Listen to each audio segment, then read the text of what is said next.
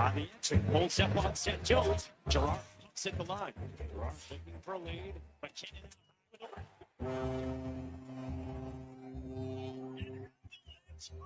a veteran of the sports reporting game for over 25 years. 5 targets, 5 catches, 93 yards. Cousins going that way again. He's got it. Touchdown. Breaking down Edmonton's favorite teams. Nurse thought about taking a one-timer. Instead, Rich scores. Set up by McDavid, his third assist of the night. Hyman's second goal. The Oilers extend to a 3-1 lead. This is Sports 1440 and the Kevin Karius Show.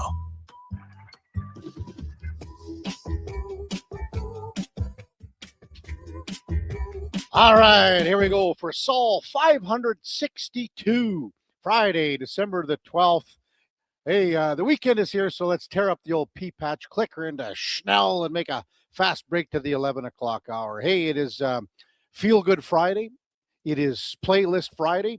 The Christmas season is here. Get your requests into the Duke of Delburne at 833-401-1440, and we'll get them on for you over this course of a Friday morning. Little special Friday morning. Welcome to our first ever live on location here at the Country Club Tour CCT World of Golf on 116th and 120th Street.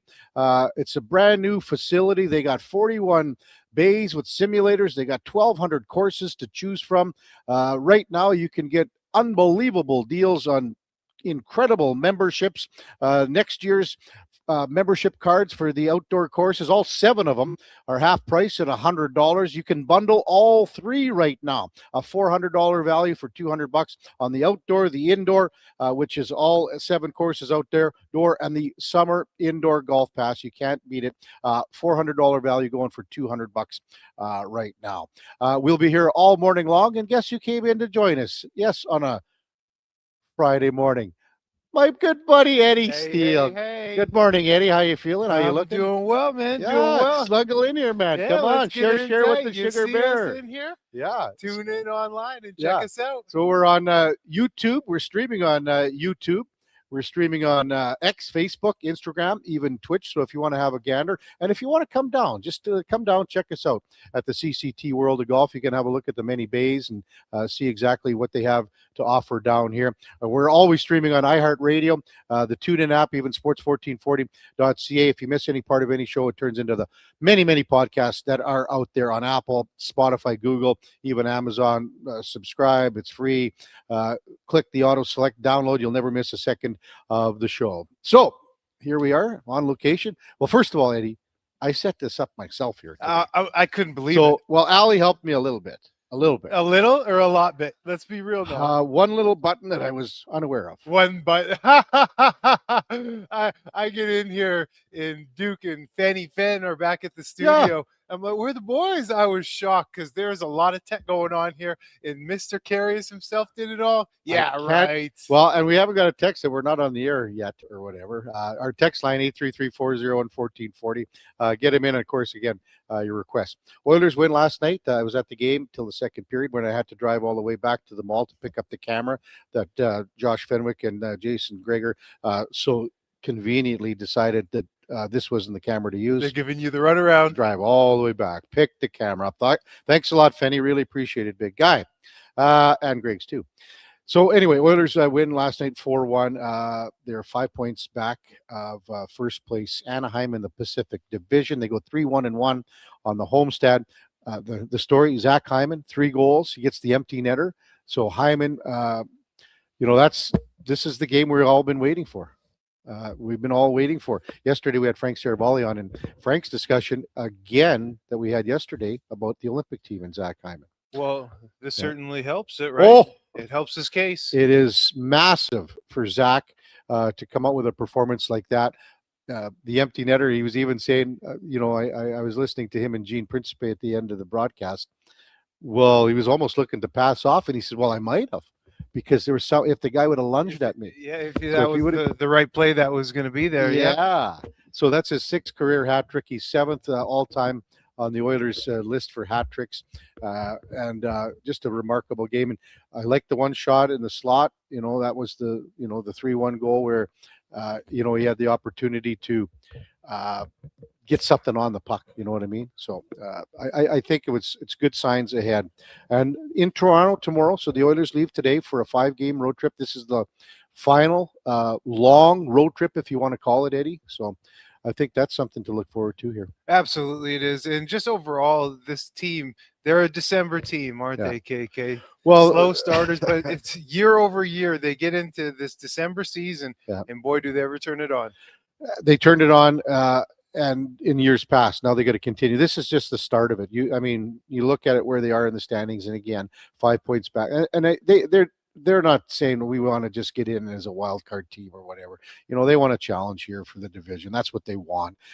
So many things that impressed a guy yesterday with the game is the commitment. They blocked a lot of shots in the game. They had 20 blocks. They had 25 hits. There was a shift in the second period. Vasily Podkolzin had like 3 banger hits. He was really banging last night. We talked about him the last couple of days too. This is a guy playing well, isn't he? He's just a guy that is so into the game. He's so into where his directive on the ice and his responsibility is, and what he needs to do, and what he needs to contribute here. So big minutes too yesterday. Yeah. What did he put in? 18 minutes, I believe. And what about Stu Skinner? This guy, he was phenomenal last night. He had 27 saves, made some big saves at the most important times of the game, and another building block for him moving forward here. I'd like to see, I don't have it in front of me, but just Stu's last 10 games. I bet it'd be a decent stretch of games for him. He's been playing some good puck. But again, as we always say, KK, the environment in front of him has been much better. It has. A lot safer. It that's really for sure. has. It really has. Text 833-401-1440. The real Duke says, "Good morning, guys. The song request, If I Had a Hammer, dedicated to the workbench that I built, Eddie." Yes. I'll The show you a one picture last of that, week. Eddie. I haven't even seen it, Oh, man. well, I you'll just be heard- wanting one. You'll be It's wanting one. pretty funny. You literally probably went out just to put IKEA together. You will be wanting one for sure. It's all IKEA. 7:07, and we got to mix up the lineup a little bit today. And again, it is chilly. The road's a little sloppy a bit, but it is cold. It's minus 26. Stay brisk. warm with the wind chill, minus 33, 34. We're looking at a high today of minus 20, but again, overnight, minus 24. It warms up a little bit for the weekend. Then it dips down next week. So you going out and about today, Eddie, or what? Today will be a pretty low-key day. Got a couple of meetings. We're actually going to get Cody Fajardo on Elks Central today. Is that right? Yeah, so we're Is going to have a that nice right? chat with Cody Fajardo, 10 a.m. Good for you. So We had do Mark that. Killam on. Yes, I caught some of that at his cabin. I'm curious myself, KK. Well, I'm we gotta- curious. You know what we got to do, Eddie? Down the road, we got to crash the party. Mission number Like, one for us. Just, you know what? Infiltrate the cabin. I'm going to put a tail on him. So, I don't know, whenever he said he might have a chance to go again. I think we'll put a tail on him and then just follow him out there and then just scare the bejesus out of him at night. It's somewhere southern Alberta towards BC. I don't know if it's in BC. Yeah, That's somewhere. my prediction. Somewhere out there. You were mentioned the Oilers win last night. So did you get to see a bit of the game? Because I know sometimes. Oh, at night you did, yeah. I got most of the game. They played a pretty solid game, right? When you come out of a 4-1, a hat trick, there's not a lot to come down about. I think there's a lot of good praise to go around. It's the guys who stood out, obviously Connor, 4 primaries. Yeah. But Podkolzin's game, when we touched on him just a minute ago, he had a solid game. You talked about the physicality, wrung that one off the crossbar. You want a guy to score one, but Well, you're a little too geeked up, too juiced up. I tell you what, the last couple of days we've been talking about Podkolzin. I'd said, I said, you know what, I wouldn't be surprised if this guy could get 20 goals. But you got to score goals like that to get to 20. Having said that, if he scores that goal, Zach Hyman doesn't get his hat. That's a good point. Yeah, and I had saw someone talk about that point too. Yeah, I think it was Kenny Reed. Yeah, and Connor McDavid, 4 assists. Leon Draisaitl, 2 assists. The Oilers leave for Toronto today to play the Maple Leafs tomorrow. That's the prime game. You go to Toronto on Hockey Night in Canada. You got Connor McDavid going back to his hometown. All the guys from out east playing and family and friends coming in. The Leafs lost last night to the San Jose Sharks by a score of 3-2, so they will not be in a good mood for sure. Text 833-401-1440.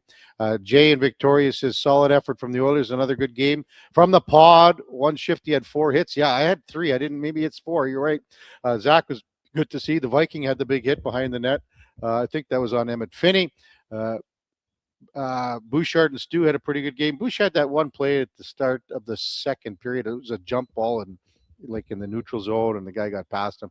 Other than that, I thought it was pretty good. And I mean, again, Stu Skinner was phenomenal. Hey, let's welcome in the Duke of Delburne. I don't know, is this going to work, Duke? Can you come in on the conversation here, Duke? Can you hear us, buddy? Can you hear me? Oh, there we go. We can even see you guys now too on the Eddie, screen. come on, there. slide in. Are you that- worried? that- about that? I gotta fix my mic, man, because it's swinging around. Turn it the other way. Turn it around. That slide-in you guys did to open the show here, Kev, reminded me a lot of Al Michaels and Chris Collinsworth on Sunday Night Football. It was textbook, perfect looking. I would say that, and we're looking pretty good here. I would agree. You guys look great in there. Looks very good. We had, just because of, like, I would have loved to set up in front of one of the bays, but we're going to be the bays are going to be starting humming here in about an hour. I believe it. Yeah. But the other thing too is that just with the cable lines and all the lines that we got to have. So I heard because we had the tie line set up, we were testing everything when Eddie arrived this morning.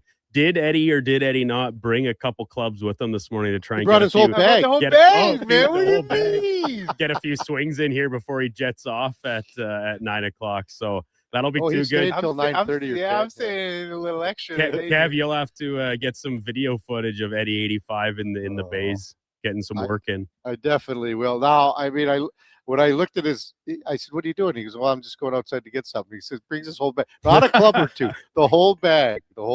So, prepare for success. Exactly. That's right. First of all, Duke, can you believe that I set this stuff up here by myself? With you really impressed me, Kev. You have. I'm pleasantly surprised. You've done a great job, and I have to eat a little crow about comments I've made in the past about your technological savviness. You've proved a lot of people, including myself, wrong this morning. So all the credit to you. I don't know about that, Duke, but I'll be honest. It's getting like it's whatever 10-7, and I'm going. I'm starting to not panic, but I'm going, okay. Getting a little nervous. Gregor's not out of the rack yet, and it was one of the IP1s, IP2s, and he's telling me yesterday, oh, it's simple. And then and then the other thing too is Jack Roslovic started the conversation. I might as well have been the man on the moon with Gregor and Roslovic. Oh, see you later. Oh, whatever. Yeah, get out of here. Yeah, and Roslovic was talking to me more than he was talking to Gregor, and I was like, "Hey, easy pal, to Gregor." So, quick thought on the game last night, Duke? Yeah, it was a really solid, compete effort. The defensive effort by the Oilers I thought was really good. There were times where the Red Wings had some real pushback, and they zone time, hemming them in a little bit.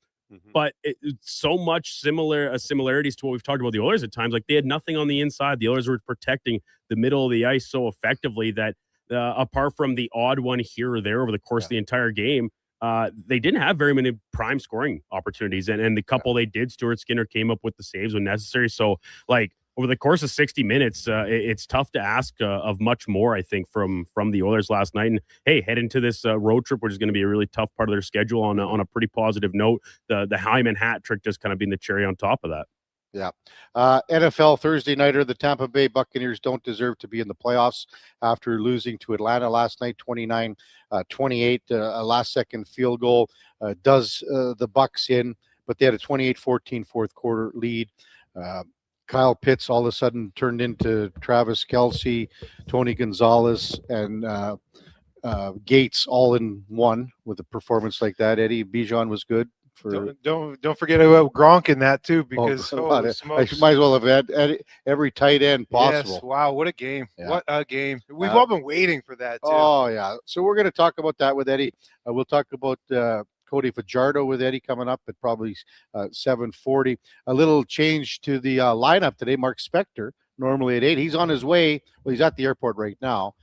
Speck will join us right off the hop here at 7:15, 7:20. That means Jason Gregory is going to pinch hit for Spec at 8 o'clock. We've got Steve Koulias at 9:20 from Sirius XM NHL Radio. The last time I talked to Cooley was at the Stanley Cup Final, Eddie, and I told him about the time I used to work at Sam the Record Man, and he was like, "You used to work at Sam the Record Man?" I said, "I sure did." Paul Sir from Hoop City will join us in the 10 o'clock hour. As a heads up, Duke will run some posts from the Oilers. Stu Skinner, Zach Hyman, Connor McDavid, Chris Knobloch in probably the 9 o'clock and 9:40, 10:20 slots moving forward. We are live at the Country Club Tour CCT World of Golf on 120th Street. They've got the 41 simulators, and they're going to be humming along here in about an hour when the doors open.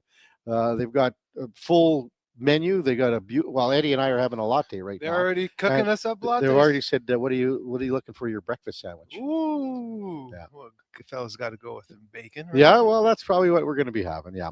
And again, they've got the passes on sale for next year for the outdoor courses. It's a $200 pass that gets you to all 7 CCT courses. They're on sale for $100. But the better deal, if you want to bundle all 3, the outdoor courses, the indoor facilities, and the summer indoor golf pass, it's a $400 value for $200 right now till the end of the month.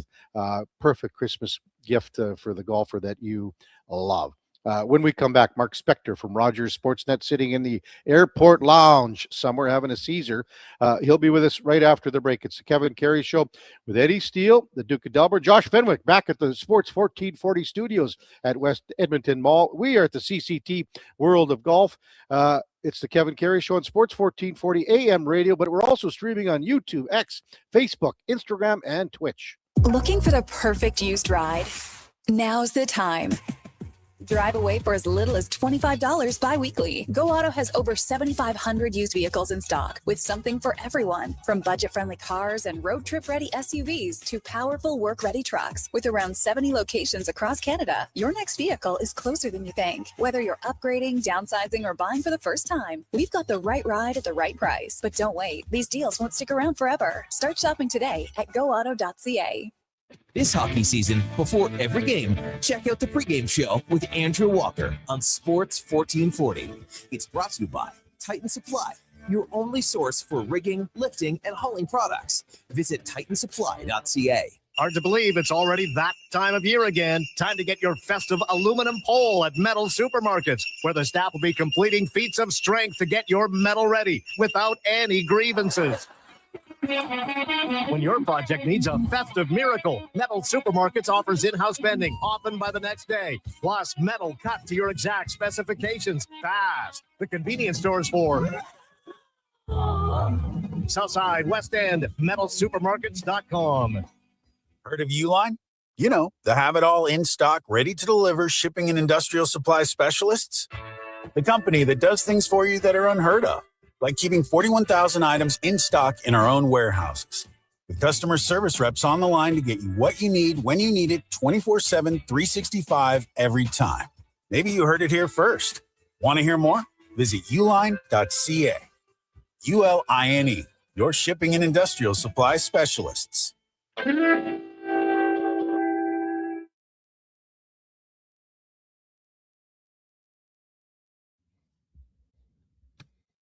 Portions of this hour are brought to you by Nectar.io. Learn more about how we can help your business automate processes, streamline operations, and save money at Nectar.io. Nectar.io, your business made better. Have your sports curiosity cured with the Kevin Karius Show. This is Sports 1440.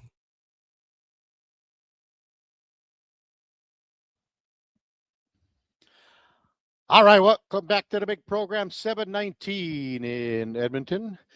We are live at the Country Club Tour, CCT World of Golf. Kevin Karius, Eddie Steele down here with you. And it's time now for On the Mark, brought to you by Northgate Chevrolet Buick GMC. Stop in today and play Wish and Win for your chance to win up to $25,000 towards a new vehicle, guaranteed $500 prize. Play today at Northgate Chevrolet Buick GMC as we welcome in Mark Spector in a lounge somewhere at the Edmonton International. Good morning, Spec.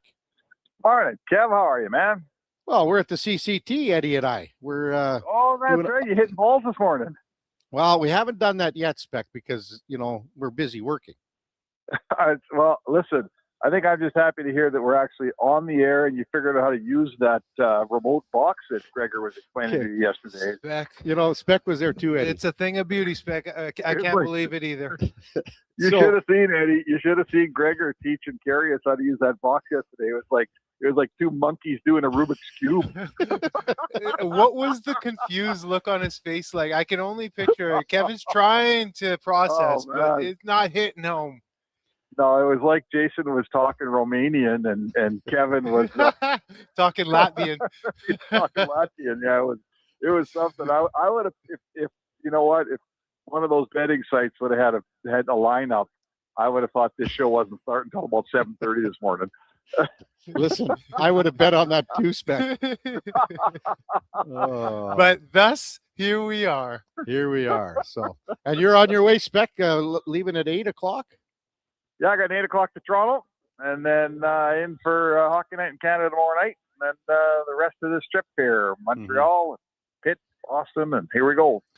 You know, maybe it's just because, you know, I'm old, you're old, but there's something about Saturday night, Hockey Night in Toronto. And I mean, they get all the games in Toronto and Montreal. That's just a standard deal that they have almost. They play every Saturday night at home. Yeah. But when the Oilers go in there, it is something special. And yeah, that goes back to the Gretzky days for sure, Spec. Oh, yeah. There's a huge, you know, every player, every Canadian player, you know, has, even today, like I asked Connor last night, you've done it probably, you know, he's been in there for Saturday night games 7 or 8 times in his career. And he says, oh, it's still really cool. You know, you grow up with it. The Leafs on a Saturday night, as certainly as a guy that's covered a bunch of these in my career, you just feel like you're in the center of the hockey universe when you're in that press box on a Saturday night. You know, the game's on Hockey Night, Chris Cuthbert's there and Simmer, and it's just a fun place to be. It's like being in Yankee Stadium, or it's like, you know, you feel like you're in the right place at the right time. That's for sure. Yeah. Last night, Connor, and he'll be taking that game from last night into Toronto, just like Zach Hyman. Those are local guys that want to really shine in front of friends and family. Yeah, Connor McDavid is really playing good hockey here. Very direct. Like he's shooting the puck. He's taking it straight to the net. He's coming in off the perimeter where I think the whole team spent a little bit too much time in the first month and a half. Like last night, when he got that puck, the danger meter increased with every stride he took, you know, and I mean, 4 primary assists in a 4-1 game. I don't think you get much more Connor McDavid than that. Yeah. I'm glad that you even brought that up, Spec, because I was watching yesterday and there were moments when even he wouldn't complete the play for a goal or get an assist, but he would do something with the puck and you could hear through the TV the oohs and ahs. And he's giving people their money's worth. You know what I mean? And that's what you go to see. You go to see someone handle that puck. It's that Michael Jordan effect. You just want to go to see the best players make the best plays, and you could really see that shine through his game. Yeah, he's not disappointing, that's for sure. If you buy a ticket and you go to see 97 play, he's giving you your money's worth right now. He's just, like I say, his game has just really become very direct, in my opinion. He's not farting around out in the perimeter waiting to make some pretty play. He's taking it inside. He's working it to the net. You know, it's just, you can see the pressure he's exerting on the other team and on the other defensive system. And last night, you know what? I mean, he's clearly the difference in the game. Detroit's a pretty good team. I like their team a lot. I thought they played an excellent game. I thought Talbot was good in net, but the difference maker in that game was Edmonton's best player, which is that much better than Detroit's best players, country mile. Well, and Stu Skinner, I mean, the saves that he made at key opportune times were really good. Yeah. And I mean, he was solid last night for sure, Spec. Oh, his game is really good. You know what? I looked it up last night. Since November 22nd, he's got a 913. So, you know, that's pretty much 3 weeks of hockey here. So I guess I'd say to you, I'm not sure anyone was going to have a great save percentage behind that Oilers team that played in October and most of November. And the team's playing better. And guess what? You know, so is the goaltender. He was excellent last night. Tons of really good saves like that. To only let in one against the amount of chances that Detroit generated, that's the kind of goaltending that wins for sure. There's nobody talking about Skinner today that's not saying that he played well last night. Absolutely. How do you think it breaks down for Saturday, Sunday, tomorrow in Toronto, then Sunday in Montreal, Spec? I don't know. That's, you know what? I mean, obviously you're going to split. Pickard's going to get one of them. You know, if I'm the coach of this team, I'm putting Skinner in net on Saturday night because he's just coming off such a good game. It's such a string of good games. I want to play him as much as I can. I'll play Pickard Sunday in Montreal, come back with Skinner on Tuesday in Pittsburgh, and then figure out the rest of the trip from there. But we get back to the first thing we talked about, the game in Toronto. I think if my starter wants that game, if he wants to wants the Hockey Night in Canada game, he gets the Hockey Night in Canada game.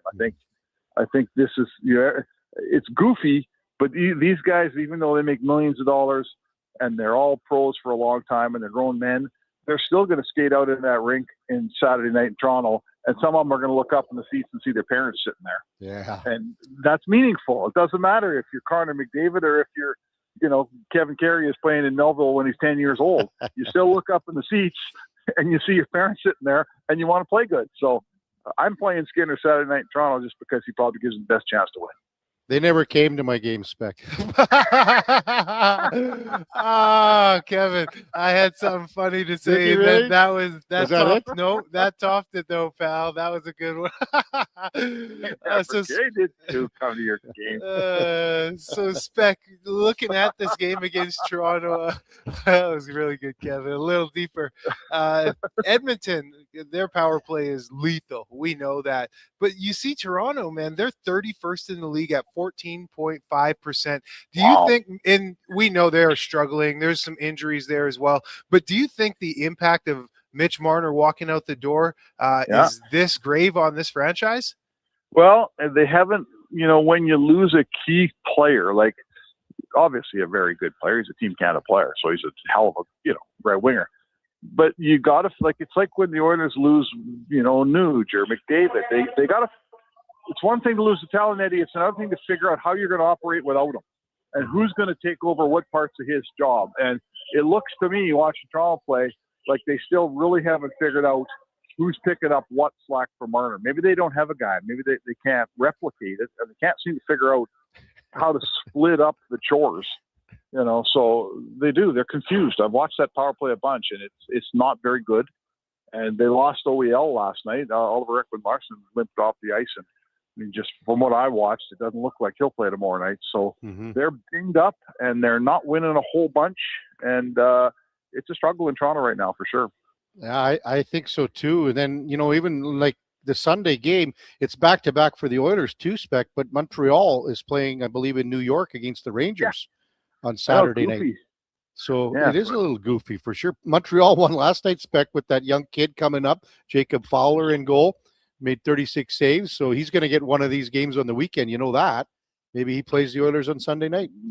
Maybe it's Fowler and Pickard on Sunday in Montreal. That's always fun. Montreal's a fun team. It's a great building. Let's see how the Oil does here. Like Edmonton's coming out of this homestand.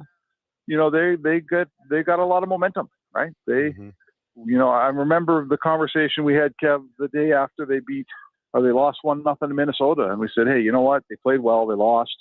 Didn't get any points, but if you can get 7 of the 8 points in the rest of this homestand, I think you're going to be pretty happy, and that's exactly what they did. So this was a really good homestand, 3-1-1, and the game you lost, you probably outplayed Minnesota. Edmonton's got some momentum, man, going out the road here. This is a good chance for them to put some confidence together. Yeah, I think if you can get 6 points here, you're pretty happy with the road trip like that. Eddie and I were talking about Vasily Podkolzin, and he had like 3-4 hits in one shift, finished with 7. Trent Frederick had 6 hits last night, was a little more involved too, Spec. Yeah, and that's good. Poor Freddie, he's still playing 8 minutes a night. Yep. He's got to find a way. You saw last night they put Mangiapane on the last line. So, their stability, you heard McDavid talk about it after the game. I think Rashog asked the question. They've had the same lines here, certainly the top 2 lines, for a while now. And even McDavid sort of let it slip that, you know what, we mixed our lines around so much for the first 2 months. It was crazy. Like, it's nice to have a line. You can talk together. You can make plans together. You can strategize together with the same guys. So their top six is really stabilized, right? So they'll figure out the bottom six. But right now, I mean, they got a nice looking top six. And now it's up to the bottom six to kind of find their roles. And where's Mangiapane going to play? Where's Frederick going to play? Who's going to take the ice time here? Well, when you look at Mangiapane, he's got to get it going here, Spec, or else he's going to be on the outside looking in here. He's one of those guys that could be on the outside looking in when Kapanen comes back.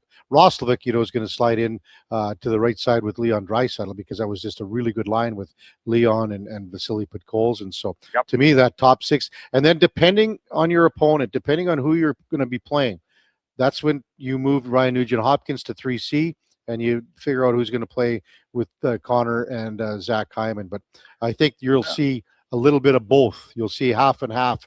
Nugent-Hopkins up on the left wing on that first line, but you'll see Nugent-Hopkins at the 3C as well. Yeah, I mean, this is the weapon now, right? This is it's going to be awfully hard to break up that top unit because it sure is good. But that's your option. If you need another center, you move Nuge down. I mean, I don't know who's your left winger going to be. Maybe you bring Savoy up to that line. Yeah. Right. When Roslovic comes back, you could always do that. Savoy's, he hasn't played himself out of the top six. His time in the top six here, I give this kid a ton of credit. Like, he's, for a young guy, man, he's holding his own. He's not over his head here. So you love to see it. So maybe Roslovic comes back. You put Nuge down, you move Savoy up, and you got to find a place for Kapanen coming back here. And who else is out? I'm missing a guy. Well, Waldman's out.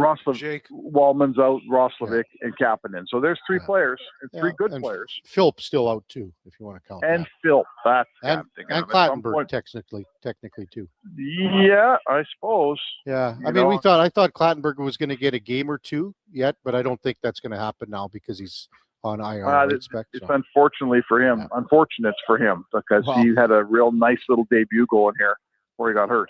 Well, I was saying in the press box last night, Spec, too. I mean, he stays up. He makes more this month on his big league check than he would the entire year down in Baco. So that's a little Christmas bonus. Yeah, good for him. So he's collecting an IR. That's the bad news. But the good news is he's still collecting it. Yeah, exactly. And the thing about this kid is we've talked about it from the jump of camp, right from the drop of the puck early in training camp. He's left an impact, and he's had people talking every step of the way, and he's done that even in the bigs. So coming into camp next year, eyes will be open to him. So that's good. He's putting himself in a favorable position. Yeah, for sure. He's a young depth player that's going to raise some and drop the gloves once in a while and be a nice hard checker. And who knows what the ceiling is for this guy? I don't know. Hey, Spec, I wanted to ask you about Team Canada and with the hat trick last night out of Zach Hyman. Do you think, where do you stand in terms of him making this Team Canada roster? I mean, to me, here's what he's doing, you guys. I don't think he's close enough at this point to just get named to the team. I think there's just too many good players ahead of him. Guys like Braden Point and Sam Bennett's coming on, and it's going to be hard. But what he is in the position for is if there's an injury and a spot gets opened, all of a sudden he moves up a notch or two. Like you can look to him and say, hey, here's a guy that can help us. We weren't planning on having him, but look how well he's playing. He's keeping the light flicker in here is what he's doing. He's got 2 weeks back. I know he does. I'm not sure he doesn't run out of time, but give him credit. Like his game's coming together, and they used to bring Chris Kunitz to the Olympics because he worked so well with Sidney Crosby. I'm not sure that I don't have that consideration when I'm putting Connor McDavid on that team. If Hyman keeps scoring goals, I might think it's a good idea. I'm with you. Okay, then to follow that up, what about the two young cats, Celebrini and Bedard? They're both on my team. Yeah, that's a good question. It's a tough team to pick, man. It's a tough team to pick. For sure, Bedard. And you know what? I don't mind Celebrini either. I think both. Yeah. You know what? I think both. Like, I think there's always a little bit of an air of let's get some guys to, there's some older guys are going to fall over the top and fall off this team. It'd be nice to have a couple of younger guys coming on. So, yeah, why not bring them both, Kev? Yeah. I'm in for that. Hey, Eddie, do you think Spec, when he flies out, are you getting the call to the gate yet, Spec, or what? Yeah, pretty quick here, boys. Pretty quick. Do you have that little pillow that goes around your neck for all these flights? No, I don't have the little pillow, Kev. No. Why not? What are you doing for a 5.5 hour flight? I don't fly for. You watching something? You reading? What are you doing? He's Buddy, sleeping. well, I'll probably pull my computer out, do a little bit of work. What kind of work? Come on. yeah, now. right. You're watching a Listen, buddy. movie. No, I don't think I'll watch a movie. It's I 5 got a little o'clock work somewhere. to do. I'll have a little nap. I'm not drinking at 8 a.m. Mountain. I know I'm Latvian, but I that's even early for me. Whatever.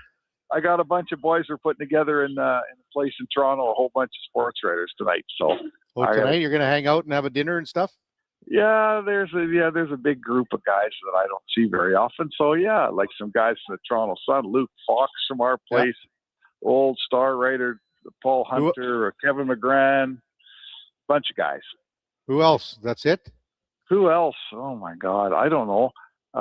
Who Come else? on, is name coming drop. in? He wants you to name Yeah, drop some no, people. just think of Toronto sports writers, and hopefully they're going to be there. Big Mike Zeisberger's picking me up. He's taking me to this thing. So look out, boys. Look out. I want to just see who's. I wanted to hear Pops some are coming names, for Eddie, you. so I know who's not going to pick up the tab. We'll be fine, buddy. We'll split it up. You know what? We're equal opportunity drinkers there, so I think we'll be okay. Yeah. Well, have a safe flight, Spec. Thanks for coming on early, and we'll talk to you on Monday. Well, what's your schedule on Monday? What are you staying in Montreal? Yeah, we'll or what figure do it you... out. I'll Okay. give Brandon a call. I think I'm good for Monday morning at 8 o'clock, but I got to check. Okay. All right. Sounds good, Spec. All right. Thanks, man. All right, boys. That's Mark Spector from Rogers Sportsnet. On the Mark, brought to you by Northgate Chevrolet Buick GMC, powered by Northgate Chevrolet Buick GMC. This truck's for you. Check them out at northgategm.com. That's like a pile of manure that we just heard there at the end, eh? Oh, absolutely. Like, I mean, let's be honest. Oh, I'm gonna do some work. My and- computer doing yeah, a little work. yeah, exactly. Like, it's a Caesar right now. He's having one right now in He the can't airport. wait to. He's the type of guy that takes his shoes off Yeah. on the flight. Oh, exactly. Crosses his legs with Yeah. his socks. Can I have a blanket, please? Text 833-401-1440. When we come back, we'll talk a little Thursday night football with Eddie. Also talk about Cody Fajardo. Talk about the Edmonton Elks schedule. Finally, The Elks. Eddie. Man, yes. Thank you. I'm Hey. glad you brought that up. The Elks, their schedule. I can't wait to talk about that. And the Elks have just been dabbling all off-season content, man, in terms of signings and whatnot. Mhm. They've been active. They've been very active. Yep. And we had Mark Killam on the other day. We had a lot of fun with Mark as usual, but we'll talk about Cody Fajardo. You're going to be talking with Declan Kruger on the Elks podcast here on Elks Nation later today. So we'll talk about that. We are live at the Country Club CCT, Country Club Tour, CCT World of Golf, right here on 116th Ave and about 120th Street, just off of Kingsway. Did you have trouble finding it, Eddie? Nah. You drive by here all the time, Yeah, man. it was easy. I was worried about you, though. Were you? It's 10 to 7. I'm going like, don't be where worried is about me. Eddie? No, Where is he? I'd let you know. I'm not that type of guy that just goes MIA. and That ain't me. Eddie brought all of his clubs. Eddie 85 today. I'm Eddie- just wondering where I'm going to play after. I don't know, Get a man. quick round in, huh? Eddie 85. I'm the kind of guy that Did comes. you hear what I was going to try to get them to do when you're hitting some balls? What? I was getting them to try to rig the computer up somehow. And so every shot that you hit, ooh, there's one that goes 200 yards left. Ooh, there's a big chunk that went 3 feet in front of you. I was going to try that, but That's funny. man, oh man. Triple O says, hey, KK, you and Eddie need to be wearing toques. You could be the new Salt and Pepper version of the McKenzie brothers. Hey, wow, I like that. Hey, I like it. When we come back, we'll have a little chit chat with Eddie Steele about some football. It's the Kevin Karius Show with Eddie Steele, live from the Country Club Tour, CCT World of Golf, live on location. We got the Duke of Delburne, Josh Fenwick, back in the Sports 1440 studios at West Edmonton Mall. We're also streaming on YouTube, X, Facebook, Instagram, and Twitch.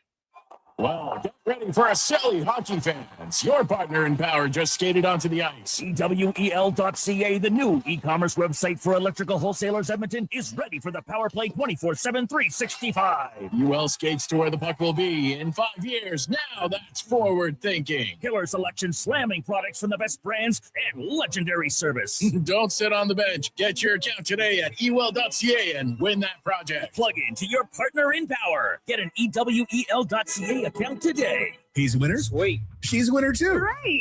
Everyone's a winner during Wish and Win at Wolf GMC Buick. Every single customer is guaranteed at least a $500 bonus with a chance to save up to $25,000 towards a new GMC or Buick. At Wolf GMC Buick, we also have 0% financing up to 84 months on most of our popular SUVs and trucks. And we're clearing out remaining 25s, including cash discounts up to $10,000 on a great selection of Sierra HDs. 90 seconds east of the Henday. Wolf GMC Buick, where everyone wins.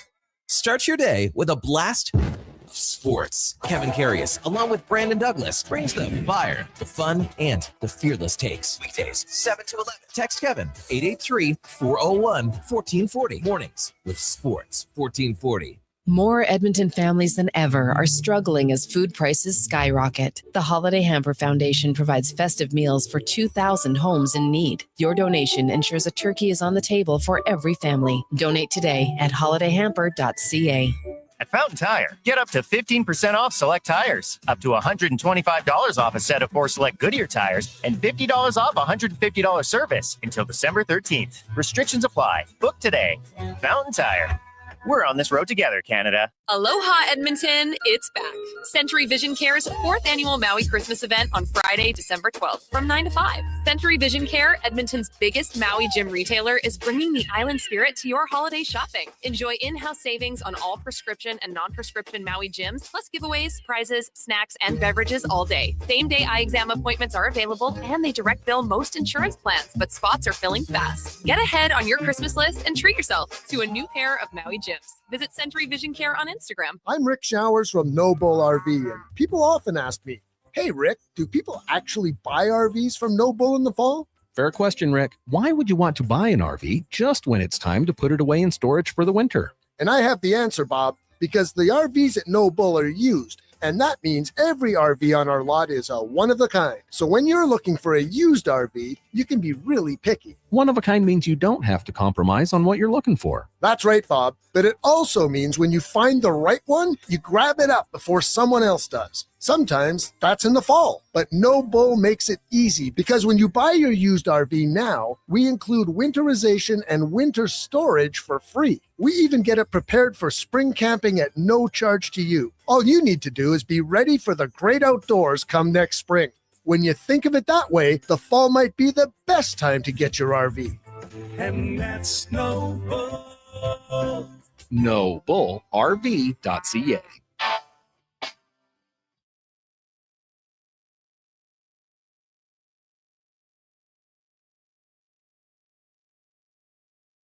Just in time for the morning skate.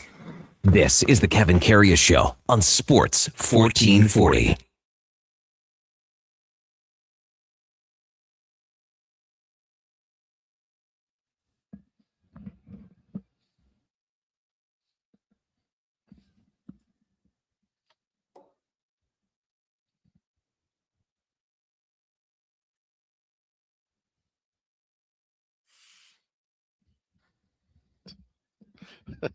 All right, welcome back to the big program. It is 7:43 in Edmonton. Kevin Karius, Eddie Steele with you down live on location at the Country Club Tour CCT World of Golf. They got the 41 simulators, 1,200 courses to choose from. Man, they got leagues going on a week. You know, ladies, men's, mixed leagues. Eddie brought his clubs down. Eddie 85. And he just says, hey, look at those clubs over there. And I'm like, I have a gander at them, and I'm like, pretty nice. No, QIs. No, they're not. Those QIs. What are you talking about? Those things look like you just picked them up at a garage sale on the weekend here. Oh, you lie like a rug. Come on now. Text 833-401-1440. Text just rifled one in. Guys, I want to give a shout out to Ali, Mike, Sean, Connor at the CCT. He says, Text comes here every second day. The staff's great. He joined the family this year as a Raven Crest mechanic. So can't wait to start next year, he says. And shout out to you guys doing a great job. Keep up the great work. Thanks for the Thanks, message Tex. text. Yeah.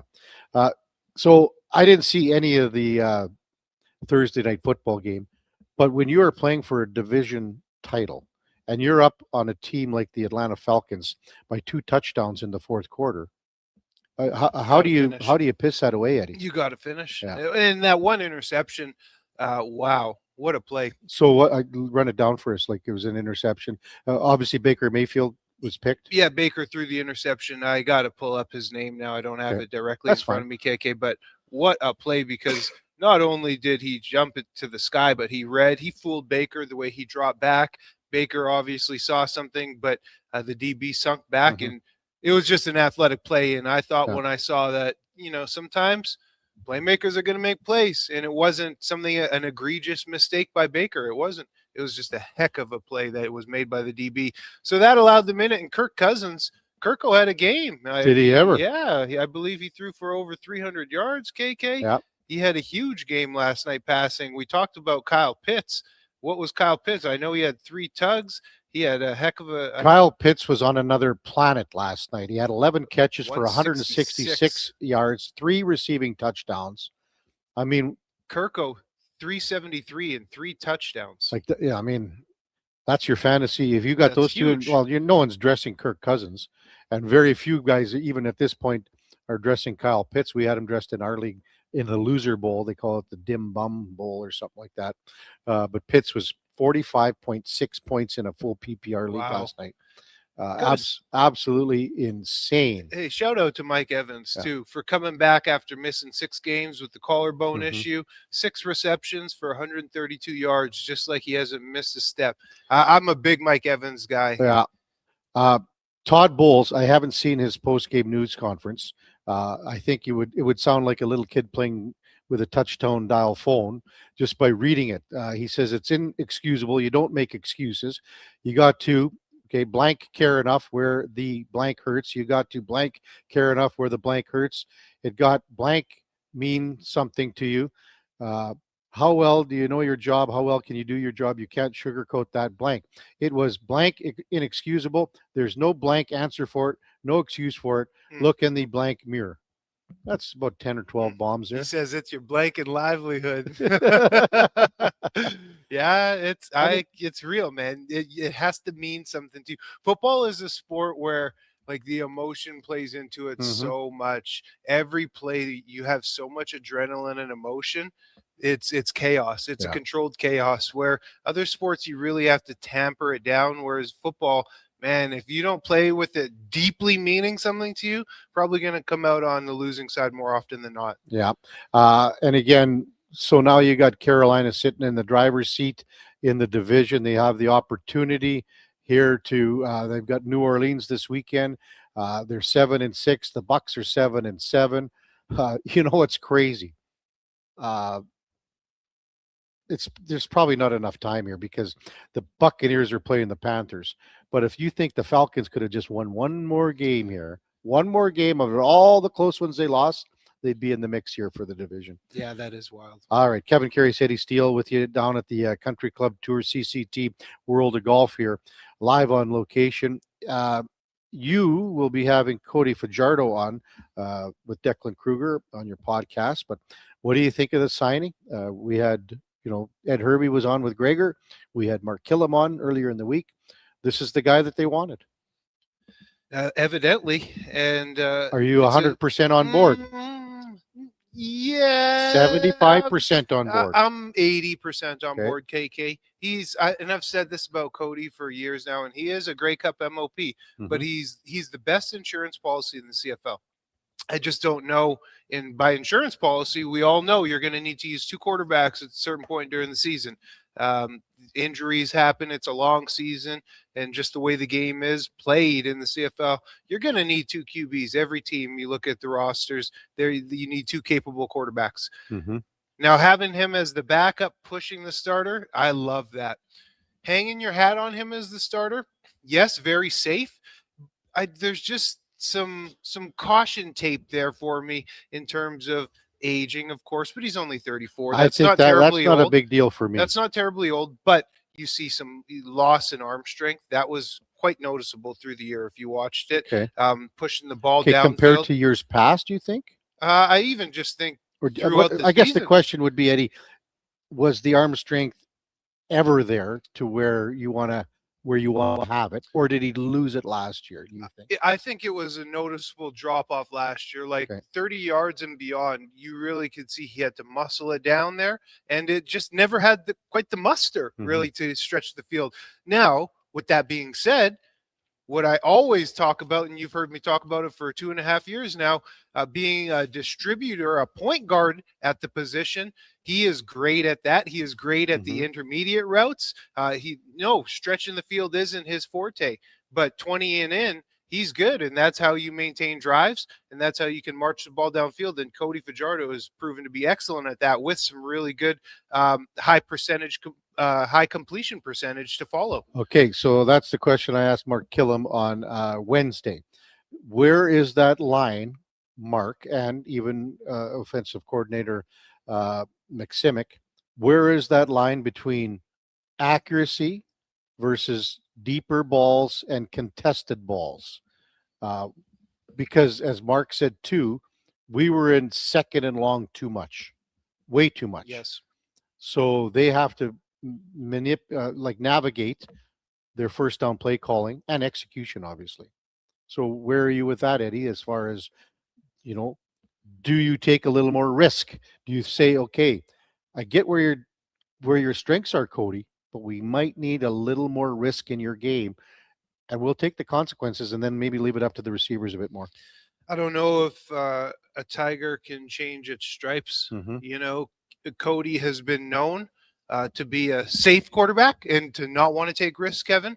It's been a well-known thing. He doesn't want to take risks to throw interceptions and to affect his completion percentage because he likes to throw for a high completion percentage. So I don't know if you can, at this point in his career, make him take more risks. Yeah. Now, when it comes to the offense being in second and long too much, it's amazing. Rankin had such a fantastic season, but he was feast or famine so often at the time. He had big plays, which you need, but they need to not put themselves in those second and longs to where he has to get screen passes and bust him for big plays. If you can establish him, and there was many games where Rankin would go off, Kevin, but then he'd be very quiet for a stretch of 2-3 games. Then he'd go off for 200 all-purpose yards. Then it's quiet the next game. Get him more consistent game in, game out. And it's not the player, but I think it's the offensive line that needs to help him out, and then quarterback play. It's a total team I just lost my word. That's okay. But they have to team philosophy. Yeah, exactly. Put it together as a team and play team ball together, and then that's how they're going to have success. Eddie Steele with us, Kevin Karius down at the Country Club Tour CCT World of Golf live on location on a Friday morning. Hope everyone is staying warm. The schedule came out earlier in the week, and finally, Eddie, there are no Sunday night games for the Elks. They've got the one Thursday night game, but other than that, you got Fridays and Saturdays for home games, and the start times are bang on. There's one late in the year, but you can't have everything. There's one late one in the year, but other than that, man, I think it's just a really good schedule. I'm happy that the fans can go to the games and say the games are Friday, they're Saturday. We got the one Thursday. You plan, and you have to have that. It's every fan wants that time of the day, that day of the week, and say this is when the games are. I think in terms of a home schedule, it couldn't be any better, Kevin. Yeah. This is as good as it could be, like they were listening to you, man, because it's so favorable for families. It's favorable for the party atmosphere, the Friday at 7 p.m. What is it, one Thursday game, one Sunday game? Yeah, there's the one Thursday game. And that's against Ottawa? Yeah, the Thursday game. The bye week is right off the hop. After they play in Ottawa. The home opener is on June the 20th on a Saturday against Montreal. So I just think it's a really darn good schedule. A bye week early, but they've also got the bye weeks, that after a hard schedule, and they come out of the bye. Then they've got the Calgary back-to-back, and then they've got 2 more games until another bye to set things up. I'm saying it already, Eddie. I think this team is going to host a playoff game. I said that last year at the tail end of the year. That's bold, Kevin. Just the way things are looking in the division, I think there's a good opportunity for that to happen. So I think that they are going to not only surprise people, but I will align with you. I think the wheels will turn in a really positive direction, man. I've seen how Ed Hervey can mold and manipulate rosters, and the more you let him get his fingers on a roster, which means the more years go by that he is the GM making his roster, the more success that he has, and you're seeing that already. Well, how about a big bomb coming in from Elliot Friedman right now? 22 seconds ago. This is shaping up to be a very big day. Elliot posts on social media. Word is Edmonton is closing in on a pair of deals, acquiring Tristan Jarry from Pittsburgh and Spencer Stastny from Nashville. We'll see how it all unfolds. Wow, 22 seconds ago. 22 seconds ago. We will talk about that right after We're the break. newsbreakers, baby. I don't know about that. I would imagine Elliot Friedman is the newsbreaker. I know. I'm just playing. When we come back, we'll bust this down a bit with Jason Gregor. Obviously, when you think about the money going in, money coming, going out, you have to think about all that as well. Maybe there has been some money that is going to be kept by Pittsburgh, but we'll see what unfolds here in the next little bit. Jason Gregor will join us top of the hour. Before that, time now for a Sports 1440 update brought to you by Nectar.io, transforming field data into boardroom insights. Nectar.io is your all-in-one solution for the fleet, your safety, your time tracking, and materials management needs. Nectar.io, your business made better. Here is the Duke. This is a Sports 1440 update.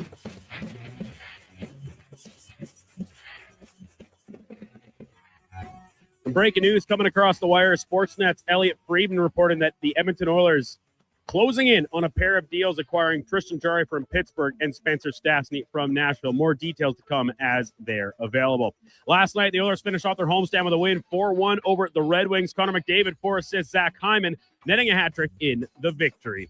12 of the games around the NHL. Ottawa doubling up the Jackets 6-3. Sharks beat Toronto 3-2 in overtime. Jacob Fowler winning his first career NHL start to get the Habs over the Penguins 4-2. Jets fall to Boston 6-3. And Buffalo beating Vancouver 3-2. Thursday Night Football was an NFC South shootout. Kirk Cousins, 373 yards and 3 touchdowns through the air. Bijan Robinson, 175 scrimmage yards, plus a major. And Kyle Pitts, 11 grabs, 166 yards, 3 scores, lifts the Falcons to a 29-28 win over the Buccaneers. In the association, New Orleans topped the Blazers 143-120. Houston getting past the Clippers 115-113. Celtics losing in Milwaukee 116-101. And Nikola Jokic continues to dominate 36-12-8. His stat line is the Nuggets beat the Kings 136-105. Coming up in hour 2 of the Kevin Karius Show, we'll be joined by Jason Gregor from the Jason Gregor Show, and we'll check in with a new edition of In or Out. I'm Brandon Douglas at your Sports 1440 update. Sports 1440 in West Edmonton Mall and Wetaskiwin. CKJR is a Stingray radio station. Download the free radio player app and listen wherever you go. Hi, Mike here from Northgate Chevrolet Buick GMC. December is here. Christmas shopping, Christmas wrapping, Christmas baking, grocery shopping. What about our vehicle? Does it need tires? It's not running? No problem. We got you covered. At Northgate GM, we have a tremendous selection of newer used vehicles, winter tires at cost, and of course, service with a smile. Come in and see us today, 13215 97th Street, or visit us online at northgategm.com. You're in Northgate country.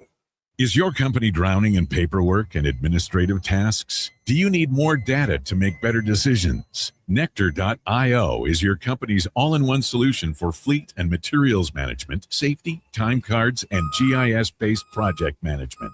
Now is the time to capture and transform field, site, and shop data into boardroom-level business intelligence, all with one login.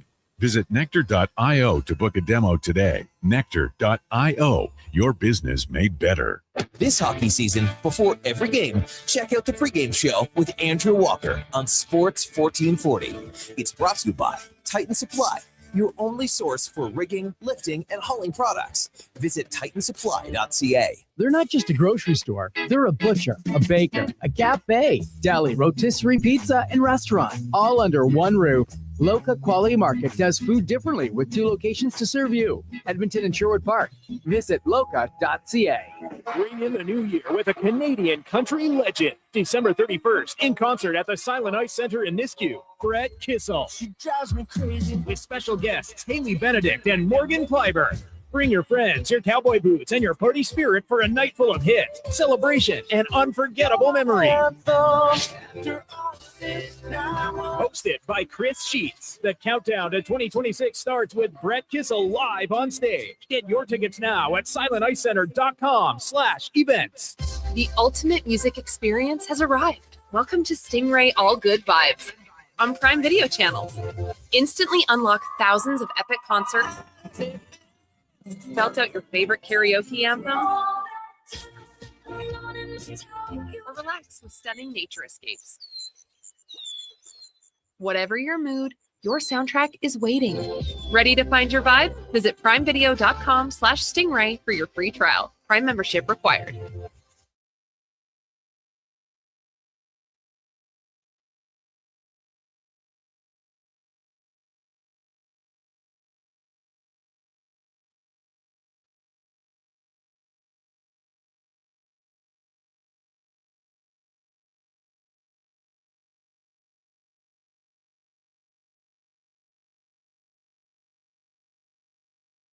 Have your sports curiosity cured with the Kevin Karius Show. This is Sports 1440.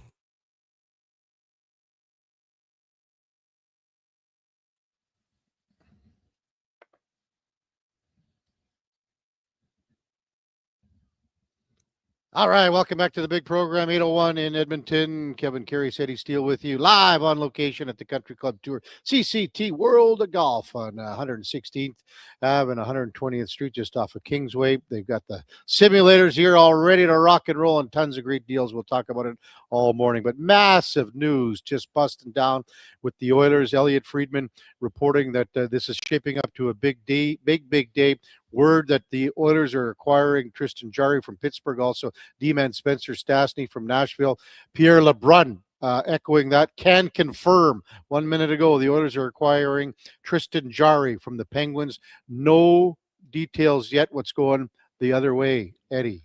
I mean, this is big. Jason Gregor, we're just awaiting the arrival of Gregor. He's probably just learning this as well because it just came down from 2 of Hockey Insiders. This has been bandied about for quite some time now. A few weeks now, for sure. A lot of people were putting the smoke out on a little bit of a fire. Elliot Friedman did a good job last Saturday, I guess it was, too, talking about that, you know, there was discussions. But, I mean, you think about it, where Stu Skinner is, and we don't know who's going where or what, but next year Stu Skinner is up for a contract. He's at $2.6 million. His contract next year is going to double, ballpark. Tristan Jarry's got 3 more years at 5.375. So the numbers work next year, if that's what you're looking at, as far as goalie numbers as cash goes. Let's welcome in Jason Gregor now as he just joins the party. And the Puck Report is brought to you by Fountain Tire. At Fountain Tire, we focus on one thing, and that is your vehicle. From tires and wheels to oil changes and vehicle repairs, we have you covered. Visit fountaintire.com to book your appointment today as we welcome in Jason Gregor from the Jason Gregor Show. You hear him every day, 2 to 6. Morning, Gregs. You're with Kevin Karius, Eddie Steele. Breaking news with Tristan Jarry. What do you make of it? Well, it's interesting. You look at like Stu Skinner, and I actually think he's played pretty well lately, right? He's been really good. He has. Yeah. So now, did they say who's? Because I was just. They haven't said anything like that, Griggs, at all. Basically, just it's Pierre LeBrun confirming what Elliot Friedman had sent out, and Friedman sent out his post. Would be 8 minutes ago.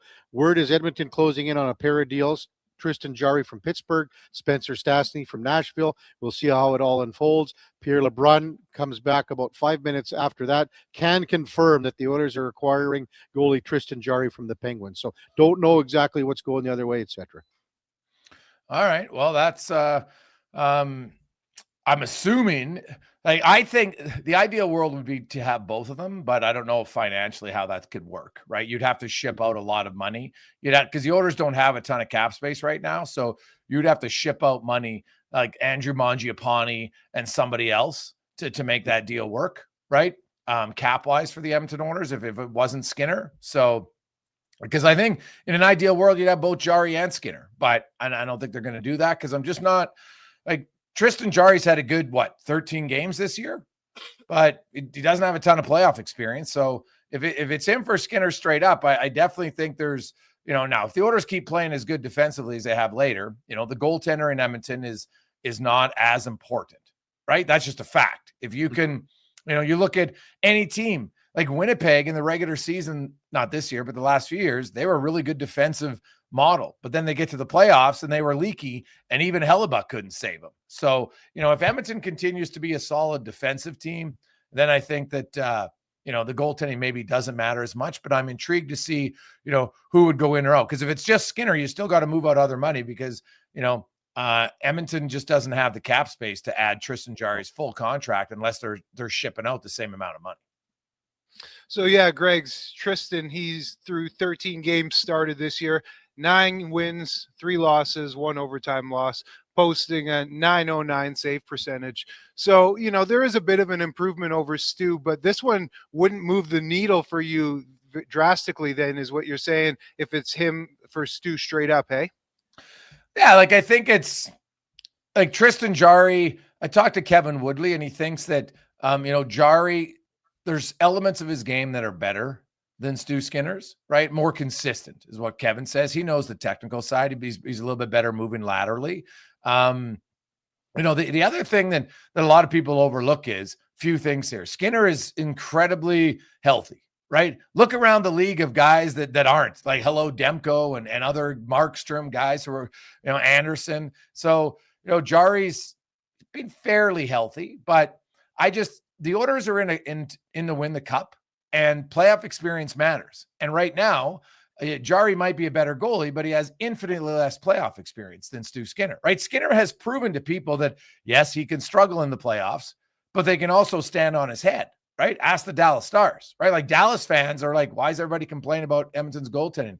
He's beat Jake Ottinger 2 years in a row. But I understand why they make the moves, because Skinner, the one element of his game that has yet to be there all the time is consistency, right? Like, he'll have some stretches and he'll have some games where he lets in goals that he shouldn't let in.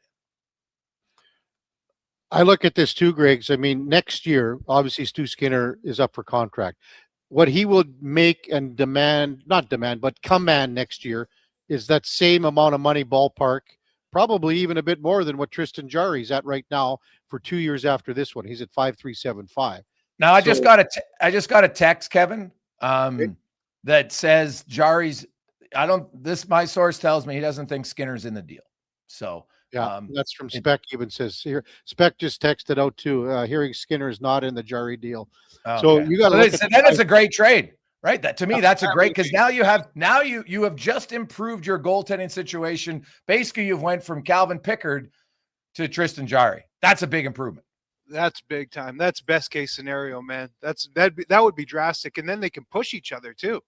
Yes. So if you're lining up the dots here, Spec, because Spencer Stastny is the other guy, and he's a cheap contract at 8.25 out of Nashville. If you're lining up the dots here with guys that could be moved, it could be a guy like Brett Kulak, because there's a guy that doesn't have any no movement clause, no trade clause. I got to think Andrew Mangiapane, right? Like, if you just look at the Jarry's numbers, Edmonton, like, if you trade away Kulak, you don't even have, like, right now, then you're down to 5 healthy defensemen, right? And I know that Riley Stillman is getting recalled. So, I don't know if Mangiapane obviously has to waive his no move then, right? Yes. Because he's got a full no move. Yeah. No trade, pardon me. He's got a full no trade, not no move.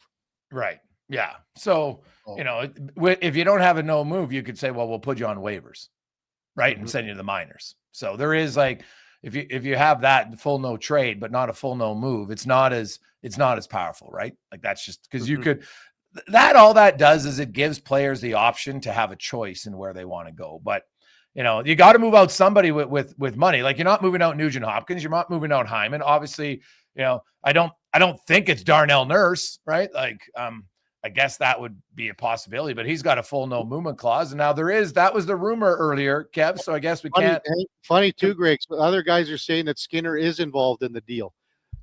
Oh, there is. Oh, that's weird. We just saw Frank Saravalli saying out. it's Stuart Skinner along with another player to Pittsburgh for Tristan Jarry. That's from Frank. All right. Well, Spec's tweet incorrect. All right. Spec is. Well, that's Spec's on the plane right now. Yeah. Well, the other player, I would think you're right. It would have to be Mangiapane or Kulak. Adam Henrique. I don't think they want to get rid of Henrique. They like his face-offs and penalty killing. He has a full no move as well. But so see the thing, if it's like Jarry, now Jarry's played in Edmonton, albeit it's the Oil Kings. It's very different, but he's had a good year this year. And 2 years ago, Jarry was really good. So obviously that's what Edmonton is banking on here to see. And I'll just say this about Skinner. He was a pro to deal with. Skinner never hung out in the back room. He never hid from the media. And I can tell you there's lots of guys who do. When he had a bad game, he would face the music. And so I wish him the best. Yeah. Jason Greger with us on Sports 1440. Kevin Karius said he's still live with you on location, the Country Club Tour, CCT World of Golf. I mean, the playoff performance by Tristan Jarry is virtually non-existent, Greg's. Yeah. I mean, he's only played 8 playoff games. He's won 2 of them. So he has virtually played no playoff games compared to Stu Skinner. He's older than Stu Skinner by 3 years, and he's got 160 wins, and Stu's just over the 100 mark. But to me, this is more lateral. If it's more lateral than a vast improvement, that's how I would address this one. Yeah, I think it's different, right? It's a different goalie, and I think that they feel that they just needed a change. Is how it works, right? And the thing about goaltending, guys, it is incredibly volatile, right? Like look at Florida. Before they went on their 3 consecutive cup runs, they were looking at, we don't know if Bobrovsky's our guy. They signed their backup to $4.5 million, right? They were that questioning their starter that they had to pay their backup. They had almost $15 million up in goaltending. And then Bob, who had won Vezinas before, it's not like this guy was, an unproven goalie hit. The guy had won Vezinas and they still weren't sure. And then he goes on a 3-year run when it was unreal in the playoffs for them. So, outside it, and then Hellebuck, like, my God, the guy in the regular season looks like he's one of the greatest goalies of all time. And then in the postseason, he looks like, who's ever playing in Dick's rec league games on Friday afternoon. So it's a tough position. And I think it's the most important position. That's where I'll strongly disagree.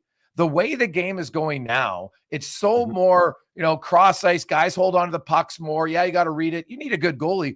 But if you don't have a good structure in front and you're giving up too many high dangers, it doesn't matter who the goalie is. Hellebuck's proven that. It doesn't matter. You're going to get beat. Look at Vasilevsky's playoff numbers the last 3 years, guys. He's under 900 too, right? Like I think the way the game is going, the goalie position, the myth that it's the most important position, I think is being proven true, because I don't believe it is.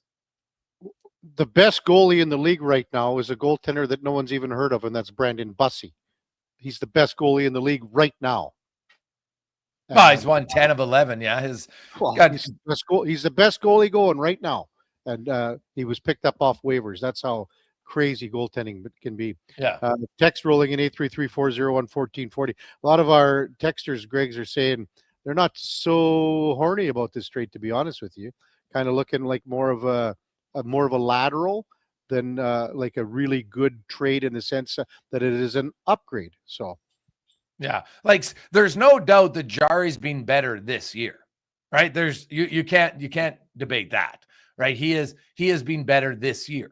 The numbers are right, and so, but it's going to come, and because everything about the Oilers is always because their goal is the Stanley Cup. Their goal isn't to be great in the regular season. I think they've shown that the regular season really, They don't finish high very often. It's not like they're getting home ice advantage all the time.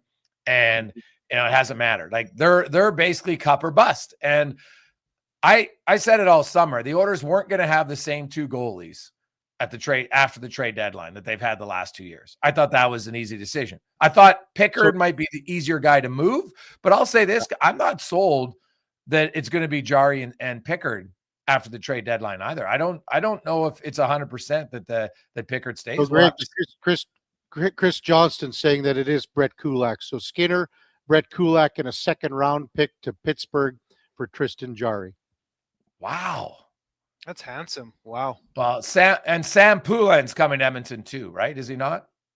That's all that Chris Johnson said. So as I said again, like the money that Stu Skinner was going to get next year is basically what you've got Tristan Jari now for 2 years moving forward that fits in with Connor McDavid's contract that he signed. So Skinner was going to get paid next year wherever he goes. If he stayed here, he'd be doubling his salary for sure. He's doubling that salary. Tristan Jari's at 5.3. There's the numbers that work right there for next year. Yeah. So Jari, for next year, banking on Jari to be the guy with Tristan they trust. The guy banking. You're banking on Jari for Connor's 2 years of that deal that he signed for that extension. Yeah, no, that's what you're doing, and it's interesting that it's both local guys that are moving out in Brett Kulak, Pride of Stony Plain, and Stuart Skinner from Southside Athletic Club. So now Spencer Stastny. Spencer Stastny, yeah. Yeah, so Stastny is the left defenseman coming back from Nashville. So they had to obviously you couldn't have made this trade until you had that because you needed another defenseman, right? And so I think what this also means, guys, is that when Wallman comes back, he's probably going to play the left side. Yeah. Stastny's 25 years old, went to Notre Dame. He's an American, played with the U.S. under 17 and the development team. He's played 81 games in the NHL, all with Nashville. He's a draft pick by the Predators in the 5th round in 2018. 81 games, 3 goals, 15 assists. Not a big guy. He's 6 feet, 185 pounds. So he's basically kind of the same size as Kulak. Yeah, and the Oilers are giving up a 3rd rounder for Spencer Stastny, if anybody's wondering. So there goes the 2nd and the 3rd. Big Yeah. news. Well, That's there big you go. news, man. Big Well, news Griggs, of you the got day. you got a lot of work to do here in the morning and going into your show today. So thanks for switching up and coming in for Spec. He's just boarding right now. Spec also posted that he was incorrect. He had probably read the text. Well, you know what? He was probably sitting in the lounge at the airport. He's been there since 6 o'clock. That's what we said. So good stuff, Greg. Thanks a lot. Hey boys, just wait. Hey, wait a sec. I know you're at CCT. Yeah. Have you guys are you guys going to hit, are they allowed you to hit balls, or do they not want you guys to send the wrong type of message to the people that are actually using this? Like, this is for good golfers. No. Eddie brought his whole bag of clubs, Griggs. The whole Unreal. bag. Not just a driver and a wedge. He brought his whole bag. Hey, Greggs, you know they call me Eddie 85 around here, right? Hey, you know what? I went there on Monday to set up to test all the gear, and I could not believe that was my first time inside there. And they have 41 simulators. I would say at 10 o'clock on a Monday, 30 of them were full.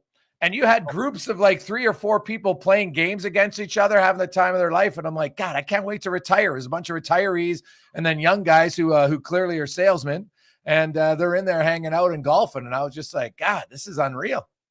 I feel targeted. He's talking to us, our retiree and the young salesman. Really? Anyone be sitting down here? A couple of old geezers in the senior men's league here. Well, I bet you they have it, man. Like, it looked like they're having it's kind of like men's league hockey, but for golf. It's unreal. Well, you store your clubs here too. You don't have to bring them in like Eddie did this morning, so you can do everything you want. It's a big advantage. Oh, we're ready. Well, post your scores later, fellas.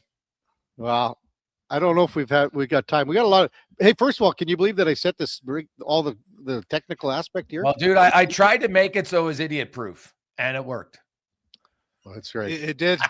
Luckily enough. Have a great Friday, Greg. Thanks for coming. Hey, boys, thanks. Have fun at CCT.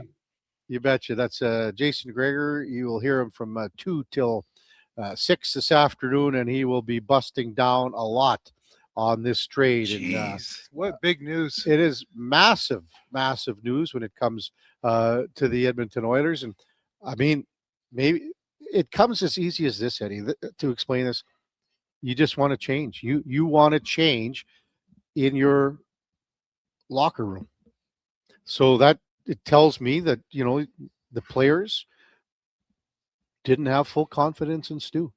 Yeah, clearly. I mean, clearly the writing is on the wall. And it's not just a complete lateral move, a player for a player. And they gave up, a second-round draft pick. Well, they give up, and they give up Kulak, So that's a big deal. That's handsome to bring Tristan Jarry here, who's Skinner is posting 898 save percentage. Jarry's 909, I believe. Yeah, and again, in the last little bit here, Stu's been really, really good. But the environment's been healthy in front of him. It has been good, but we see on the text line here, Eddie, and it's not the negativity that we see is on Stu. It's on Evan Bouchard. That happens all the time, almost every day, no matter what happens, and it's not fair because again, Stu was incredible last night, and I'm glad he went out with a bang. And comes out with a really strong performance, 27 saves. And here's another thing. I mean, Pittsburgh's like the Oilers are sniffing around a playoff spot right now. And the expectations far more superior than in Pittsburgh. There's nothing to say here that Stu can't go on a run in Pittsburgh and the Penguins can, because they've got some damn good players still with Sidney and Malkin, and they're old, but they're still pretty good. The point that you make that Stu's been playing well, and this move happened obviously there's been talks for the past few weeks. This didn't just happen today or last night. And Stu has been playing good hockey. So that is telling that I think they needed a change in the locker room because on ice, he's been posting some good numbers the past 5-6 games. So the Oilers, Eddie, as you know, go to Toronto today. They play the Leafs tomorrow. Then they play in Montreal on Sunday. You know where they play Tuesday? Oh, wow. Pittsburgh. So the Oilers play in Pittsburgh on Tuesday. It'll be Stu Skinner versus Tristan Jarry. Oh, my goodness. If I was Stu in that game, that's the biggest capital F, capital U. Could you imagine that? Play. Yeah. Oh, my goodness. Oh. Because you obviously are going to feel a certain way being shipped out, especially being shipped out of your hometown team. Yeah. Wow. When we come back, we'll regroup here. We will return here to the Country Club Tour, CCT World of Golf. We've got the Duke of Delburne. We got Josh Fenwick back in the Sports 1440 studios. Coming up after the break, we'll get to some of your texts and we'll really bust this trade down because the text line is humming, to say the least. I'm glad it's working, Eddie. That's what I'm glad about. You did it. Kevin Karius Show with Eddie Steele down at the CCT World of Golf on Sports 1440 AM radio.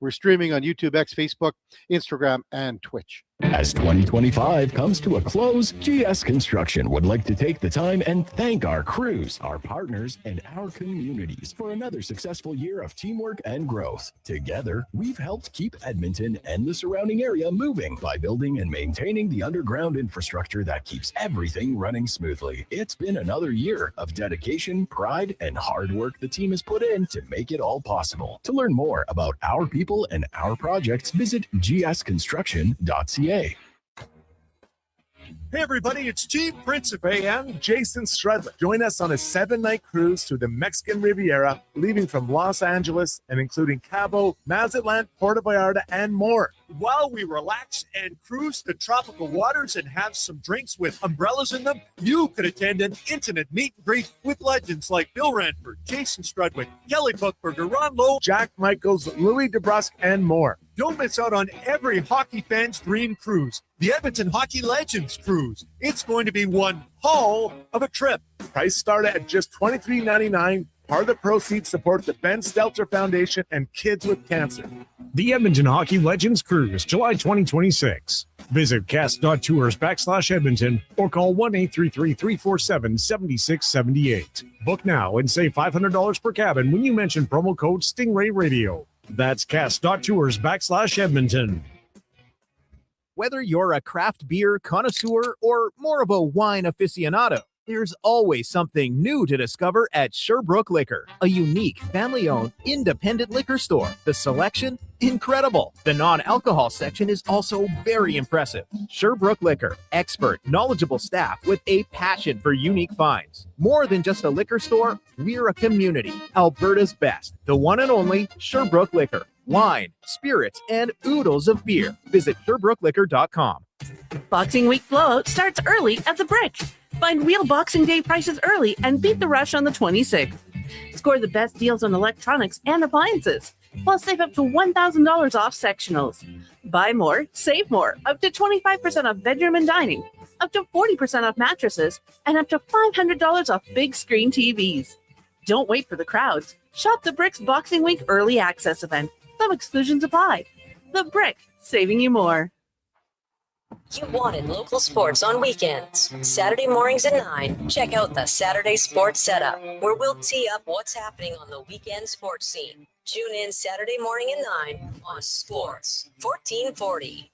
December Oil Kings hockey at Rogers Place. Family fun that's second to none, starting at just $20 a seat. Family Fun Sunday, your Edmonton Oil Kings face the Brandon Wheat Kings. Enjoy the Kids Fun Zone, face painting, and bouncy castles. Have your photo taken with Santa on the concourse and receive a printed copy with a donation to Santa's Anonymous. Plus, there'll be a pre-game mini locker room sale just in time for the holidays. Oil Kings, Wheat Kings, photos with Santa, 4 p.m. this Family Fun Sunday. Great seats at Rogers Place start at only $20 at oilkings.ca. Weekly NFL giveaways, drink specials, huge screen TVs. The hits keep coming at First Round, Edmonton's NFL headquarters. Watch NFL football at First Round and you could win a trip to your favorite NFL city for a regular season game next season. Catch NFL action Thursday nights, all day Sunday, starting with the Pro Bowl brunch from 10:30 to 2. Then Monday night with half-price boneless wings after 6 p.m. First Round, burgers, beer, sports. Downtown and Bourbon Street, West Edmonton Mall.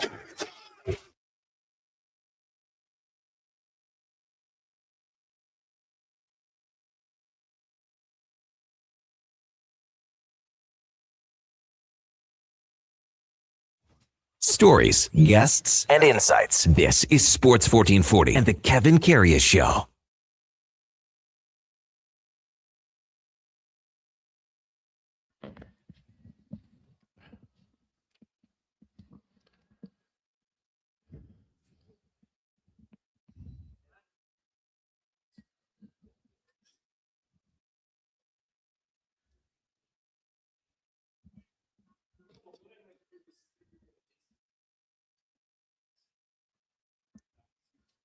All right, welcome back to the big program. Jeez, whose funeral? Duke, what the heck is that, Duke? What are you doing, bro? Is that from the request line, Duke? That was the request from the real Duke. First thing, if I had a hammer. Oh, that's the fight. Oh, look at us. I got to show Eddie that picture of the. Yeah, I got to see it. I still believe I'm standing 10 toes down that it's only IKEA that you built. But Well, I'll tell you what, we're live at the Country Club Tour down here. Eddie Steele, Kevin Karius, live on location at the CCT World of Golf. And, man, this trade has just really kind of shook Oilers Nation, and details coming down a little bit more as the minutes have progressed. Basically, no salary retention, and that's the one thing that a lot of people were wondering about. So the details are Tristan Jarry and Samuel Poulin for Brett Kulak and Stu Skinner. So it is Jarry and Poulin to Edmonton, Kulak and Skinner in a 2029 second round draft pick to Pittsburgh. So that's way down the road. Down. NBA style. Yeah, way down the road. If you look at the stats, you know, wins and losses are similar between, well, not losses, but wins. Jarry's 9-3-1, Skinner's 11-8-4. Goals against is Skinner's 283, 891 save. Jarry's 266, 909. The playoff pedigree here is not there yet for Tristan Jarry. Again, only 6 games in the NHL for the playoffs. So Spencer Stastny also comes from Nashville for a third rounder in 27. So things coming fast and furious. And just, Eddie, by the text line that we've been monitoring. I don't think there's a lot of people that are happy about this trade. No, it doesn't seem to be. People are quite lukewarm, in certain cases, quite disappointed. With this, Kevin, I think that we were talking off air. You said whatever Skinner is, throw a number out there, 7 out of 10 as a goaltender. You said Yari's probably 7.5, 7.75 without the playoff pedgree. Yeah, I mean, Stu's got at least 2 Stanley Cup final appearances. But then my reversal to that is that 0.5, that little quarter point, is that all the Oilers need to get over the hump because they were in Game 7, they were in Game 6? Is that little edge, little better in net? Is that what they need to get over the hill? So we'll see. Time will tell. Duke says that Stan Bowman's going live right now. When is he going live, Duke? It was Gregor just texted me and said it was scheduled for 8:30. I'm just working on opening the link right now. I can maybe let you know when sure. If we want to go there or not. I'm not. It's I up think to you, we can. And you know what, Eddie? If Eddie's got to bugger off, you and I can do in or out later too. No, man, I'm here. Eddie staying? I'm staying until at least 9:30. Oh wow! Okay, I'll tell you what, Duke. When Stan Bowman goes live, just give me a heads up and we'll go right to it. How's that sound? Sounds good. Thanks. All right. So Stan Bowman apparently going to be going live here momentarily. Look at that. And the Oilers just released the official statement coming up. Stan is going via Zoom at 8:30 this morning. So the Duke will get that role in there. So again, officially from the Oilers, Tristan Jarry, Samuel Poulin from Pittsburgh for Stu Skinner, Brett Kulak, and a second rounder in 2029. Also Spencer Stastny from Nashville for a third rounder in 2027. So, when we were talking about the difference between playoff pedigree, Stu Skinner in the last 3 seasons, and you think about it, he was, he's up for the Calder, Eddie. He was up for the Calder Trophy. He's got 26 playoff wins. So 26 playoff wins. He's played in 40 playoff games. That's a lot for a guy that is 27 years old. The team matters that you're on, though. If you're not, you can't get the playoff games if your team isn't making the playoffs. Now, is it all your fault they're not making the playoffs? Who's to tell?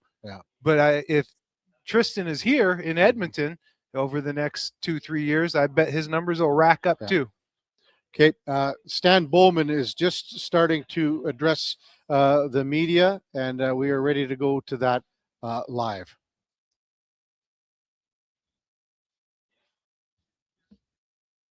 Yes, I can. All right, good stuff. Stan, can you just take us through the thought process on this trade for Skinner in particular, or for Jarry for Skinner in particular, and why you believe Tristan Jarry could potentially be an answer/upgrade for you here? Yeah, well, we've done a lot of work on this position. Obviously, it gets a lot of attention. Tristan's had a really consistent performance as a pro, really up until last season. So certainly that was something we look into and wanted to see how he started this year. And, we've watched him very closely and we've been impressed with his performance over the course of his career. I think he's shown to be a very solid goaltender. A lot of the metrics that we track, he's been very good on those for many years in a large sample size. So, I just felt it was time for something different. I think it's not so much a comment on Stuart Skinner. It's just really maybe time for something different here. And, but I think we wanted to make sure that the person we were bringing in, we felt confident. Skinner, it's just the fact that he's got 2 more years on his contract. So, we have our goalie for the next 3 playoff runs, which I think is important, knowing that he is signed and it's a number that we're going to be able to manage well in our salary cap over the coming couple seasons. So I think those factors did play a role. When you add it all up, it wasn't just about, a couple games here or there. It was about a career sample size and the fact that he's going to be with us for 3 playoff runs. So a bit of a history of injuries and clearly doesn't have the same playoff experience that Stuart Skinner does. What have you seen from him that sort of gives you confidence that when that big moment you want to be in arises, that this is a goaltender that will know how to rise to that moment? Yeah, I think that sometimes your playoff success or your record is in line with the where your team is and their trajectory. Certainly the Oilers have been, in a good trajectory the last few seasons, probably a little different than where Pittsburgh has been. So that's part of it. And I think really looking at his body of work over a long number of years, like I think if you look at his performance over not just one season or a season and a half, it's that old adage that the sample size, when you look at a goalie and how he's performed over a few hundred or 1,000 shots, that's different than, a couple thousand shots tend to show you what that goalie can be. And you're right. It always comes down to, in the end, one or two moments for every goalie, not just for the Oilers goalies, but everyone's measured sort of by what they remember in a playoff series. But there's a lot of things that have to get your team to that point. And we think that Tristan has a very solid track record for being a good goaltender. Next, Stan will go to Derek Van Diest of NHL.com. Go ahead, Derek. Hey, Stan. Just want to ask you about, I know that Stuart was a free agent coming up. Was there negotiations on another contract, or were you guys always thinking of probably moving on and seeing what else was out there in the market? No, we didn't have any negotiations yet with Stu. It was something we were going to assess as the year went on. And I think that's one of the things that was attractive about this deal was not only that Tristan is signed, but he's signed at in today's marketplace and the way the cap is, a very manageable cap number. You look at some of the recent goaltenders that signed over this past summer, and I think that Tristan's cap hit's very manageable. Now, obviously, do you expect Tristan to join you guys on the road trip in Toronto here? Was that the plan? Yeah, I did. I spoke to him shortly and indicated that we'd be getting him going, and his plan is to join us there in Toronto for the game tomorrow. Thanks. Thank you, Derek. Just a reminder to use the raised hand function for questions. We currently do not have any raised hands at this time.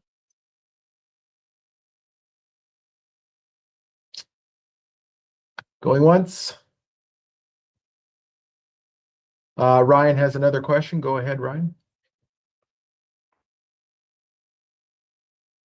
My apologies, Ryan. Let me just find you and unmute you.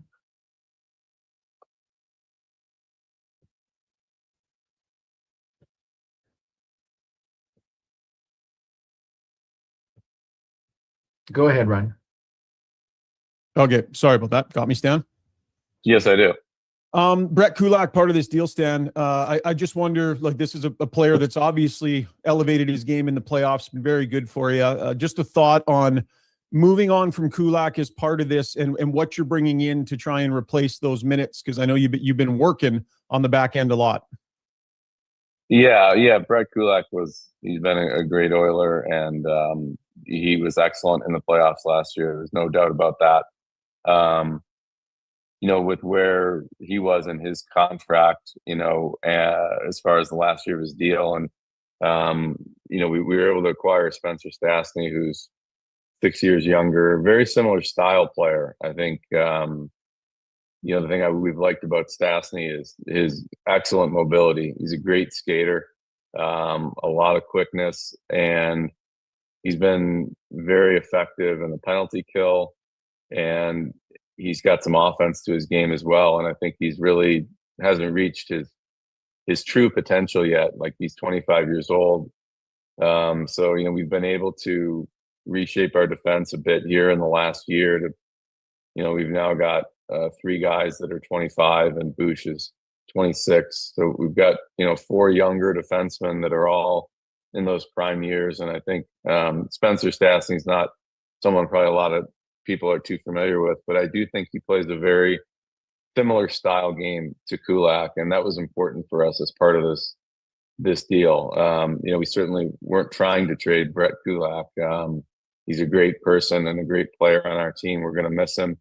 But in order to make the transaction work and the money going back and forth, that had to be part of it. So we wanted to make sure that we addressed our defense in the same manner, whether it was a separate trade on the same day. And I'm very encouraged by what Spencer can bring to the table. And I think when you get a chance to watch him play, you'll see the similarities there in their games. And I think that's the reason that we're pretty encouraged. We've got some young defensemen now that, like something I spoke about early in the year, our players are going to improve. And we've seen that with some of our young guys already. They're going to continue to get better as we give them opportunities. And it's different than having, a vet back there. But I think, we obviously still have Nurse and Ekholm, Wallman, and Bush. So we've got some younger guys we're working in. And I think once we give them the opportunity, they can show us that they can make a difference in our lineup. You talked about part of the thought process with moving on from Stu, that it was time for something different. I know you've also maintained that you didn't want to necessarily just make a trade for the sake of making a trade and wanted to make sure it was going to be an upgrade. Did something change along the way here? Are you certain that Jari will be an upgrade, or did that calculus change a little bit and the need for something different maybe change the shape of your thinking a bit? No, I think that the biggest thing, like I said, if you look at Tristan's track record, he's a very strong performance for a number of years. I think it was really just last season was the only time when he had a stretch where it wasn't at the same level. So wanted to see how he started the season off. And I think he's been doing really well there in Pittsburgh. I think he's a big part of the reason their team is off to such a great start, probably surprising some people in the Eastern Conference to be as good as they've been. And so I think that was watching his performance. It solidified in our mind that he is the goalie that we had seen for many years. So I do see him being his performance over a number of years has been very good. All right, that is Oilers General Manager Stan Bowman addressing the media after the big trade today, sending Stu Skinner and Brett Kulak to the Pittsburgh Penguins for Tristan Jari. They also pick up a younger forward in Poulin and send a draft pick for 2029, a second rounder. So right off the hop, that is exactly what we said when we heard about this trade, Eddie. $5.375 million for Tristan Jari. So you know what that contract is over the life of the Connor McDavid contract for the 3 years. Exactly it. This year, next year, the year after. And that is what they are looking at. You can talk about this being a minor upgrade because of the playoff performances that Stu has had, and Tristan Jari virtually none. But it's all about knowing what you have to deal with money-wise. And Derek Van Diest asked him about, did you ever talk to Stu about a contract extension? I don't know how a contract extension, let's just call it 3 years, that's $5.5 million would have went over in this town. I'm not sure how it would have went over. But the reality is with where the salary cap is going and how it's rising, Stu would have commanded that. Stu would have been above what Tristan is at currently. That's just how it's going to play out. So Stan alluded to it multiple times. This is about money now. This is about having him locked up to this contract and knowing exactly what they're going to be paying in net for the multiple years to come. Yeah. Adam Vingan with some stats just being posted. Since Skinner took over as the Oilers starter in 2022, he's made 97 quality starts in 177 tries, meaning he's got a save, goals more than save expected at 54.8%. That's 29th out of 66 goalies who have started 50 games. Jari is behind Skinner with that quality rate of 52.8 of that is 75 out of 142. So Man, I just gotta say though, What's in that? hockey, like they got all these crazy stats, these everywhere, man. analytics. You don't see this in other sports.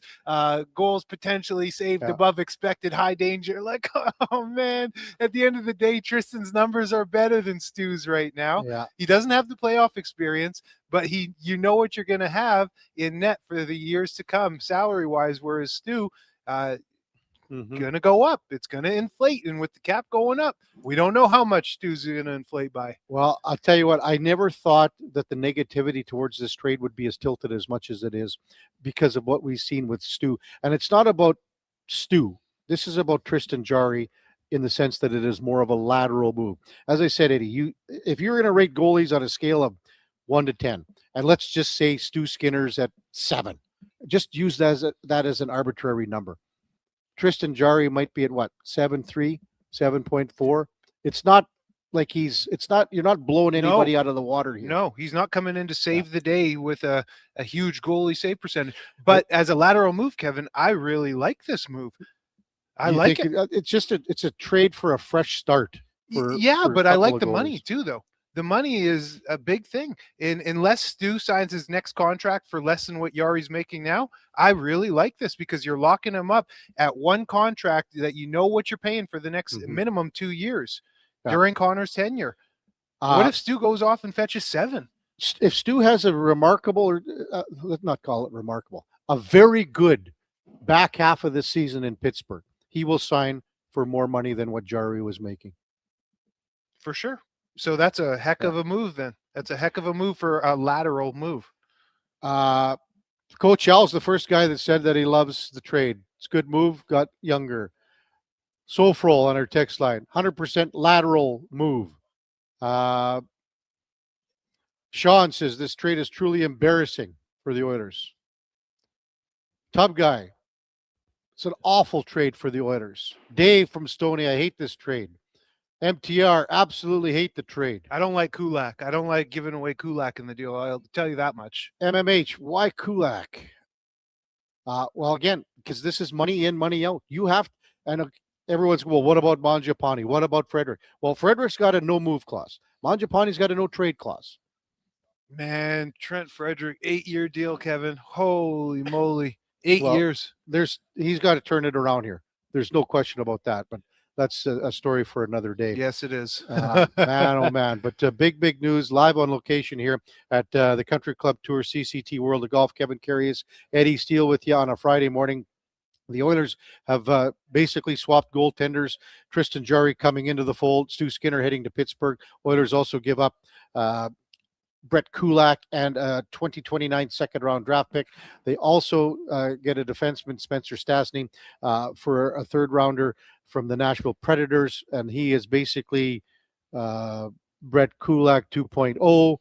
As Stan Bowman said, younger. Yep. Love the way he moves the puck. So, and everyone's going to be playing on the weekend here.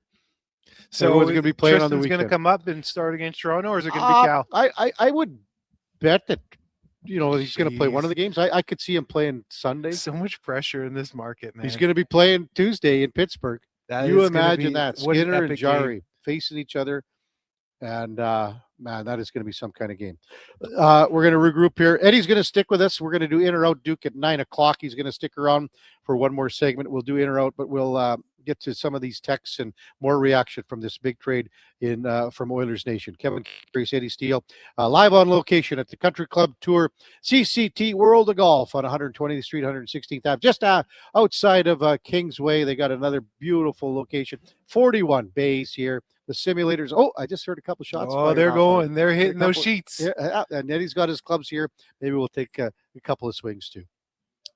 Today on Hey Culligan, how Kevin smart Karius is your with water? Duke Dear of Delburne Tracy. and Josh Goodman in the studios on Sports 1440. Good news, AM Tracy. radio. We're Your streaming water's on not YouTube, dumb. X, It's Facebook, just not Instagram, talking to and you. Twitch. When you have lifting and material handling needs, Northwest Crane delivers. Western Canada's Sandy dealer, backed by the industry's toughest one. 3 years, 3,000 hours, no compromises. They service all crane makes and models with skilled technicians and deep industry expertise. Alberta owned with locations in Leduc and Grand Prairie and fully equipped service trucks. Northwest Crane keeps your operation lifting. For more information on sales or service, visit northwestcrane.com or call today. Today on Hey Culligan, how smart is your water? Here's Tracy. Hey, Culligan. I think my water might be dumb. Good news, Tracy. Your water's not dumb. It's just not talking to you. You can make my water talk. No, but the new Culligan Smart Drinking Water System can talk to your phone to tell you when your water filters need changing and help you meet drinking water goals. Now that's some brilliant H2O. You said it, Tracy, and we're already on the way. Let us help you out with a free in-home water test from a local Culligan water expert at culligan.ca.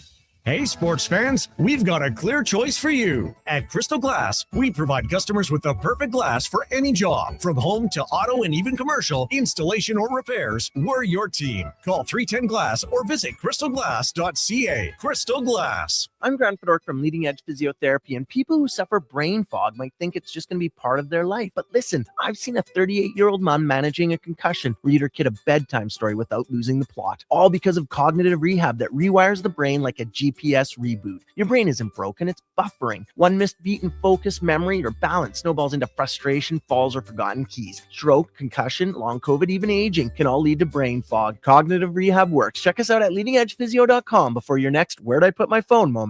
This is Andrew Walker, host of the postgame show on Sports 1440. After every hockey game this season, tune in and chime in as we talk about the game. It's all sponsored by Legacy Heating and Cooling. Don't get left in the cold. Visit legacyheating.ca.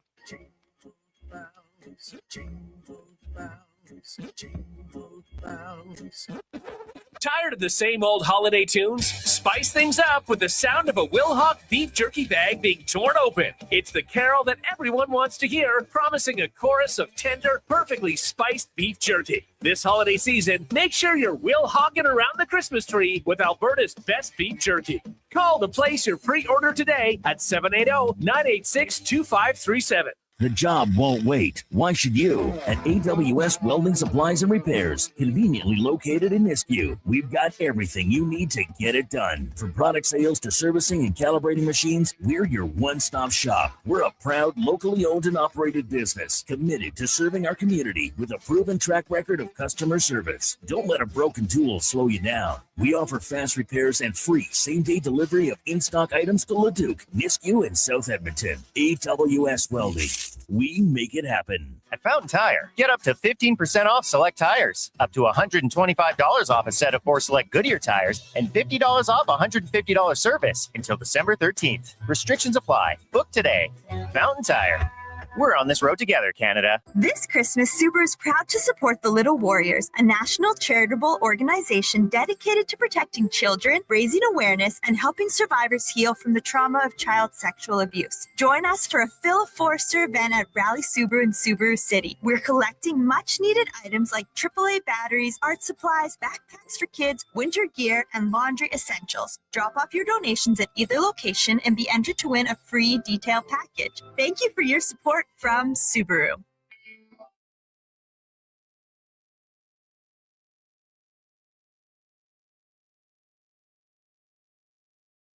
Have your sports curiosity cured with the Kevin Karius Show. This is Sports 1440.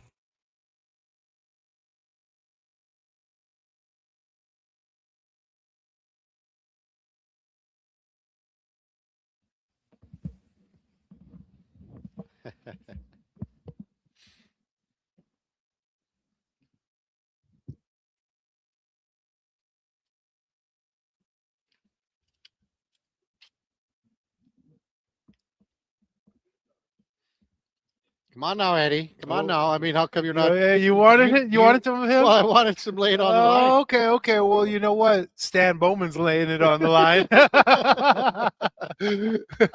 He is. I mean, this deal don't work out. Stan Bowman, he might not have a job. It's a big deal. A lot of pressure now. Tristan has to come in and play.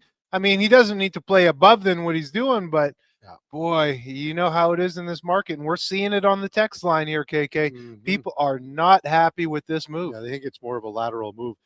Should mention, not quite 1 year ago, Eddie, Tristan Jarry was sent down to Wilkes-Barre Scranton of the American Hockey League because he was placed on waivers and cleared waivers. So he was placed on waivers by the Pittsburgh Penguins last year, almost one full calendar year.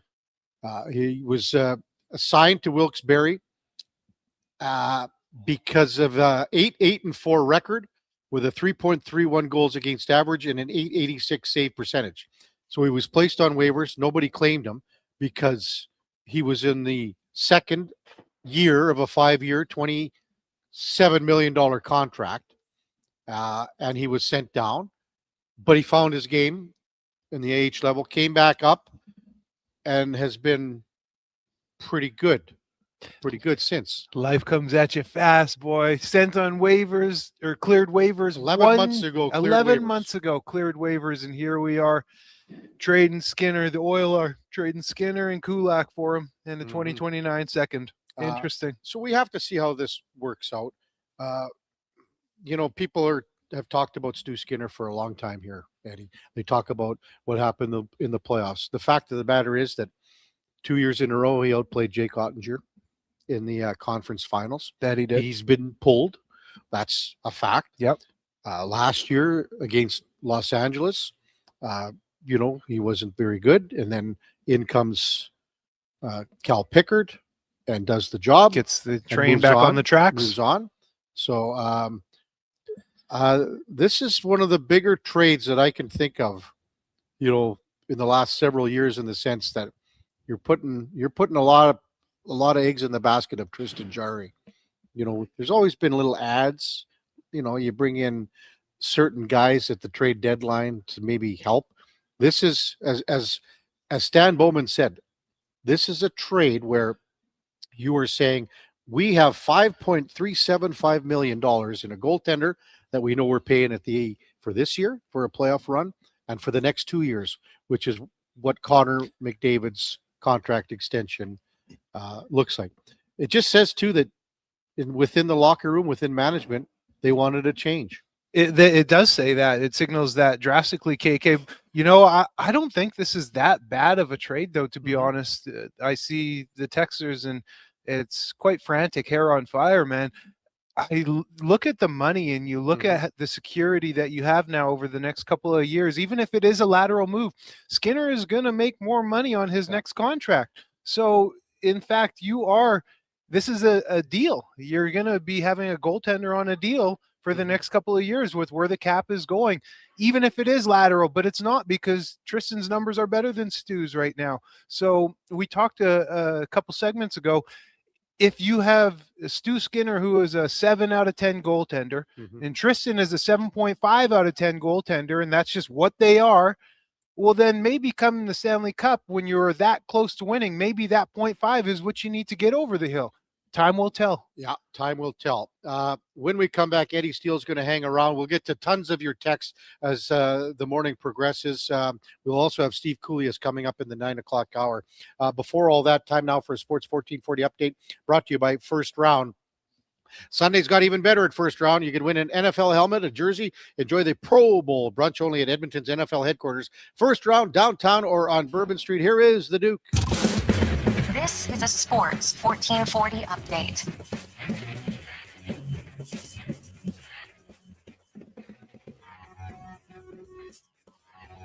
In case you've missed it this morning, breaking news: the Edmonton Oilers acquiring goaltender Tristan Jarry, as well as former first-round pick Sam Poulin from the Pittsburgh Penguins, in exchange for Stuart Skinner, Brett Kulak, and a second-round pick in 2029. And a corresponding move, they're also acquiring defenseman Spencer Stastny from Nashville in exchange for a third-round pick in 2027. Last night, Oilers finished off their homestand with a win, 4-1 over the Red Wings. Connor McDavid with 4 assists. Zach Hyman netting a hat trick in the victory. 12 of the games around the league. Ottawa doubling up the Jackets, 6-3. Sharks beat Toronto 3-2 in overtime. Jacob Fowler winning his first career NHL start to get the Habs over the Penguins 4-2. Jets fall to Boston 6-3, and Buffalo beating Vancouver 3-2. Thursday Night Football was an NFC South, a shootout. Kirk Cousins throwing for 373, 3 touchdowns. John Robinson, 175 scrimmage yards plus a major, and Kyle Pitts, 11 grabs for 166 and 3 scores, lifts the Falcons to a 29-28 win over the Buccaneers. In the association, New Orleans topped the Blazers 143-120. Houston getting past the Clippers 115-113. Celtics losing in Milwaukee 116-101. And Nikola Jokic continues to dominate 36-12-8. His stat line is the Nuggets beat the Kings 136-105. Coming up in hour 3 of the Kevin Karius Show, we'll check in with a new edition of In or Out, and we'll be joined by Steve Kool-Aid from SiriusXM NHL Radio. I'm Brandon Douglas at your Sports 1440 update. This is Sports 1440, a Stingray radio station broadcasting on Treaty 6 territory. Download the free iHeartRadio app and listen to CKJR wherever you go. Hi, Mike here from Northgate Chevrolet Buick GMC. December is here. Christmas shopping, Christmas wrapping, Christmas baking, grocery shopping. What about our vehicle? Does it need tires? It's not running? No problem. We got you covered. At Northgate GM, we have a tremendous selection of newer used vehicles, winter tires at cost, and of course, service with a smile. Come in and see us today, 13215 97th Street, or visit us online at northgategm.com. You're in Northgate country. Across the province, Albertans are taking their shot on Play Alberta. With casino winners every hour, jackpots worth millions, and revenue that stays in the province, there's never been a better time to sign up. Right now, our listeners can score a $50 free bet when they make a minimum $50 deposit with code Gregor50. That's code Gregor50 for a $50 free bet. Start playing with your game sense today to find out if you're Alberta's next winner. More Edmonton families than ever are struggling as food prices skyrocket. The Holiday Hamper Foundation provides festive meals for 2,000 homes in need. Your donation ensures a turkey is on the table for every family. Donate today at holidayhamper.ca. Come for Canada's largest trade shows, the biggest names in entertainment, exhilarating sporting events, and more. And stay for the experience at the Edmonton Expo Centre. Looking for the perfect place to host your next big event? From trade shows to galas, meetings, and concerts, the Edmonton Expo Centre has the space, event expertise, and service to make your next event unforgettable. With over 522,000 square feet of flexible event space, in-house catering, and operational expertise, they bring your biggest vision to life. Learn more at edmontonexpocentre.com today. This hockey season, before every game, check out the pregame show with Andrew Walker on Sports 1440. It's brought to you by Titan Supply, your only source for rigging, lifting, and hauling products. Visit titansupply.ca. Across rural Alberta, volunteers and community groups work hard to make life better for their neighbors, creating new playgrounds, better rinks, and gathering places that bring us together. Vision Credit Union is proud to lend these local heroes a helping hand. Apply today for a Helping Hand grant up to $10,000 to support your community's next big idea. Let's make great things happen together. Applications are open until January 31st, 2026. Learn more at whatsyourshare.ca. Now for today's holiday special, Legacy Heating and Cooling saves Christmas. Santa's furnace broke down in the shop last night, and the elves couldn't make any toys, that's right, so Santa called up his pals at Legacy Heating. And ho, ho, ho, golly gee, 1 year, no payments, interest-free, and the elves are working merrily with a brand new furnace from Legacy. Happy holidays from Legacy Heating and Cooling.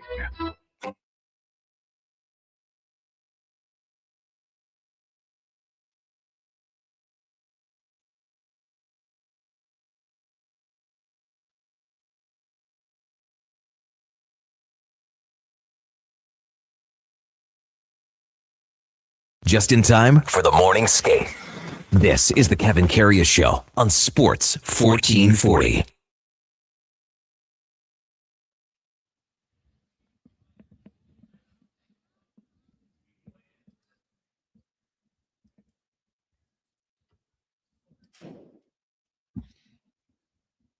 All right, welcome back to the big program, 9:03 in Edmonton. Man, we've had such a wild couple of hours. Forgot it was Playlist Friday. But Duke doing a good job back there. Getting Duke. it in. Thanks for driving the bus here, Duke. Man, it's been pretty wild here for a couple hours, hasn't it? It really has. I've been kind of flying by the seat of my pants and trying to keep up on everything while still doing the regular run-of-the-mill stuff here in the room. We've got Pete Panasi, Terry Evans popping their heads in, wanting the down low on what's going on. Yeah, it's a wild morning, busy times. Hey, are the crickets still sounding off in the studio? No, Kev, we figured it out. What was it? It was your phone the whole time. No, it wasn't. I know. I'm just kidding. No, the crickets have been cleared out. We managed to silence them yesterday during Fantasy Frenzy. Well, who are the culprits? TBD. We don't know who is responsible. Some shenanigans going on around there. Huh? There's shenanigans. That's how things roll around here. That's what happens. Tell me about it. Yeah. Hey, not just the studio, the parking lot, like my car. Funny. That's Panotsky too. Yeah, oh yeah, funny. Kevin Karius, Eddie Steele with you live on location at the Country Club Tour CCT World of Golf. They're starting to bang the balls in here, Eddie. We've heard a couple, and Eddie brought his whole golf club. He's got, I counted 15 clubs in there, Eddie. You know that's illegal. You're the type of guy that would have iron covers. You cannot have more than 14 clubs, Eddie. Come on now. You got iron covers on yours? No, I don't even have head covers. They're so old. But they got 41 simulators here. 1,200 courses to choose from, and then they got the great deals. Highly suggest to bundle all three. So you got the outdoor, all 7 courses. That's a $200 CCT membership card. You can get it for $100. But if you bundle everything, indoor, outdoor, you got the summer indoor golf pass as well. It's a $400 value right now for $200 on sale. Right now, it's can't CCT. beat the value. Check them out. countryclubtour.com. Time now for Are You In or Out? Okay, you know what? Moving too fast. Bottom line, are you in or are you out? In or out of what? No time for questions, just action. In or out? Well, then I'm out. I'm sorry, Jet. Actually, you're already in. Are you in or are you out? On Sports 1440. I thought you would go, I'm in, Bob. We would have had a really cool moment, but you kind of ruined the whole thing. All right, Duke, Letterbuck. Well, it's the story of the morning, gentlemen. Had to do this adjustment to my set of questions on the fly. I was going to talk a little Zach Hyman and Olympic chances, but maybe we'll table that for Monday. The news: Edmonton Oilers acquiring Tristan Jarry from the Pittsburgh Penguins. Separate move, but corresponding Spencer Stastny from the Nashville Predators, Brett Kulak, Stuart Skinner, and some draft picks headed out the other way to the respective teams. Looking at this at face value, we get it. There's some risk, there's some gamble involved, but at face value, I'm thinking this does not serve as a tangible upgrade to the Oilers' current goaltending situation. Probably going to be in, Duke. Very, very, to me, it's just a lateral. And then when you minus Brett Kulak, who has been a very good playoff performer on the last 2 cup runs, to me, it is more of a lateral. It's a trade just to make a trade, to change things up, mix the deck up a little bit. But we'll see what Tristan Jarry can do. We talked about the playoff pedigree all morning long, what Stu has had in the last 3 seasons. It's virtually non-existent for Jarry. So once the real bullets start flying in the playoffs, you got to get there too, let's be honest. Once the real bullets start flying, let's see what he does when there's a lot more on the line. When you lay it on the line. Lay it on the line. Hey, Kevin, you really nailed that. In here are really bad. It is the acoustics. It's not me. You nailed that, though, in terms of bringing up Brett Kulak. So say it is a slightly more of an advanced move by bringing in Tristan for Stu Skinner. And he's that just a little bit better, but then the subtraction of Brett Kulak really evens out the deal. In fact, it makes it even maybe less of a lateral move when you really think about it. Yeah. Player for player, I like Tristan better than Stu, but then you got to factor in losing Brett. So I'll be in with you, Duke. It's to me, a lot of it is the cost of acquisition here. There's Tristan Jarry, he's a Memorial Cup champion, WHL champion with the local club, the Oil Kings, but the NHL level, very unproven come playoff time, and the injury history. Just over a year ago, this is a guy that cleared through waivers. Nobody wanted him, and he was playing in Wilkes-Barre. So that there is enough risk associated that you're buying high on him right now based on his play to start this season, which is fine. He's playing well this year. It's good to see for a local product. But at the same time, you're also selling low on a guy like Brett Kulak based on his sluggish start to the season, the brutal November that he had. And then Stu Skinner, he's played better as of late for sure. But at the same time, like, it's no secret around the league, I think, that the Oilers were looking to make a move, even it was just for the sake of making a move. But this is what all the fans wanted, right, Kevin, Eddie? Like, they wanted a change. They wanted a change. We told them, you're not going to get a Sorokin. You're not going to get a Shesterkin. You're not getting a Hellebuck. Those names don't become available out of the blue. A guy like Tristan Jarry does, and we'll see what he can make do with his new club here starting this weekend. Oilers, they will hit the road for a 5-game trip. All above 500 teams are their opponents. Anything less than 6 points secured on this trip will be considered a letdown. Yeah, I think so too, Duke. You had that number, I think, on the last one. I think when it was that 7-game road trip. The last trip I said if you can get 6, it would be a success because they're playing so poorly going into it. Like if they could get to 500 on the trip, which is what they did, I would say that was good enough. This time around, you're playing better. Yeah, they're tougher opponents, but this is when you're supposed to dial it up. You're a December team. I think you need to come away with at least 6 of 10. 6 out of 10. Yeah, I mean, I'll probably go in on that one for sure. Yeah. I think, if you can go 3-2, you'd be happy with that and continue building. You never want to put the cart before the horse, but you're starting with a struggling Leafs, so that's favorable, man. So I'm in on that. Saturday night in Toronto, it's just massive. I mean, Connor and Zach Hyman and all these other guys like Bush and all these Darnell Nurse. These guys love playing in Toronto. They love it. And then Montreal, how can you not get jacked up for that? Plus, you just made the trade. I mean, the Jari wants to play. He's going to play one of these games. He's going to want to stand on his head. Okay, now Tuesday. Tuesday, yeah. Well, Tuesday. Pittsburgh. What if that's a 0-0 tie? That's exactly what Josh said. Josh said here in studio. He said first, double shutout action, 0-0 heading to a shootout. Come Tuesday night. You can't say who won the trade, right? The double revenge game. Yeah. So I mean, like I said, the opponents are going to be tough for Edmonton here, but this should not be an issue to have this level of success based on what we've seen from them in the last stretch of games. So optimistic, even with the change of the guard here in the crease for Edmonton heading out on the road. Switching over, the gridiron, been very hockey heavy here in a little bit. So we'll talk a little football. Last night, the Falcons upset the Bucks 29-28, another loss for Kevin in our head-to-head picks. But hey, I was right there with him. I thought there was no way that the Bucks would let this slip away based on what was on the line for them. Kirk Cousins. 28-14, Duke. 28-14. I know, Kevin. Then when as soon as Baker threw that pick, I knew it. I was like, they're not only are they not covering, they are going to lose this football game. I was very adamant watching it from the comfort of my couch. That was a good pick, by the way. Hey, Duke. Yeah, very good. Very, very good.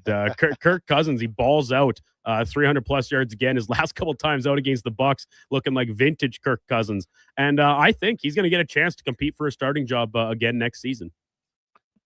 Unfortunately, I'm in. You are in. Yeah, Kirk Cousins, he was my quarterback when he was the quarterback of the Minnesota Vikings. But yeah, he doesn't move the needle for me. He'll get to compete just because if you look at the landscape of the NFL, competent starting quarterbacks, well, they're a rarity. There's probably less than 20 solid good quarterbacks in the NFL right now. So he will get that opportunity. And what's even more staggering is somehow it's going to probably be like a $50 million per season just contract. Another $50 million in the bank. Exactly.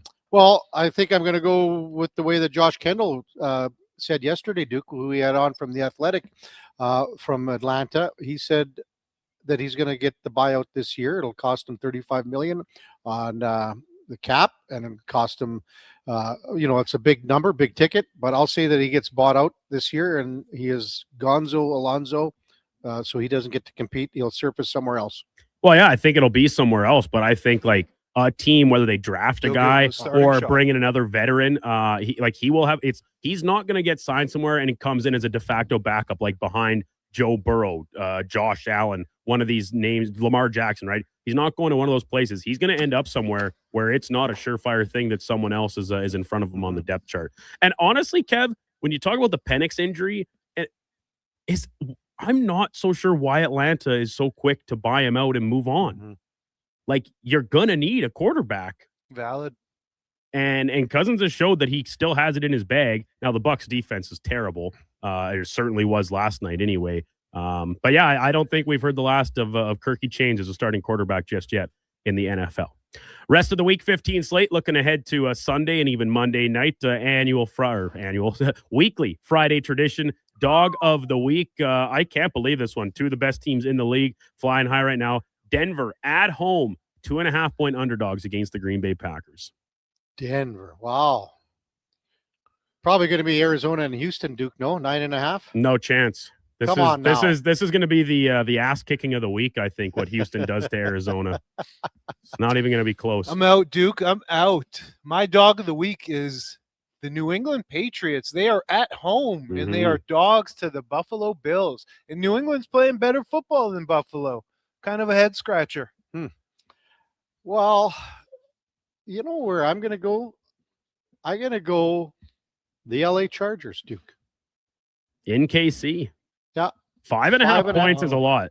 5.5 dogs. That's where I'm going to go. I don't know. I think the Chiefs are gonna they're not gonna go away quietly. The Chargers O-line is so bad it renders their pass game essentially inoperable at times. And to your point, Eddie, I think the Bills are very live here. I've not been quiet about my discontent with the Bills and lack of belief in them. But no Milton Williams for the Patriots on their defensive line. And we know the Bills, what they can do is run the ball really effectively between James Cook and Josh Allen.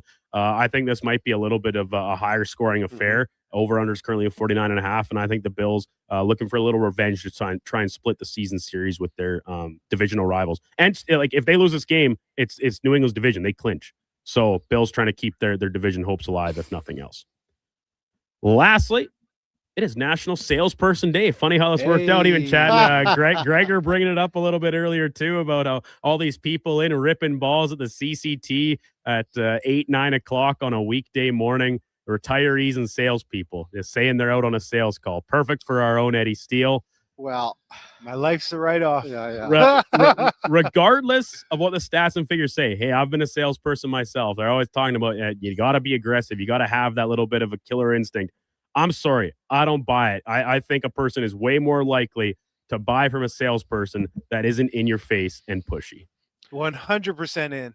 So I'm 100% in too, because we got to get rolling too, because Eddie's got to get going. But I want to say right now that the number one salesperson in the CCT world of golf here this morning, without question, Jason Beulah. Sorry, Eddie.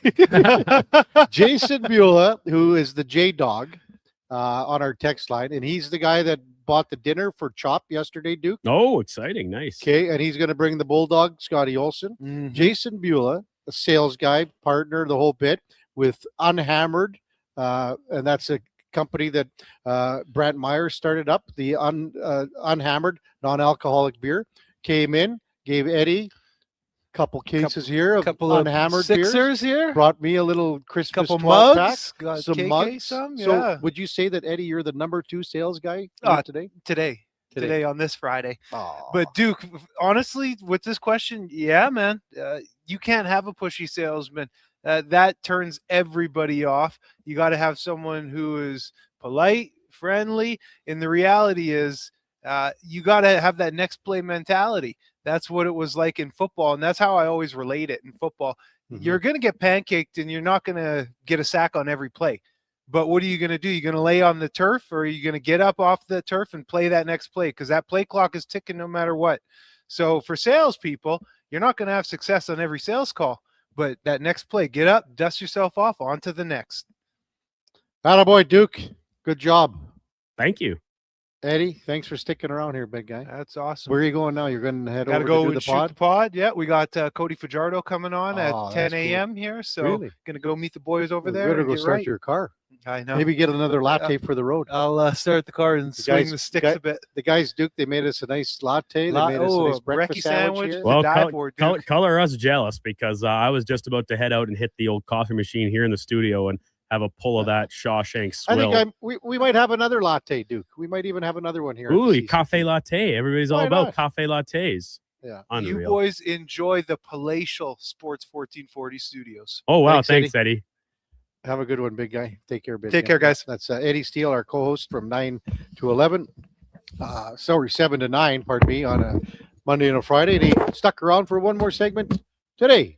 Really appreciate it. Now he's off to do the podcast with Declan Kruger for Elks Nation. When we come back, we got Cooley, Steve Koulias from NHL Radio, Sirius XM NHL Radio. He'll be with us right after the break. It's the Kevin Carey Show live from the Country Club Tour CCT World of Golf. Duke of Delburne, Josh Fenwick back at the Sports 1440 studios. We are on Sports 1440 AM radio, but we're also streaming on YouTube, X, Facebook, Instagram, X, and Twitch. Mr.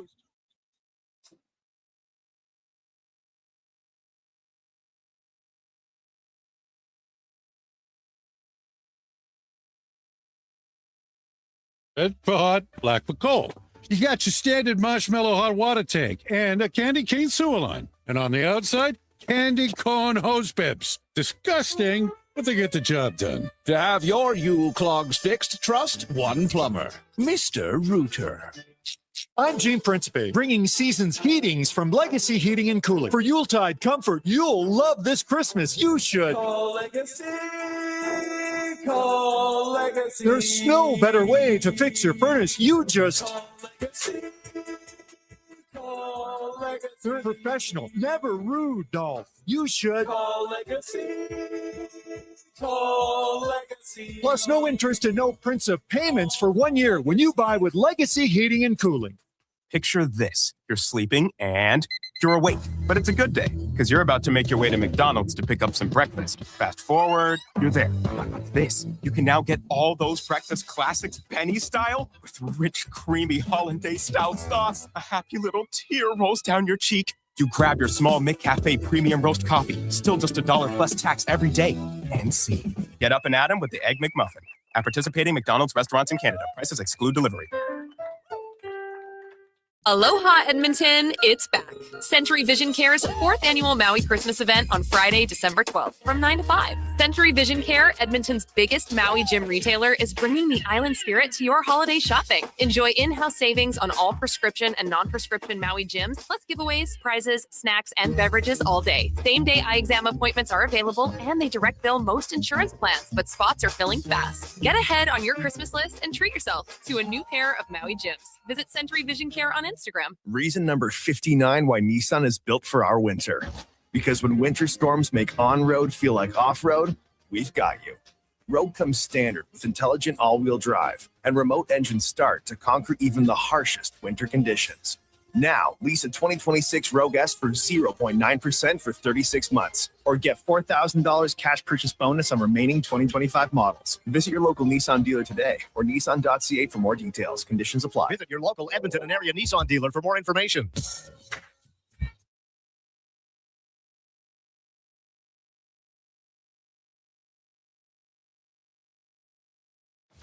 Stories, guests, and insights. This is Sports 1440 and the Kevin Karius Show.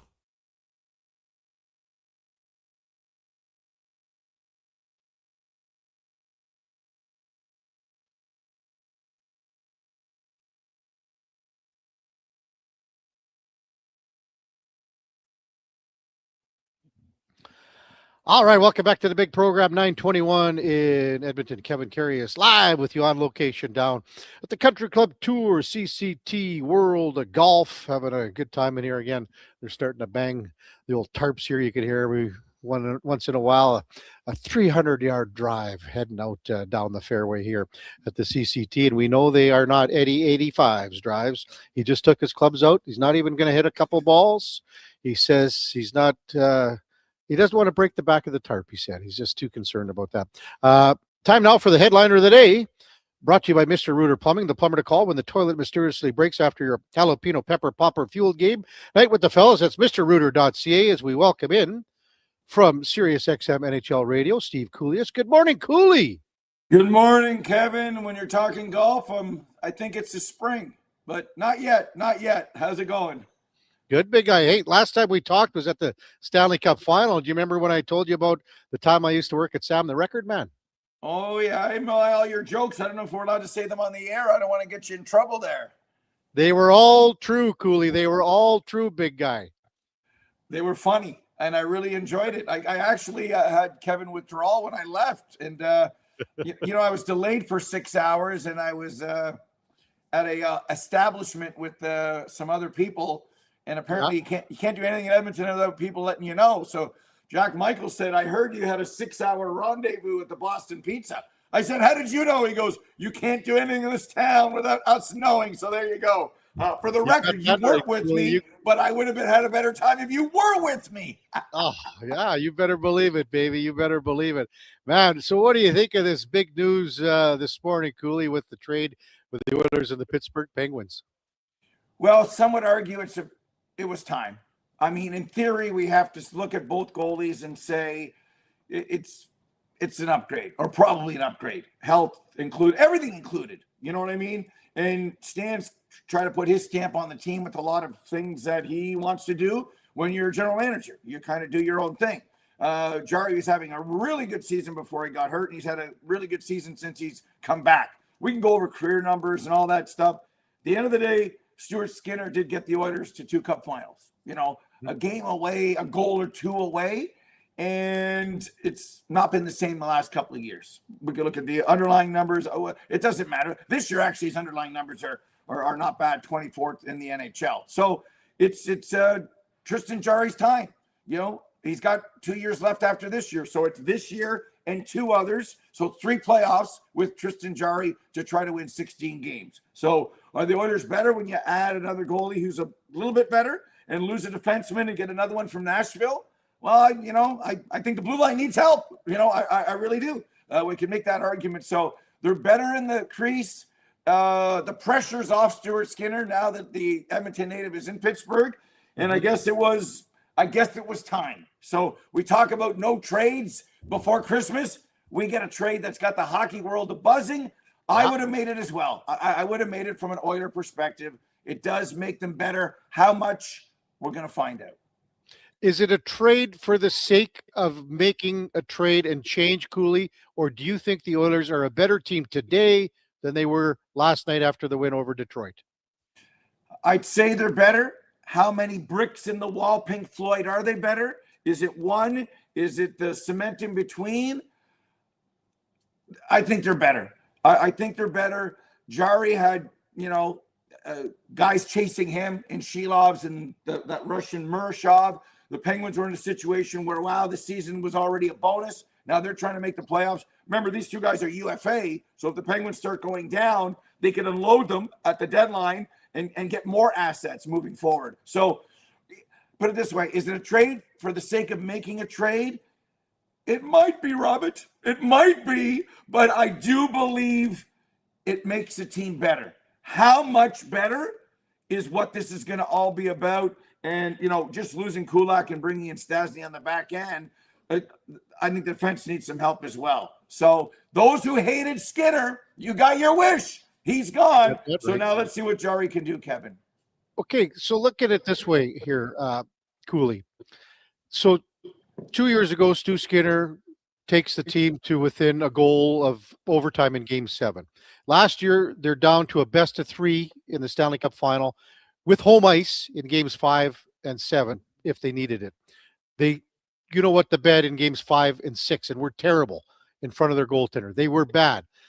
So if Tristan Jarry doesn't go to that next level and at least get to the Cup Final Game 6 and Game 7, is this trade, can it even be valued as a success?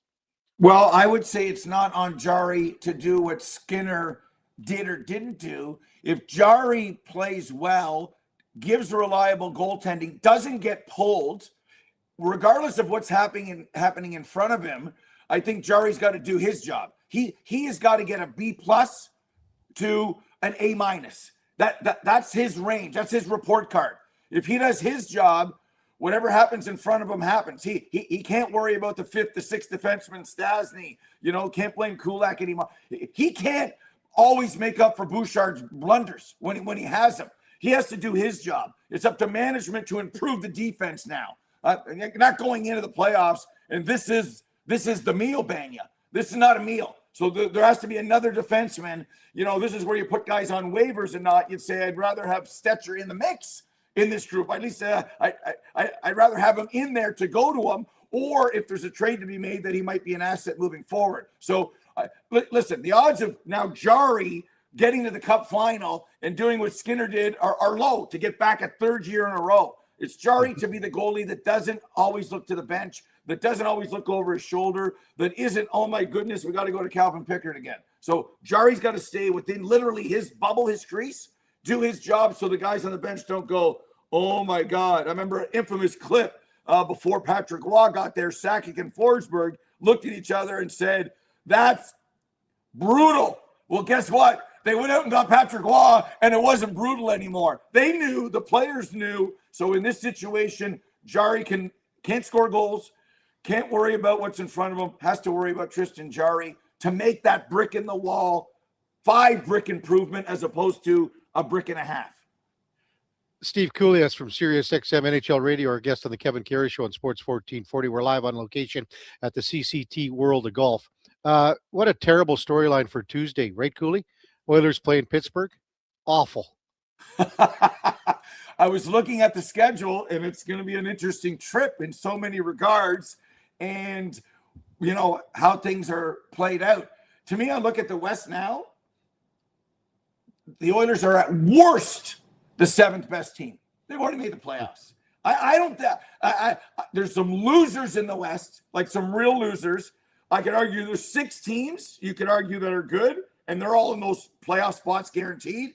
Then the Oilers are wild card 1. Nobody's going to get below them. Like the West is not as strong or scary to make the playoffs in the East. There's teams that are close, but I think the Oilers are going to see separation from themselves and everyone else.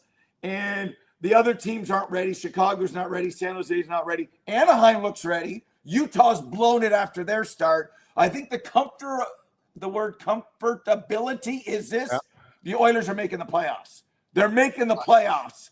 I will guarantee it here from Golf Town, wherever we are here. I'm guaranteeing it from the golf show that the Oilers will make the playoffs, Kevin. That's how comfortable I am. And the road trip's going to be fun. If they don't make the playoffs, Cooley, I think we're in a world of hurt in these parts for sure. Hey, so tomorrow night, there's nothing like a game in Toronto for the Oilers. I mean, go back to the Gretzky days.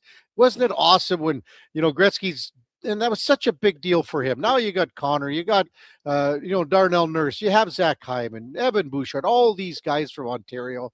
And this happens with every team that comes in there. But this is a special game for the Oilers and something that everyone's looking forward to tomorrow night. Yeah, I think the real truth is that, the 70s were a long time ago and Montreal was just too good. Like, really, it's one of those things where if Habs fans are living in the past, you're stuck in the 60s, man, with a clown from the like that was one thing when the Lafleur, whatever. But basically, for this generation of our vintage, it was the Oilers circus of any Oiler team that was really, really good. Like the 80s were Glenn Sather. It was like the Stephen Harper years. That was Glenn Sather's Oilers. And then we've had some quiet times, and now the Oilers are great again. So when McDavid comes to town, it's like the circus has come to town.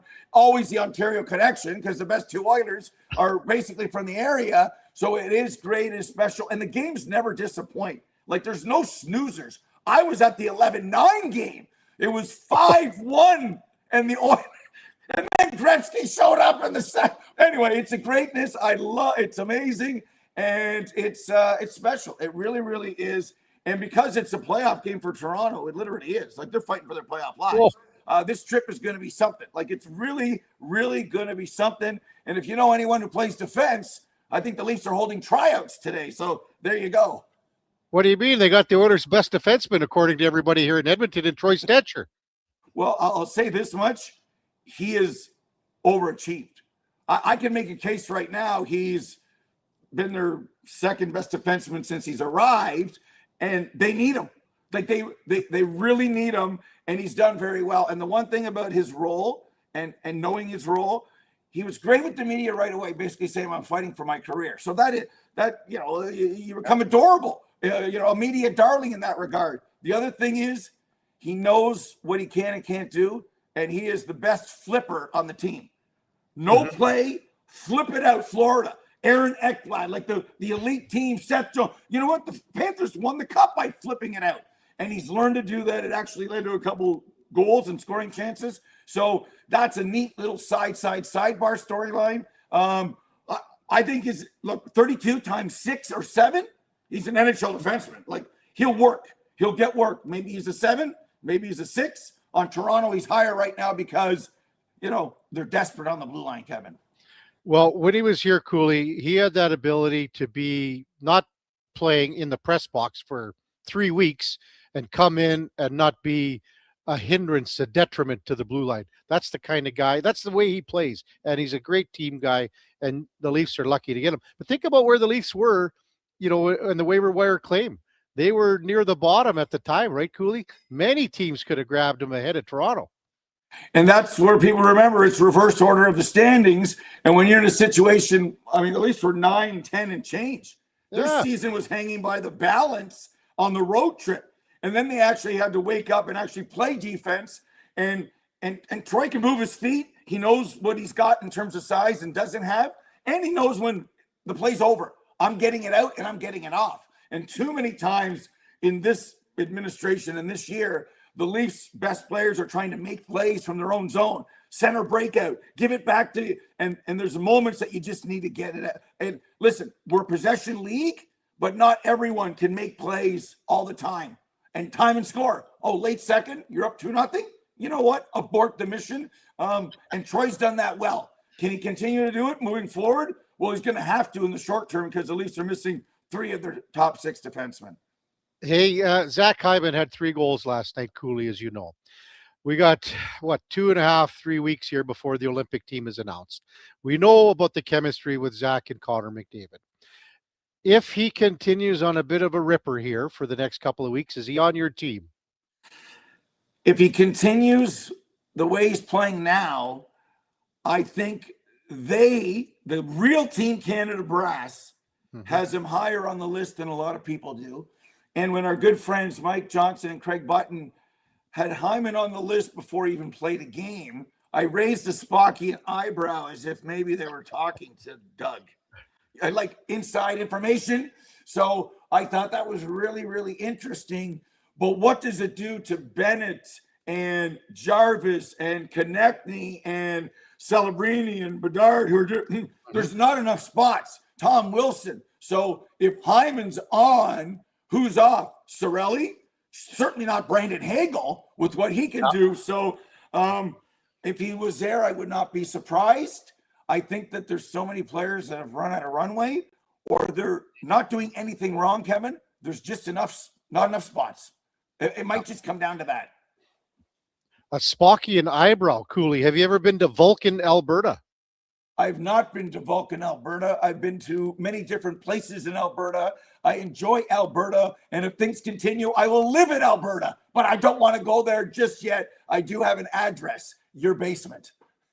You're more than welcome, Cooley. Anytime, big guy. Although some of our texters think I was a little I pushed some listeners yesterday to stay at Brandon Douglas, the Duke of Delburne's apartment rather than my house. So that's okay. I'm sure wherever they stay, Brandon's or yours will have a good time anyway. That's you got a whole suite in the basement. Everything, even your own little bar fridge, Cooley. Whatever you want. I do need and then we'll take you down to Sam the Record Man, Cooley. And remember, it's not a record, but it's above average. Can I steal it? Can I steal your material? Yeah, but you got to give me props, big guy. Okay, I'll do that. I love it. I love it. Do you want to mention any of the other jokes, or we probably can't? We can't mention the one about the mother. Anyway, forget about that one. All right, Cooley. Thanks, big guy. Good talking to you. Have a great show today, and have a great weekend. Enjoy that game tomorrow night. Absolutely. Whenever you need me, if I don't talk beforehand, Merry Christmas, Happy New Year, Kevin. You have a great holiday season, Cooley. Thanks, bud. Cheers, guys. Steve Cooley is just an absolute hoot. Sirius XM NHL Radio, and our headliner today brought to you by Mr. Rooter Plumbing, the true GOAT of local plumbing. That's mrrooter.ca. When we come back from the CCT World of Golf, where again 41 simulators, 1,200 courses to choose from, they got so many deals cooking right now. We'll touch on those when we get back. We'll also bring in the Duke of Delburne as well. Get to some of your texts because there's too many for me to keep track of here live on location, and maybe Duke will spin out a few when we return. It's Kevin Karius at the CCT World of Golf. Duke of Delburne, Josh Fenwick back in the Sports 1440 studios at West Edmonton Mall. We are back after the break, and we're also streaming again on YouTube, X, Facebook, Instagram, and Twitch. Hold up. Are you pulling my beard? Booster Juice has 2 new booster balls.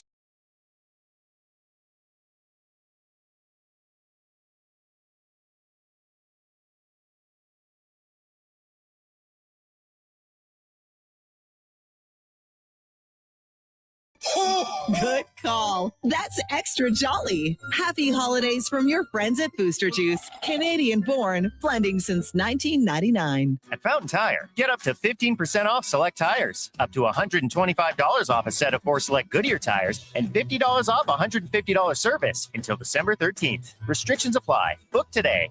Fountain Tire. We're on this road together, Canada. Get ready, Edmonton. Glow Christmas Festival returns to light up the Edmonton Expo Center from December 4th to 31st with dazzling activities for the entire family. Wander the glowing trails, meet Santa in his sleigh, and shop from over 30 local artisans and vendors with handcrafted gifts and holiday treasures, perfect for everyone on your list. Get your tickets and learn more about what's on this season by visiting the calendar of events at edmontonexpocenter.com today. After 20 years, Canada's most prestigious international hockey tournament returns. The Camrose Viking Cup, December 28th to January 4th at Encana Arena. Tickets at vikingcup.ca. Brought to you by Sports 1440. Do you sit around at work listening to sports radio all day? That's right, my friend. There's no shame in it. It's the good life. And we're not here to snitch. Say, if your company advertised on Sports 1440, you could be the one listening for your company's ad every day. Now you've got an excuse to listen to Sports 1440 all day. It's part of the job. Sounds like someone's getting a promotion. Email Gregor at sports1440.ca and let's get to work for you. Derry is a beautiful place, but things do happen from time to time. Crave is the exclusive home of groundbreaking HBO originals, including It, Welcome to Derry, the much-anticipated new series from the world of Stephen King.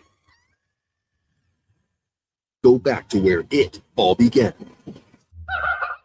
There's something bad here in Derry. It, Welcome to Derry. Stream now, only on Crave. Subscribe at crave.ca.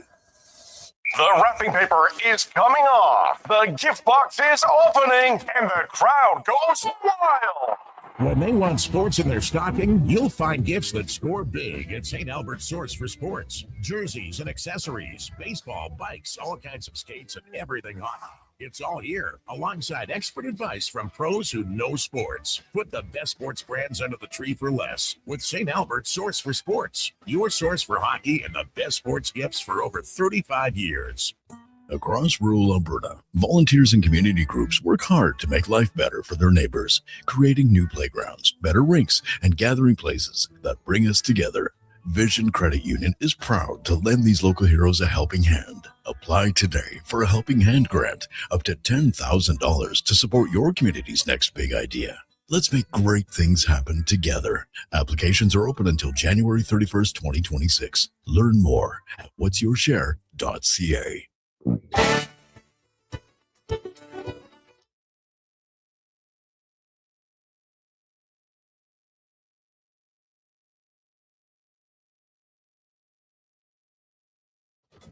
Kevin Karius Show, breaking down Edmonton's favorite teams, even though his favorite Junior A hockey team is the Yorkton Terriers. Thanks for checking in with Sports 1440.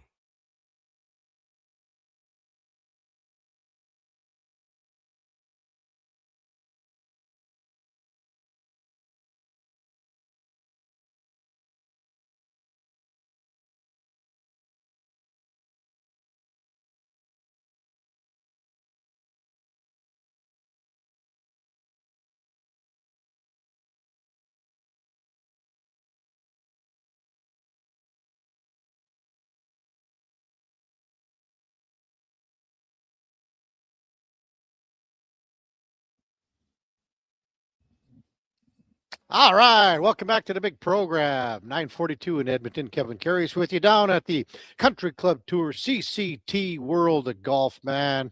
This place is unreal down here. If you want to come by, say hello. Would appreciate that. Jason Beulah did from Unhammered, dropped off some goodies for Eddie Steele and myself. The non-alcoholic Chris Brew Unhammered. I'm just looking at the bold taste on this little 6-pack that I'll probably put it in the fridge and give it to my non-drinking friends over the holiday season. Maybe I'll bring it in and the Duke can drink it over the holiday season.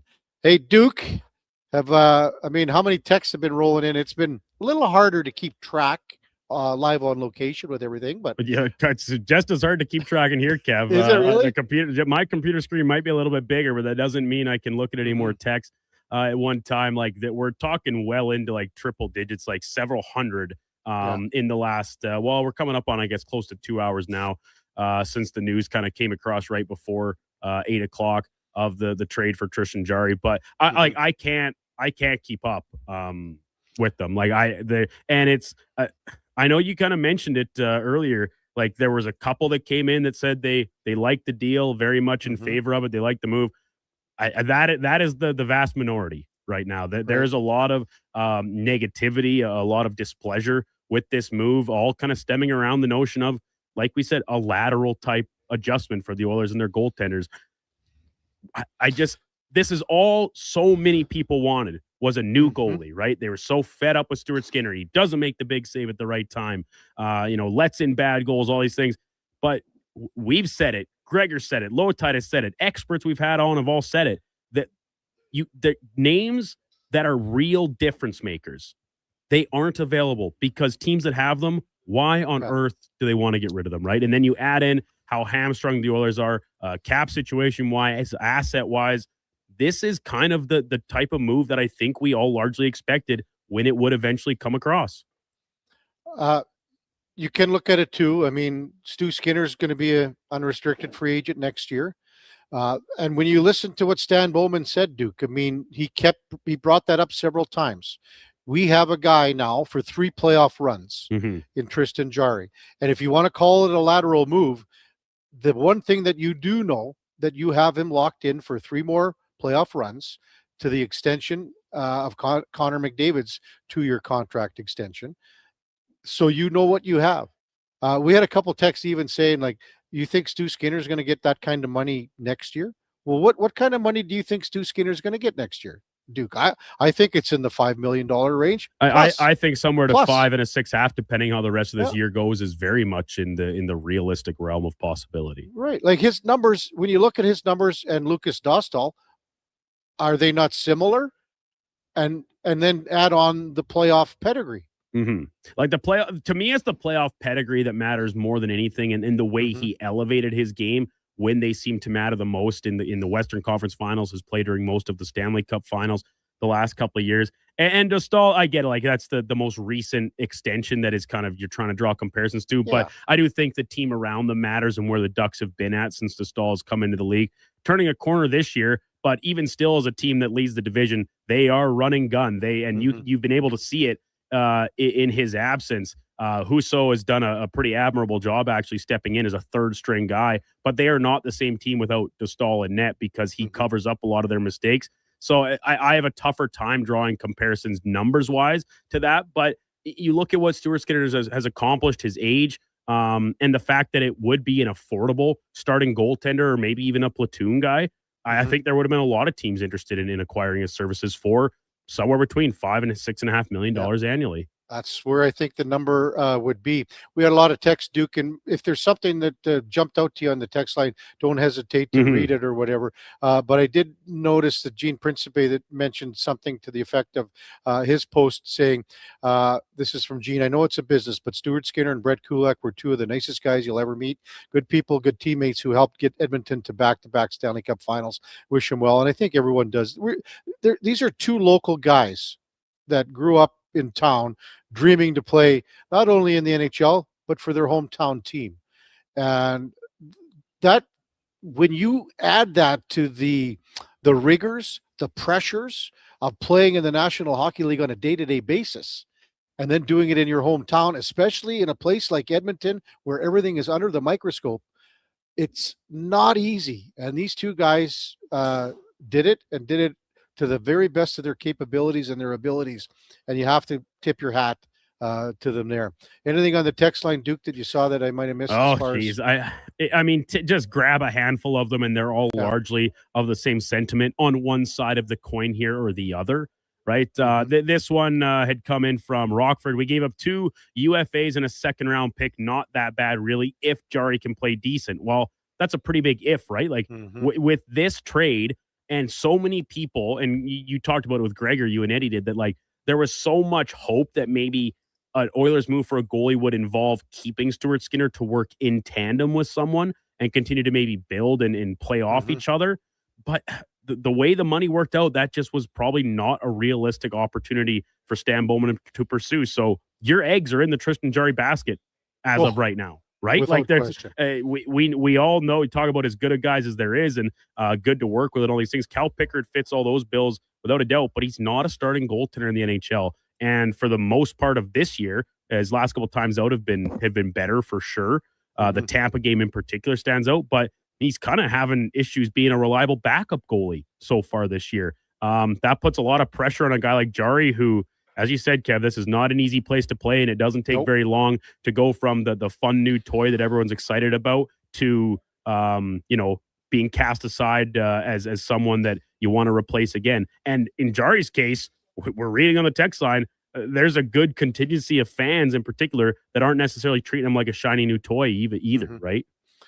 Absolutely. The other thing too, Duke, and people keep forgetting, when Stu Skinner signed his contract, the 3-year, $2.6 million AAV, he was signed to be Jack Campbell's backup. That's what he was signed here to be. And then he ends up to being fast-tracked to be the starting goaltender. And I mean, you can talk about some of the goals that he's allowed, talk about whatever, but I mean, for again, 2.6 to be the starter, for $1 million for the backup, that's how this roster was constructed. And that's the way it's been for years. So I don't know. It's been an interesting reaction on the text line for sure. Yeah, and okay, so here's one here from a guy, texts in all the time, weighing in with their thoughts. Perplexed Oilers fan, right? Unfortunately, I think good fans don't text in enough. Media only hears from the Skinner haters. McDavid and Draisaitl and Nurse don't like Skinner, then the boys need to grow. I've watched Jarry. The absolute worst goals I've witnessed were on him. Highlight bad performances. Well, perplexed Oiler fan, are you watching every Pittsburgh Penguins game, or do you watch what shows up on SportsCenter where, guess what? Bad goals and ones that go through his feet, like he kind of gave up a pretty ugly one last night to Montreal. Those are what you often see on the highlight reels, right? You're not watching a guy play through every 60 minutes of every night in, night out for the Penguins. So that I'm on, trying to toe a line here of saying, like, I get it. The Oilers wanted to make a move. They view this as an upgrade, but at the same time thinking, like, yeah, I've been pretty adamant in my defense that Stuart Skinner is blamed a lot more often than he deserves for the team's struggles because of how porous they are in front of him at times. And Jarry, if he comes in and plays well, I think that's going to largely depend on the team playing a lot like they did last night against Detroit, right? A very solid defensive effort. The one thing that we really haven't talked about too much, and just because of the key components of the trade here, Duke, Samuel Poulin, who was the other add in from Pittsburgh here. Now, he has never translated into an NHL player yet. Last year at Wilkes-Barre Scranton, he had a pretty good season. 57 games played, 19 goals, 24 assists. He's played 15 games in the NHL for Pittsburgh since 2022. He has no goals, 2 assists.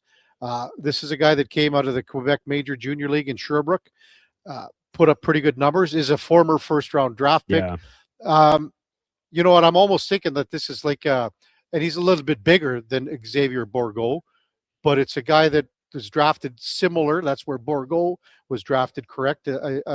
Later, a couple years later. 20, like this guy was picked 21, Bourgault was a 22 pick, right? Yeah, so 2019 this guy is, that's right. So I mean, so it's maybe a fresh start for him. Maybe he can get something going in Bakersfield where it gives him some depth down there too. And I think that's exactly it, right? Some organizational depth, because what have we been talking about here the last little bit, that outside of Ike Howard and Quinn Hudson, who are having really good seasons in Bakersfield right now, are you going to pull them out to try and bring them up and sit in the press box waiting for an opportunity? No, you don't want to do that. Hence the Max Jones recall yesterday. Like, you do need other guys that can play NHL games when called upon, but you're not as concerned about necessarily leaving them to sit in the press box for maybe a couple games at a time either. The Oilers don't really have a ton of those guys right now in Bakersfield. If they hit a slew of injuries to the forward group, they've got a lot of forwards, don't get me wrong, up top, but you never know when the injury bug can strike. And this is, I think, purely an organizational move.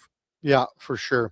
Hey, Duke, we got to do our one pick for Sunday morning and one pick for Sunday night, I Right. guess. Yeah, we might have to get Josh to pick from the pool again for the Sunday game since Eddie didn't grab one. Well, what was Eddie's? Why don't we use Eddie's? Eddie's dog of the week pick was Buffalo in New England, wasn't it? Sure. Why don't we do that one? Sure. So we got Buffalo, New England, Buffalo -1.5. And then we got the Sunday nighter, which is what? Is it Minnesota? Minnesota in Dallas. I'm seeing Dallas 5.5. Dallas 5.5. Mm-hmm. Okay. And it's your first. You pick first. It is my pick. You don't have to pick now, Duke. Okay, I need to stew on this. I need to think because there's a couple tough games to pick on. Wish I could just take Houston to cover 9.5 against Arizona. I don't think they're going to, Duke. I think they are for sure. How did you guys do in fantasy last night?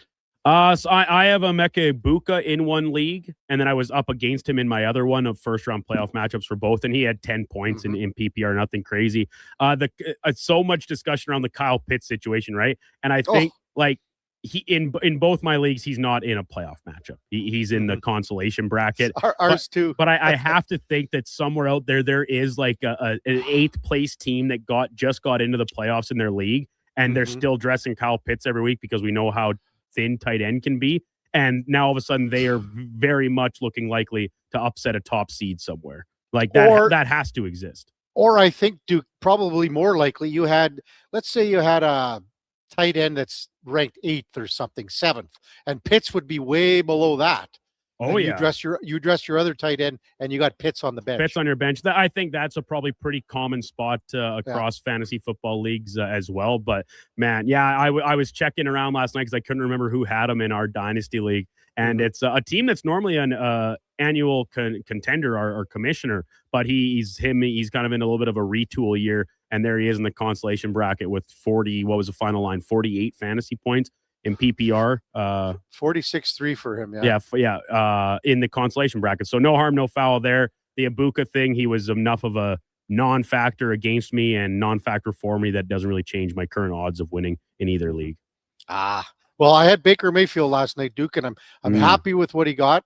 And we'll discuss a little bit of that with Bob Harris from Sirius XM Fantasy Radio, and we'll talk a little about some hoops with Paul Sir from Hoop City as well in the 10 o'clock hour. When we come back, it will be Paul Sir from Hoop City. Before that, time now for a Sports 1440 update brought to you by AWS Welding Supplies in Nisku. Product sales, servicing, calibrating, free same-day delivery of in-stock items to Leduc, Nisku, South Edmonton. Your one-stop shop for all things welding. AWSwelding.ca. Here is the Duke. This is a Sports 1440 update.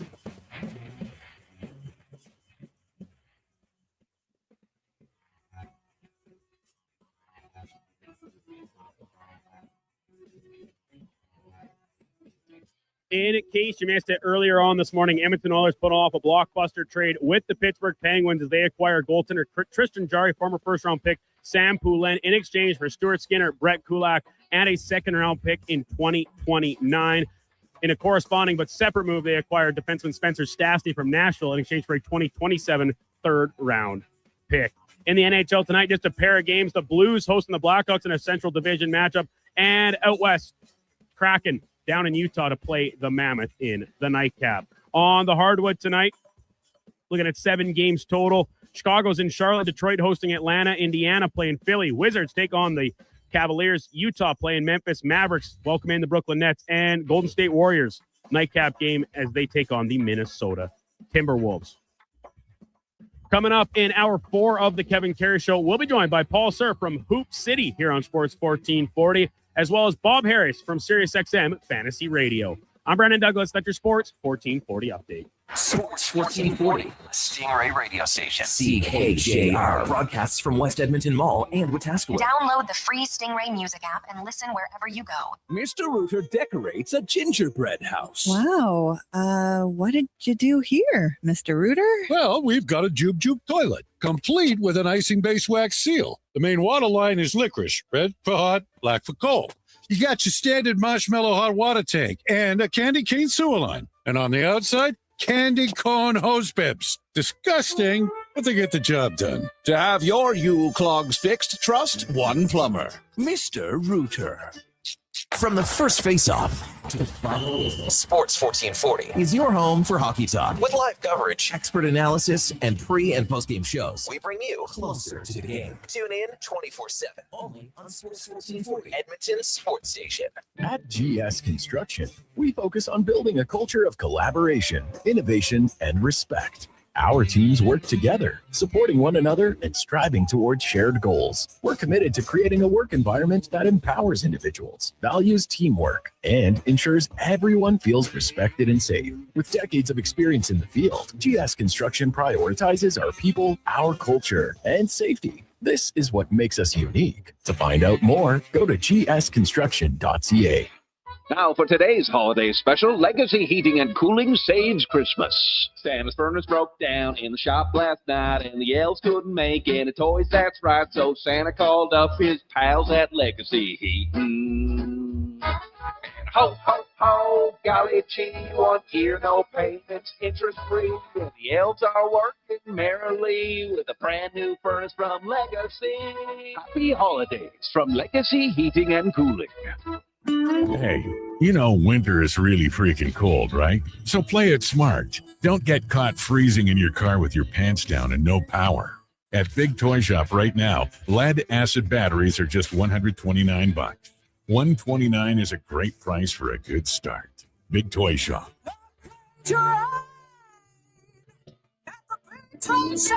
Power up and save some bucks at Big Toy Shop, 8315 Argyle Road, 780-298-2797. This holiday, give yourself an all-access pass to the music you love. Quello has iconic holiday concerts and nostalgic Christmas specials, ready to stream anytime. Get your pass to the perfect holiday atmosphere. Visit Quello.com. Hi, Mike here from Northgate Chevrolet Buick GMC. December is here. Christmas shopping, Christmas wrapping, Christmas baking, grocery shopping. What about our vehicle? Does it need tires? It's not running? No problem. We got you covered. At Northgate GM, we have a tremendous selection of newer used vehicles, winter tires at cost, and of course, service with a smile. Come in and see us today, 13215 97th Street, or visit us online at northgategm.com. You're in Northgate country.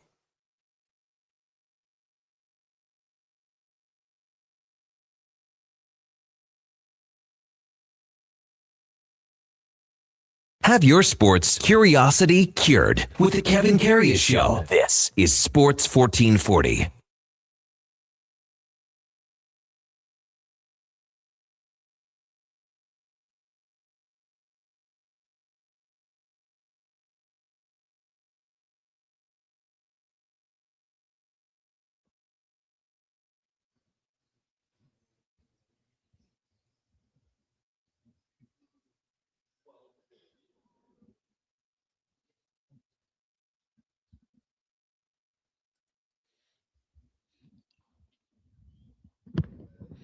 All right, welcome back to the big program.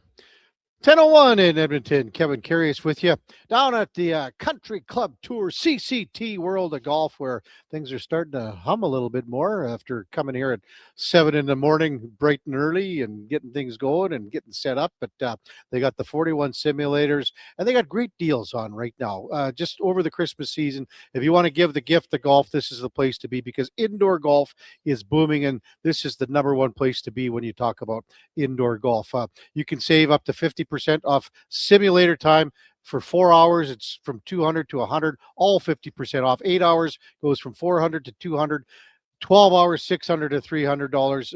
Just go to countryclubtour.com if you'd like to purchase something like this for maybe a stocking stuffer or something like that for someone on your Christmas list who loves the game of golf. Time now to talk a little hoops with our main man, Paul Sir from Hoop City.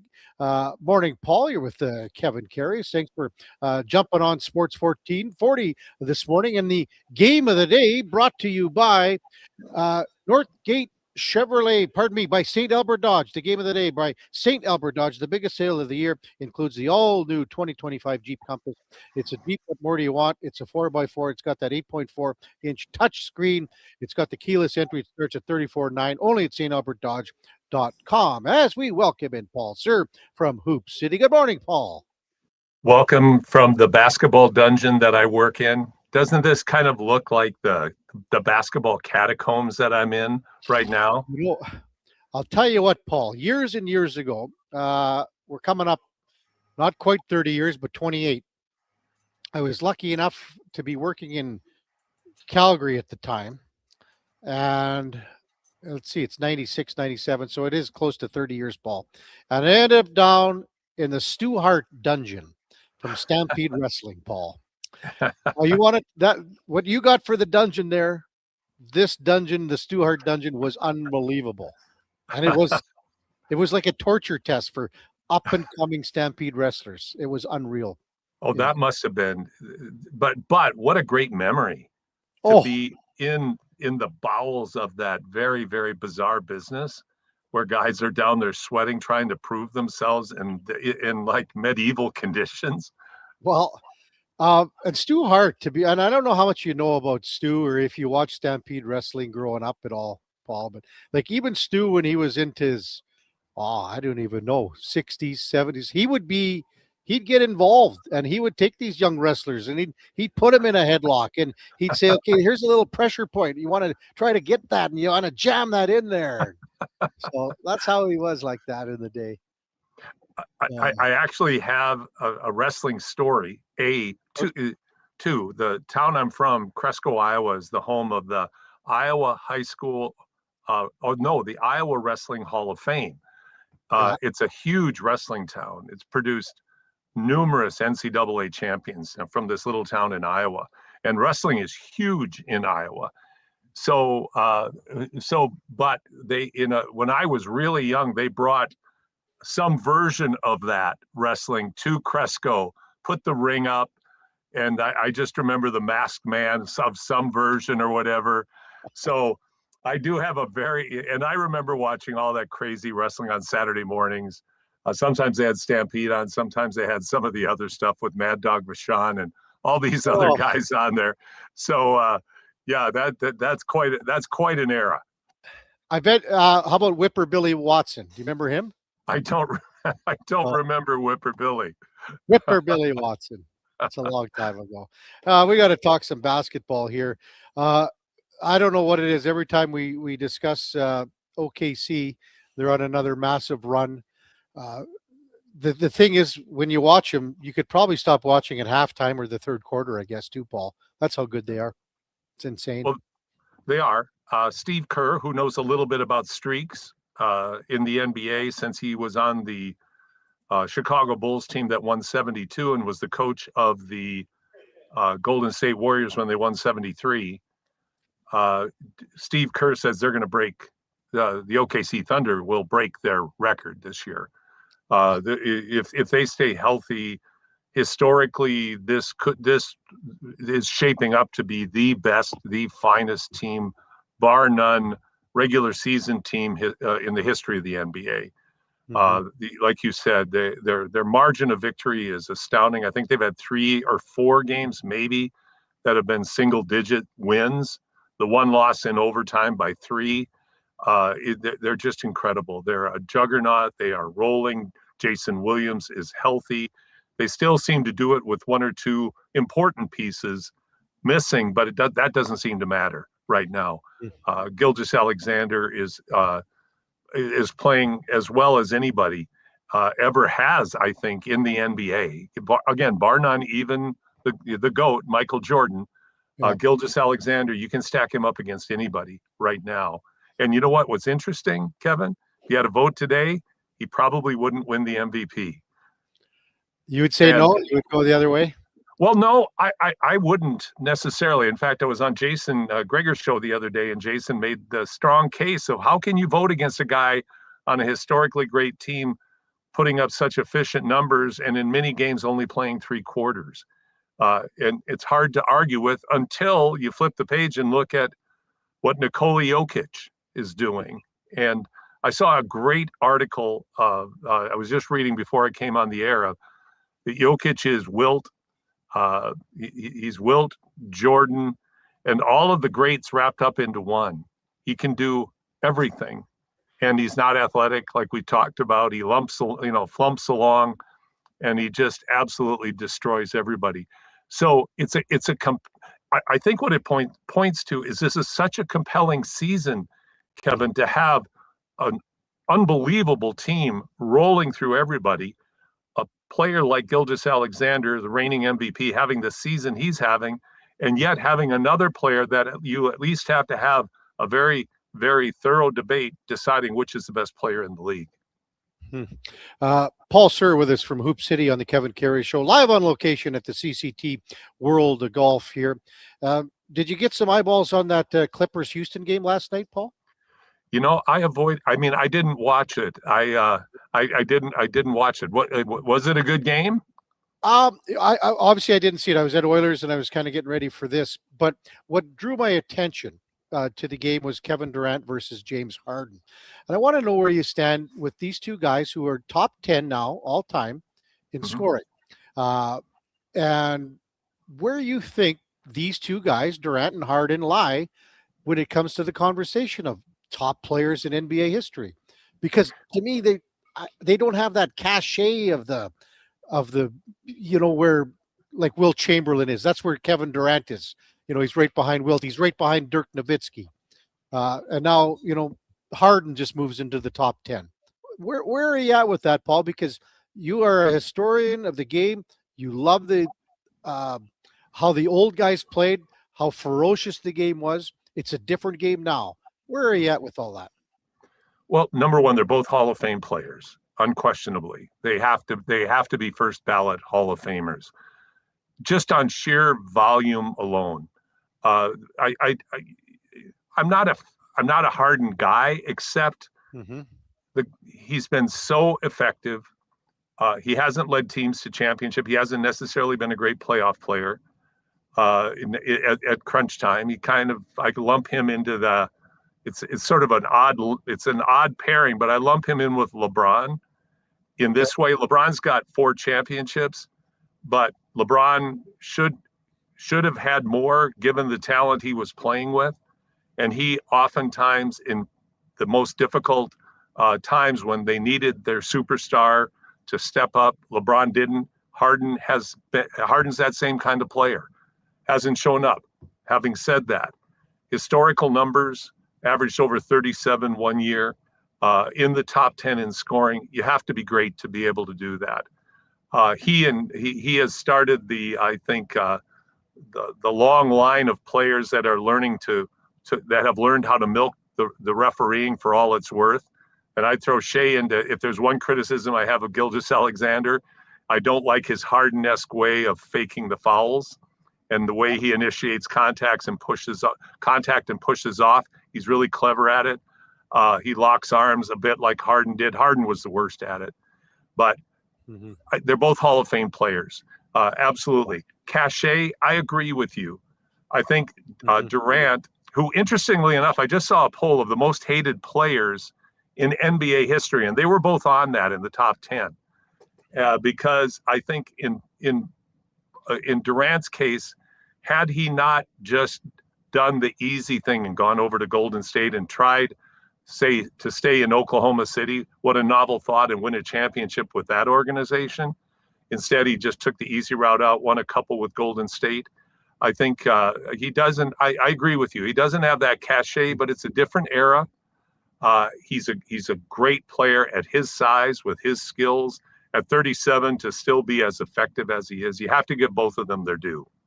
Yeah, totally. Paul Sir with us on Sports 1440. RJ Barrett of the Raptors had a PRP injection into his knee. Still going to be out a little bit, but trade rumors swirling here. Paul, what do you think of that? Well, it's an interesting dilemma that I know the Raptors are in, because it all comes down to money when it comes down to RJ. I think they're trying to find a way to unload one of their salaries and bring some less expensive players in that can fill the gap. You can certainly see how they missed RJ. I'd hate to go down into the weeds and say, who else should you trade, or should you trade him at all, or should you ride the course now? But I don't know what goes on in the locker room. Everything that I saw from RJ early in the season was, I would say, very good. I think he's having his best year yet. It's unfortunate that the knee injury is more I guess, more serious than we were first led to believe that it was going to be. The PRP injection's not a good sign. There's something structurally going on in there that they're trying to heal quickly or trying to address quickly. So, but the Raptors obviously have this on their mind. And I think RJ's attractive. I guess my big question, Kevin, is how attractive? What value will you get for RJ that's going to make the team as good as or better than, hopefully, they have been with him? And so not knowing, I hear about the trade rumors. I haven't seen anything that I would call credible about who they might be able to get instead of him. But what I would hate to see the Raptors do is unload RJ in what started out very promising after a slow start, a good streak, and now back to being like they were at the beginning of the year. That's number one. But there also is the character issue. I think that RJ added he appeared to add character to this team. And if there's a question I have about the Raptors that concerns me about this particular lineup, is still the character of Brandon Ingram. And I think having another high character guy like RJ to offset what is still a highly questionable, let's wait and see how Brandon Ingram is through an entire season as a character guy for this team. He can play, but will he show up every night? What's he like in the locker room? I don't know. And there are some troubling signs, small, albeit at this time. So going back to RJ, I like what he added to the team in terms of both on-court character, vocal leadership, as well as effective play. But obviously, Bobby Webster has something else in mind. Massive news, Paul, in the CEBL with Xavier Moon signing with the Winnipeg Seabears. You've said he's been by far and away the best player that the CEBL has ever seen and will now see again. The question is, maybe the Edmonton Stingers just couldn't afford him, or what was the scenario there that he didn't return here and ended up going to Winnipeg? Well, naturally, after I heard this news, and I mean, for me, it was shocking. I had just assumed, I think, like a lot of people who follow the Stingers and have somewhat of an inside knowledge because, having broadcast their games all these years and just knowing people, et cetera, I would have thought I would have heard some rumblings. Now, I hadn't, and there were rumblings out there. But of course, I dug in to find out what happened here. I thought, oh no, did we miss on this? Did we act too late? I don't think any of that is the case. Xavier's coming off a very severe knee injury that he had happen in Russia last year when he was playing. He hasn't played since. I've seen him a couple of times. He said, no, I'm coming back to the CBL. It looked like a slam dunk to the Stingers, but the reality was Xavier and his agent appeared to look at what might be available to him in the CEBL. I know he visited Montreal as well as Winnipeg. And so Xavier was out looking at what his options are. Certainly none of us are privy to what happened in Winnipeg, but my guess is that there was something done for Xavier in Winnipeg that was in his best interest. So I think this young man made a business decision, not out of disloyalty to Edmonton, but I mean, he's at the tail end of his career. He's made good money, but he hasn't made funny money like the big time pros have in his career. So Xavier is going to be, and I have to gulp and bite my tongue when I say this, is going to be a Sea Bear next year. Just seems unthinkable. But yeah, if I may, Xavier Moon is emblematic of what the CEBL can be in a player's career. To be able to go on, get into the NBA in a meaningful way, not the full-time gig, but in a meaningful way, go on to a great deal in Russia. I mean, he is what you would hope for a lot of these young men that come and play in the CEBL. That would be the outcome of their experience. So that combined with he's a great guy. Heck, wouldn't it be interesting? I was talking to someone yesterday, smart guy, Brian Swain. He said, if Xavier Moon is the MVP next year, he might be the first player in pro sports history to win a trophy named after him. because it's the Xavier Moon MVP trophy. So that would be something. What do you got coming up tomorrow on Hoop City, Paul? Going to have a great show. We're going to talk a lot about the Albertans in the NCAA. Kevin, there are 17 boys and 13 girls playing Division I basketball from Alberta. All right. Wow. Huge More number. from the South, Paul, or where? Pardon? Mostly more from the South? Calgary centric. But pretty impressive. So we're going to talk about this proliferation of Albertans going south. We're going to talk about Xavier a bit. I have a good friend, Kevin Lehman, longtime NCAA announcer, going to come on. We're going to talk about NCAA men's basketball and how the season's unfolding. And then we're going to do a deep dive with Steve Sir. We're going to talk about 3x3. But then we're going to talk about the evolution of the NBA as well. And we're going to talk about some of these great young teams alongside the Thunder, like the Detroit Pistons and like the San Antonio Spurs. I don't know how many people saw the San Antonio Spurs absolutely destroy the Lakers the other night without Wemby. But this is a good young team. So it's going to be a great show. Really looking forward to it. Thanks, Paul. And as always, thanks for coming on. Have a great show tomorrow. Take care, man. Thanks. Bye, Kevin. That's Paul Sir, Hoop City tomorrow, 10 o'clock right here on Sports 1440. The game of the day brought to you by St. Albert Dodge.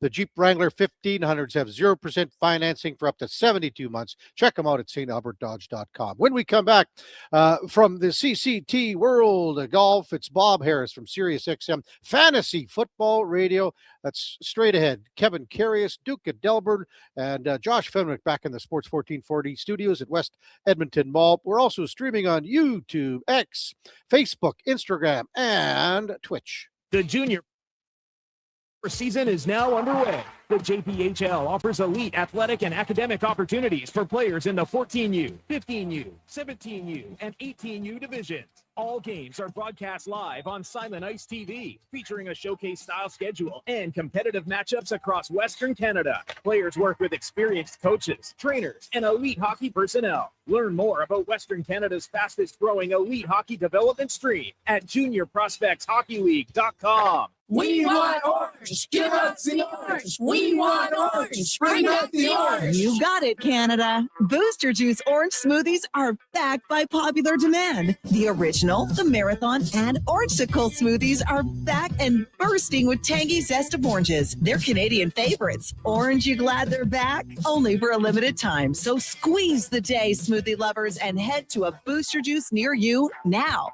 Booster Juice, Canadian born, blending since 1999. Sauce. Buddy, quit rolling up to the bar and looking like it's grade 9 grad and you're wearing your dad's old work suit. Do yourself a favor and call Game Day Suits. Game Day Suits is Alberta-based and makes fully customizable, made-to-order suits. Perfect for hockey teams, wedding parties, or even the office crew. Book your free consultation at GameDaySuits.ca. I'm rocking one right now. I look deadly. You know they can't see you, right? Okay, Mr. Announcer, you want to go, tough guy? Game Day Suits. Subaru is built for winter. Symmetrical all-wheel drive delivers power with incredible control, stability, and grip. Add 220 millimeters of ground clearance, and you're not getting stuck in snowbanks. You'll drive right through them. And inside, luxurious heated seats and a heated steering wheel. Plus, for 19 years in a row, Subaru vehicles have earned top safety pick status, giving you unmatched peace of mind. Subaru is engineered for Canadian winters, built for real-life confidence. Welcome to Uncommon Standards.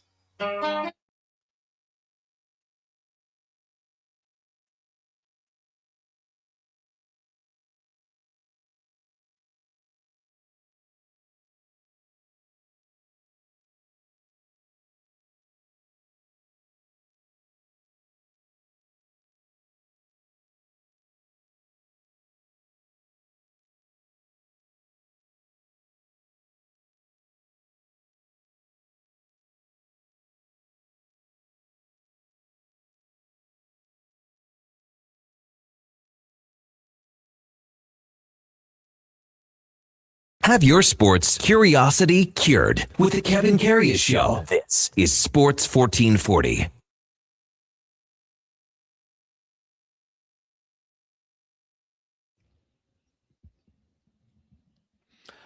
All right, welcome back to the big program. 10:23 in Edmonton. Kevin Karius with you live on location from the CCT World of Golf, where they got the 41 simulators, 1,200 courses to choose from. Bundle all 3 packages that are on sale right now. The outdoor, indoor golf packages, the outdoor courses, all 7 of them. You got the summer indoor golf pass as well. That's a $400 value at $200, 50% off right now till the end of December. Check it out at countryclubtour.com. Time to talk a little fantasy football with Bob Harris from SiriusXM Fantasy Radio. Morning, Bob. You're with Kevin Karius. Thanks for jumping on Sports 1440 this morning. Really appreciate it. You bet, Kevin. It's crunch time, man. Fantasy playoffs on. Ready to start get the ball rolling to a championship season here. Yeah, I mean, it's so exciting. I mean, we're getting going too as well, like everybody else. And last night, after you saw like Kyle Pitts go off after people have been waiting for 4 or 5 years for this to happen. And then it happens on the final week, the first week of the playoffs. How many leagues do you think he was rostered in? And how many leagues do you think maybe guys had him on the bench, Bob? I know of at least one league where somebody had him on the bench. I'm in a league where somebody did not play him, and obviously leaving historic level points on the bench is a brutal beatdown. We've kind of seen those with Drake London out in that offense. That Pitts has been the primary downfield weapon. All due respect to young David Sills, who is absolutely fantastic. He's no Kyle Pitts. And Kirk Cousins has long had a tendency to go to his or look for his tight ends anyway. So the target shares, I think, leading up to this game, I think he had 34% last week and was over 25% each of the previous 2 weeks. So he's been on this path, but he's never been good, right? I can commiserate with anyone who just thought, man, it's been a mirage all along, and I'm looking for better options. Hopefully you have somebody sitting on your bench who you played who has a super high ceiling. And by that, I mean anyone playing the Cincinnati Bengals defense who have not stopped a single tight end and have allowed multiple players off the, cut off the board. Pat Freiermuth scored like 28 against them. Colson Loveland did the same from Chicago. So this week, if you have a Ravens tight end, even if it's Isaiah Likely, maybe even more so if it's Isaiah Likely, maybe you can make up a little ground. But that's the thing, Kevin, about big performances on Thursday Night Football. It's kind of a two-edged sword, right? You're reluctant to play those guys because if it's a disappointing outcome, you can sit there and kick yourself in the tail until Sunday, knowing all the players you could have played over them.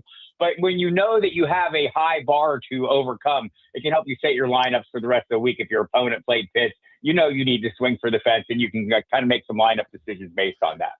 Hey, Bob, how many guys do you think had Mike Evans on the bench last night? Just coming back, but in a full PPR league, he had 132 yards, 6 catches, 19.2. Do you think he was rostered a lot last night? I think people were probably eager to get him back in. I was like, so of all the Buccaneers wide receivers, he was the one I was the most interested in. And why? Because the other two haven't been very interesting. And by that, I mean Emeka Egbuka and Chris Godwin. They've struggled for Egbuka since week 6. He's been like wide receiver 46, 47. The last month, he's been wide receiver 50. Chris Godwin's been slightly worse. So if you're looking for something that maybe might kickstart Baker Mayfield, who, by the way, had been like quarterback 18 over the last month, he hasn't been playing great. So you were hoping something would kickstart this. I had some concerns about that Atlanta pass rush. It's been pretty ferocious. We saw signs of that last night. But Mike Evans can cure a lot of ills. Obviously, at the running back position, Christian McCaffrey's had an outstanding year, but we saw another great performance from Bijan Robinson.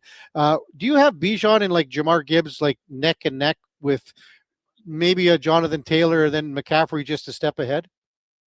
Yeah, I think McCaffrey, just because of his consistency, right? And even this year, without like the super explosive plays that kind of highlight the past, his the volume is just carrying him. I think and we'll see how that impacts him next year. I think there's a lot of debate on what it did for Saquon Barkley. I think Barkley has other issues not really related to his heavy usage last year, but McCaffrey has just been money every single week, and a lot of that is his receiving role. It just adds a layer of comfort to our lineup decisions.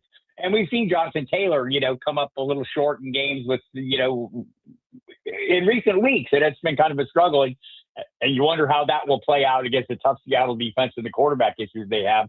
We're all rooting for Phillip Rivers, but I don't know if we have high expectations there. So yeah, and I think, but I think Gibbs is that super high end elite guy to me that's going to have these huge games, and Bijan's right there, nipping at his heels. What would you say, Bob, if Phil Rivers threw a bit like a 30 burger on the board here in fantasy football on Sunday? Like this would be unprecedented, man. Like unbelievable. Yeah, I love fairy tales. And I don't know if this one has a happy ending. The Seahawks, again, are one of the best defenses in the league, one of the top fantasy defenses against quarterbacks and wide receivers. Not so great against tight ends. Mm-hmm. And look, I mean, like we all want to see the height of the range.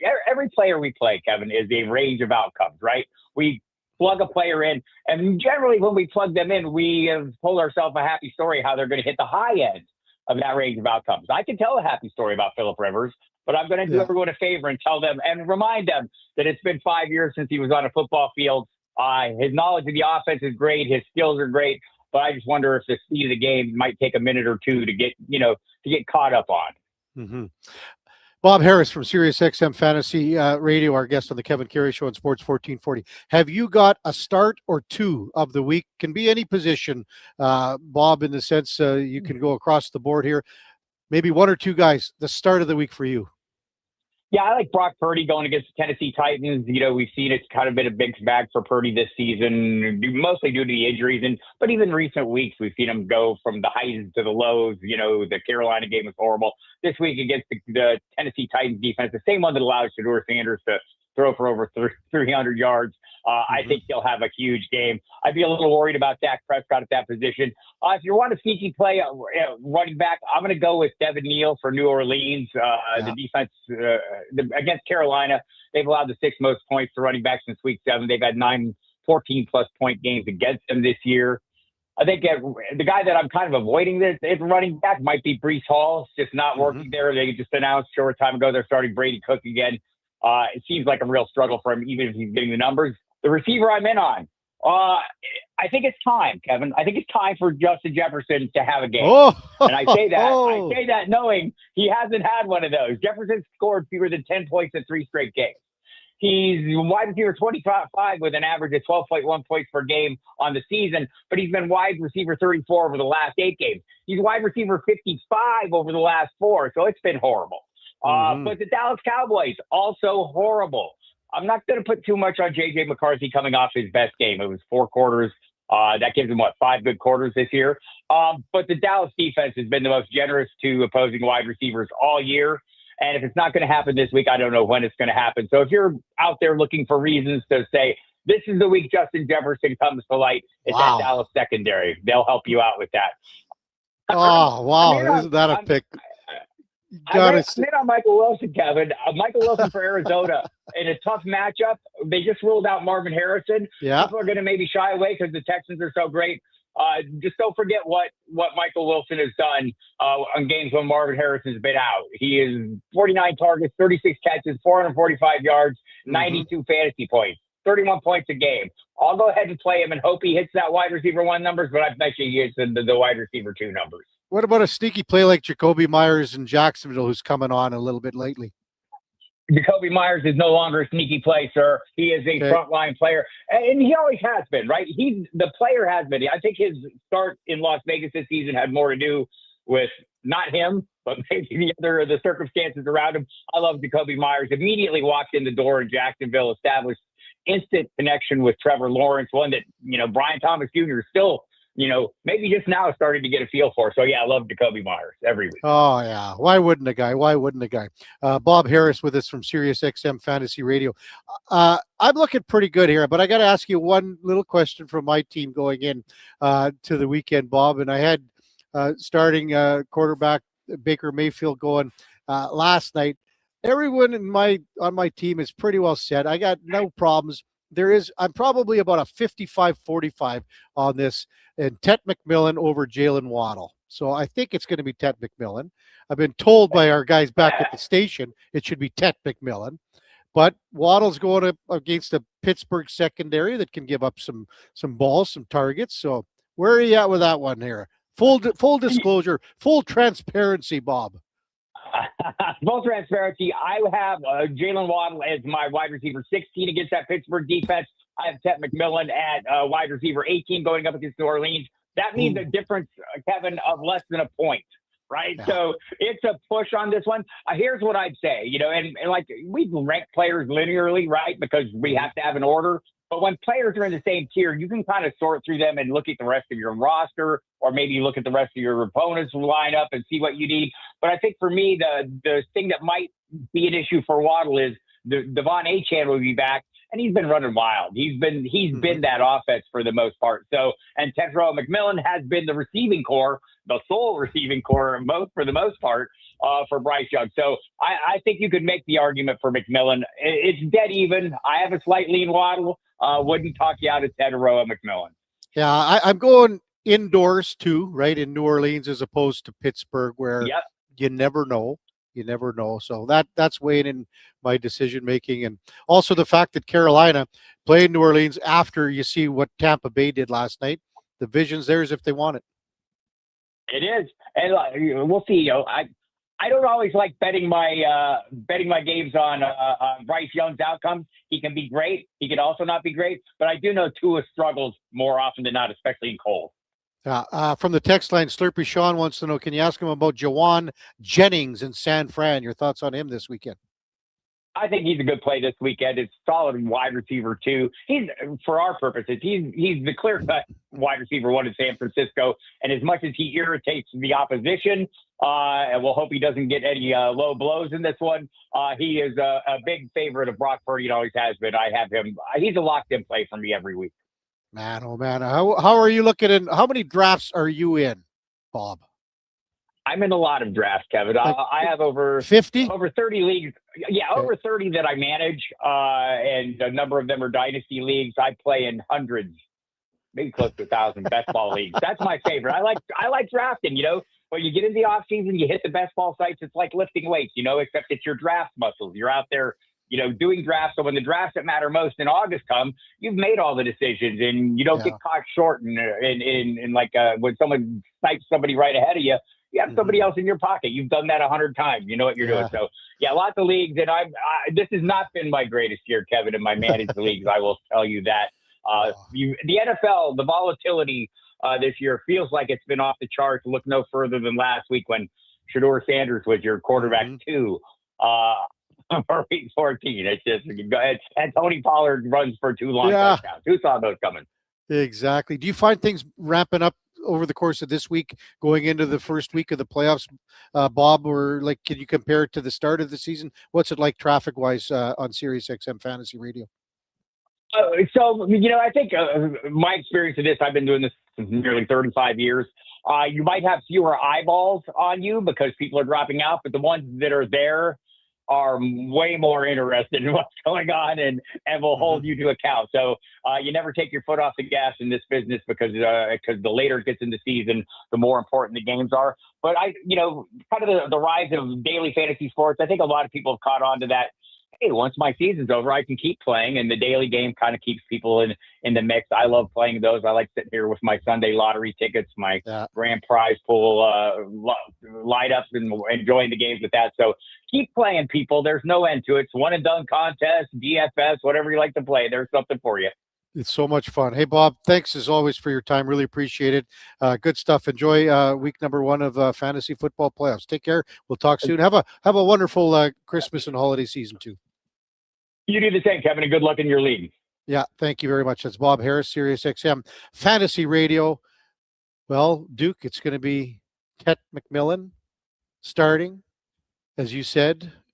If it doesn't work out, though, Duke, you and Joshy Boy are in I have to trouble. wear it for you? I have to wear it? Well, hey, that's heavy as the head that wears the crown, I suppose. You lean on me so much for all this great advice. Managed to pull you out from... Think about it, Kevin. It was just a few seasons ago. You were an 0-for team, winless, tough to do in the world of fantasy sports. I dropped off every player that I had. I let go of everyone after week 5.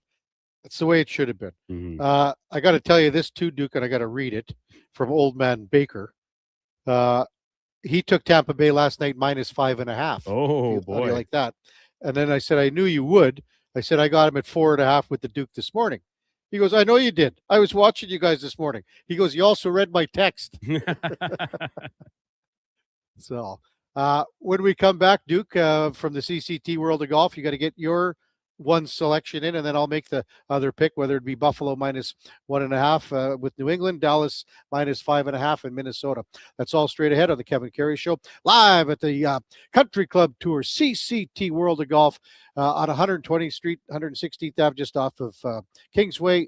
Beautiful facility here. They're starting to rock and roll with all of the simulators and 41 of them going strong, 1,200 courses to choose from, and some great deals to be had here. We'll touch on them when we come back.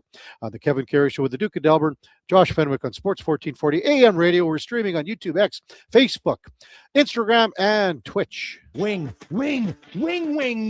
Wednesday at First Round. Whether you're coming for the first round, the last round, or a few rounds in between, they've got you covered with half-price wings every Wednesday night. Half-price wings. Over 35 delicious flavors like Cajun salt and pepper, maple bacon, and Inferno wings. Now half price every Wednesday night. Wash them down with a cold pint of Canadian or Coors Light for only $5.75. Half price Wing Wednesdays at First Round in West End and now downtown. First Round, burgers, beer, sports. At Fountain Tire, get up to 15% off select tires, up to $125 off a set of 4 select Goodyear tires, and $50 off $150 service until December 13th. Restrictions apply. Book today.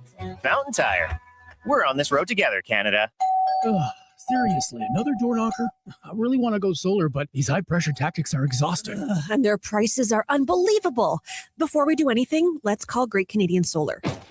There's a better way to go solar. Great Canadian Solar provides honest advice and fair pricing to save you from overpaying. They're easy to deal with and will never put pressure on you to buy. As a trusted local business for over 15 years, Great Canadian Solar will support you in your solar journey. Visit greatcanadiansolar.com and call today to get started.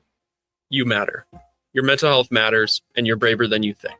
Not Alone is an organization focused on creating a space of acceptance and support through tough, meaningful conversation. My name is Tyler Smith, and you are never alone. NotAloneCo.com. It's okay to not be okay. Edmonton's go-to station for all things sports is Sports 1440. From Low Tide to Kevin Karius and Jason Greger, we deliver the latest on your favorite teams. Tune in 24 hours a day, 7 days a week to Sports 1440. From the local rinks to homes and businesses across the province, Alberta's rural natural gas utilities are here to fuel life affordably, reliably, and safely. We're members of the Federation of Alberta Gas Co-ops, providing natural gas to keep our rural neighborhoods warm and connected every day. It's local, dependable, and it's ours. To learn more about the Federation of Alberta Gas Co-ops and our members, and how natural gas fuels your community, visit fedgas.com. Alberta's energy. Game on. Reason number 37 why Nissan is built for our winter. Because winter getaways should be cozy, not cold. Kick's standard heated front seats and side mirrors help keep you warm and your view clear. That's winter ready. Now, lease a 2026 Kicks S front-wheel drive for $349 monthly at 3.9%. Or get $2,000 cash purchase bonus on remaining 2025 models. Visit your local Nissan dealer today or nissan.ca for more details. Lease term for 48 months with $1,249 down. Conditions apply. Visit your local Edmonton and area Nissan dealer for more information.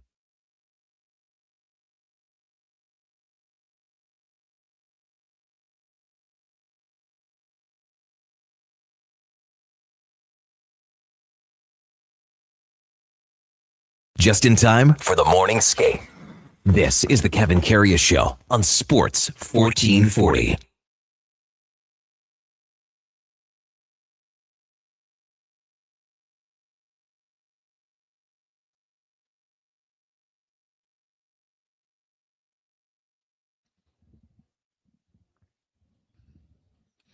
Oh, what a way to finish off the week. What a way to finish off the show here at the Country Club Tour CCT World of Golf. Again, 41 fantastic simulators, 1,200 courses to choose from. Plus, you can get 50% off a bundle of 3 if you want the outdoor and indoor golf for next year. plus the summer indoor golf pass. It's a $400 value on sale right now for $200. Check out countryclubtour.com. Thanks to Tarek and all the staff here. We had Eddie and I had a beautiful breakfast sandwich. We had some lattes. It's been great being down here for sure. Didn't expect the news of the day to come out like it did right smack dab in the middle of the show at about 8 bells, somewhere in there, with the trade that the Oilers made with Pittsburgh today, acquiring Tristan Jarry and Sammy Poulin from Penguins for Stu Skinner and Brett Kulak, plus a second-round draft pick in 2029.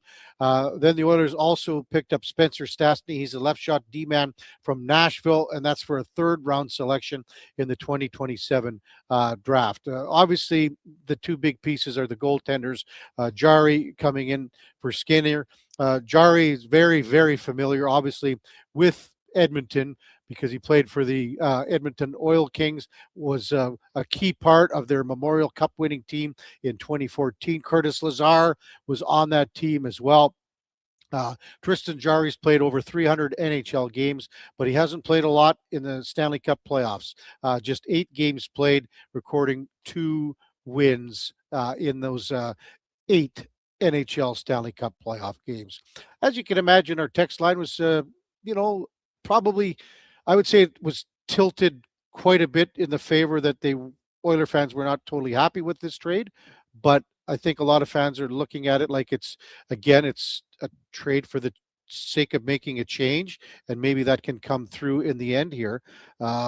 When you look at it, what Stan Bowman said earlier, it's a simple thing where that you have Tristan Jarry for $5.375 for this year, and the years to follow, 2 more years.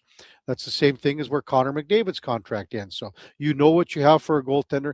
This is now up to Tristan Jarry to be at that level of what Stu Skinner was and a little bit more, because you're not making this trade if he's not a little bit more, are you not? Because you're also giving up Brett Kulak.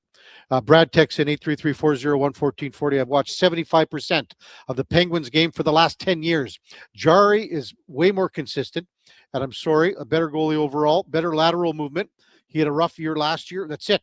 His number every year, about 900 or greater, and I would argue that is on a worse defensive team than Edmonton. A lot of other texts, like even Top Guy, Jarry's not the guy. When our defense doesn't clear the front of the net, let guys walk in and rip laser beams. Doesn't matter who we have in net.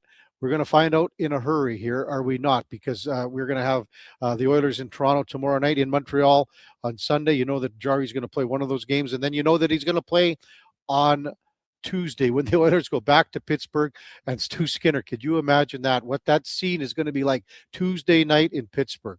Tristan Jarry, basically 3-4 days removed from where he was at for I don't know, not quite a decade, but a long time with this Pittsburgh franchise. And Stu Skinner off to 2 Stanley Cup finals with the team here. They swapped jerseys. They're going to play against each other in Pittsburgh on Tuesday night. Duke, did I miss anything on the text line, big fella, here in the last little bit while we had Bobby Harris and Paul Sur on? No, the couple people have texted in some good fantasy questions for Bob there, so that was great. But no, otherwise it's been still very, very heavy, very steady. People weighing in their thoughts, their opinions on this trade and what it kind of means for the Oilers moving forward. Would you say it's 80-20 Oiler fans on our text line that are not in agreement with the trade? I might even go a tick higher, call it 85-15 percentage split, perhaps. And honestly, if I'm being very frank with you, Kev, I think of the 15% that like the trade, they're in favor of it. A good selection of that grouping are quite simply people that don't like Stuart Skinner. Right? Yeah. They could have traded him for a bag of CCM pucks, and that group of people will be saying this is a great trade. We're better off without him, which we know not to be true, right? He is a quality goaltender. He's been to 2 Stanley Cup finals. But just it's a matter of the money needing to work out, and as a result, he's headed out the door. Tristan Jarry, the new de facto number 1 for this team. I'll tell you one thing here, Duke, that we really haven't talked about this morning, and that's Jake Wallman. He's got to get back to where he was at playing last year when he came here. Mhm. Because this season, Jake Wallman has not been very good. He's been hurt a lot. They need him to be back where he is playing way better than what he has been this year. Because with the loss of Kulak, and you can talk about Kulak's bad month in November. It was a bad month. He knows that. But you also know what Kulak gave you in the 2 last Stanley Cup playoffs. And that was a pretty steady, reliable defenseman, Duke.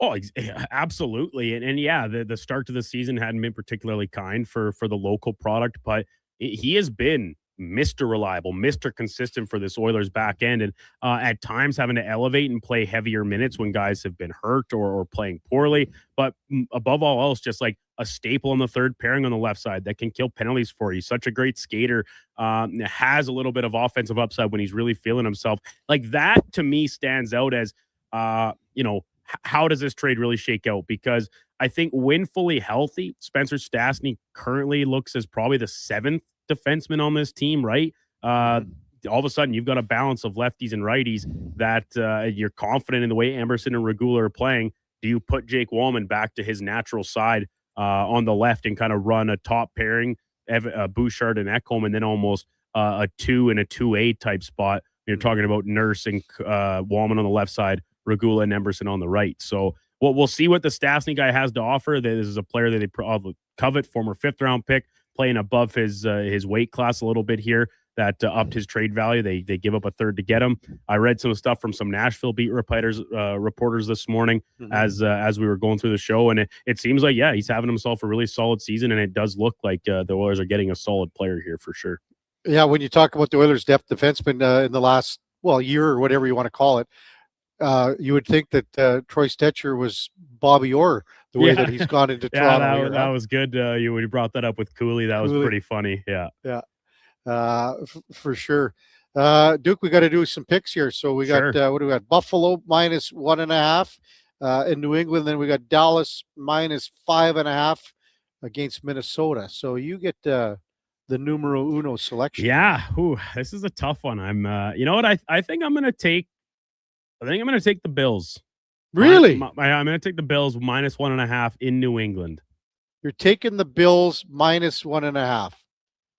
You got to be kidding. I'm not. Okay, well, I'll take Dallas minus 5.5 then. What do you think of that? I really don't know what to make of that game. Like, JJ McCarthy looked a lot better last week. The Vikings defense is still pretty solid. Can they do enough to slow down the Cowboys offense? Dallas still playing for a playoff spot, right? Like they're not dead and buried totally. So something to play for. A little bit less so for Minnesota, apart from JJ McCarthy trying to prove that he doesn't suck. I'd like to see Minnesota play well because I need Justin Jefferson to have a much better week than he has essentially every week this season if I have any hope of advancing through in fantasy football playoffs. You know, speaking of fantasy football, we got our two, like Gregor's had Bijan Robinson go last night. He went off 29.5. Yep. Excuse me, but he's playing the chef, Grill Guru. And the incompetence with his lineup this weekend, I've never seen something so poor in my life. So he had Mike Evans on the bench. He traded for Javonte Williams out of Dallas. Has him on the bench. Played Bucky Irving last night. Bucky gives him 8.1. So he can't lock. He can't move anyone else because he's got McCaffrey still there. So he's got to lock him in there because at his flex he's got CD Lamb. Can't take him out. Terrible managing by Chef. Have you ever seen anything so inept in your life, Duke? Not on purpose. That comes to mind. You know, the occasional tank job late in the season where maybe you're looking to improve your draft profile heading into the next year. But that's too bad. That's too bad, Kev. Poor Chef. You hate to see it. All right, Duke, we're just kind of wrapping things up. Anything that we missed today on the news front that we were, I mean, not every day do you go on location for the first time. Try to set up things technically, get it all right, and then the biggest trade in the last several years in Oilers history happens. Yeah, it's a unique one coming across the wire right at 8:00, 8 bells after. I mean, both these teams played last night. Both these goalies played last night, right? It's a unique situation, but hey, giving us lots to talk about not only today, but well, let's just call a spade here. The rest of the year, this is gonna continue to be brought up about this decision by Stan Bowman and the rest of the management group to make the change at goaltender, and their belief that Tristan Jarry provides them a tangible upgrade to what they had previously in Stu Skinner. I also saw just a post that came down, Duke. I've been kind of, ham and egging it here. Darren Dreger posted a video from Milan about the main arena being built. And I just saw that same video. And it's just a kind of a pan of the interior of the building. And all it says, a quick peek at the main arena in Milan. Obviously, a lot of work needs to get done. Yeah, it very much still looks like a active construction zone. That's for sure. Like the far end, Duke, looks like they haven't even finished the outside of the building. I don't know if you've seen it. But... Yeah, I saw it. I know what you mean, but hey, it's the league's confident. Well, sort of confident, I guess, maybe. Oh, man. Well, Duke, good job on everything today. Hey, Kev, great work. Way to do it. No technical problems. You didn't have any mix-ups or whoopsies. We even went live to a press conference in the middle of it, and while the news is breaking. So credit to you and your technical capabilities. You've impressed me greatly today. I still can't believe that it all came together. Got to thank everybody down here at the CCT, Tarek, and all the staff. Just been outstanding. And again, come down, have a look at it. It's 41 simulators. The bays are amazing. It's a brand new facility. I mean, they've got so many big screen TVs in here. There are too many to count. You got ladies league, the men's league, the mixed leagues. Again, 1,200 courses to choose from. You can bundle all three packages if you want. That includes the summer indoor golf, because obviously the gift, it's not the membership card that you do for the 7 outside courses. Probably you're going to play more in the summer, but it's free golf as well. Over the course of the summer indoors here. You can bundle all three for a $400 ticket for a savings of 50% down to $200. But lots of fun down here. Too bad we couldn't hit any balls, but just the way the morning went, and Eddie's brand new clubs that he brought, they look good. They look good. I think they were like the old McGregor Bears that he had going. Man, they looked like he just bought them in a garage sale. That's how bad they were. They were awful, Duke. Absolutely awful. But thanks for all your help, Duke. Have a wonderful weekend down there, and get ready for coming up at the top of the hour. It is Fantasy Frenzy. Yes, Fantasy Frenzy with the former Roshep T-Bird. Connor Halley. That's right. And the Duke of Delburne. After that, it is the Lowdown with Low Tide from 12 to 2 till 6, the Jason Gregor Show. Fox Sports all night long. We got the Triple S at 9 o'clock, Paul Sir and Hoop City from 10 till 2. Before all that, time now for a Sports 1440 update brought to you by Loca Quality Market. Your next dinner's ready with Loca Quality Market's gourmet meals. Choose from over 200 chef-prepared meals. Shop local at loca.ca. Oh, hey, thanks everyone for being a part of the show today. Thanks for all the great texts. I'm sorry we couldn't get to so many. We just had with the guests and so many things happening. We had literally 400 or 500 texts coming in regarding this trade. The talk will continue over the next course of the day here at Sports 1440 on Fantasy, Low Tide, and Gregor. Have a wonderful weekend, everyone. Again, thanks for listening. We'll see you back here on Monday morning. Until then, here is the Duke.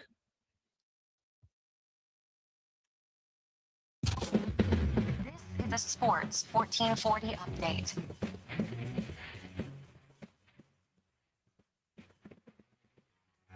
In case you missed it earlier this morning, Edmonton Oilers pulling off a blockbuster trade with the Pittsburgh Penguins, acquiring Tristan Jarry as well as former first-round pick Sam Poulin in exchange for Stuart Skinner, Brett Kulak, and a 2029 second-round selection. In a corresponding but separate trade, Oilers also getting defenseman Spencer Stastny from Nashville, third-round pick in 2027, headed back the other way in that one. Just 2 games in the NHL tonight. The Blues hosting the Blackhawks in a Central Division matchup. And the nightcap has the Kraken visiting the Mammoth in Utah. In the BCHL, Sherwood Park Crusaders at home tonight against Okotoks, and the Spruce Grove Saints welcome in Blackfalds into the Thompson Family Arena. That one getting underway at 7. Crusaders matinee affair. That one starting at 12 o'clock noon. In the AJ Devon Extreme, they're at home tonight taking on Olds. And in the association, 7 games total. Charlotte hosting Chicago, Atlanta. In Detroit, Sixers, Pacers, Cavaliers, and Wizards. Jazz taking on the Grizzlies. Brooklyn in Dallas. And the Golden State Warriors, they welcome in the Minnesota Timberwolves. Over from the world of baseball, Toronto Blue Jays renewing President and CEO Mark Shapiro's contract for 5 more years. Shapiro coming over after the 2015 season, where he spent the previous 24 with the Cleveland Guardians franchise. Coming up on Sports 1440, it is Fantasy Frenzy with Hallie and Douglas. I'm Brendan Douglas at your Sports 1440 update.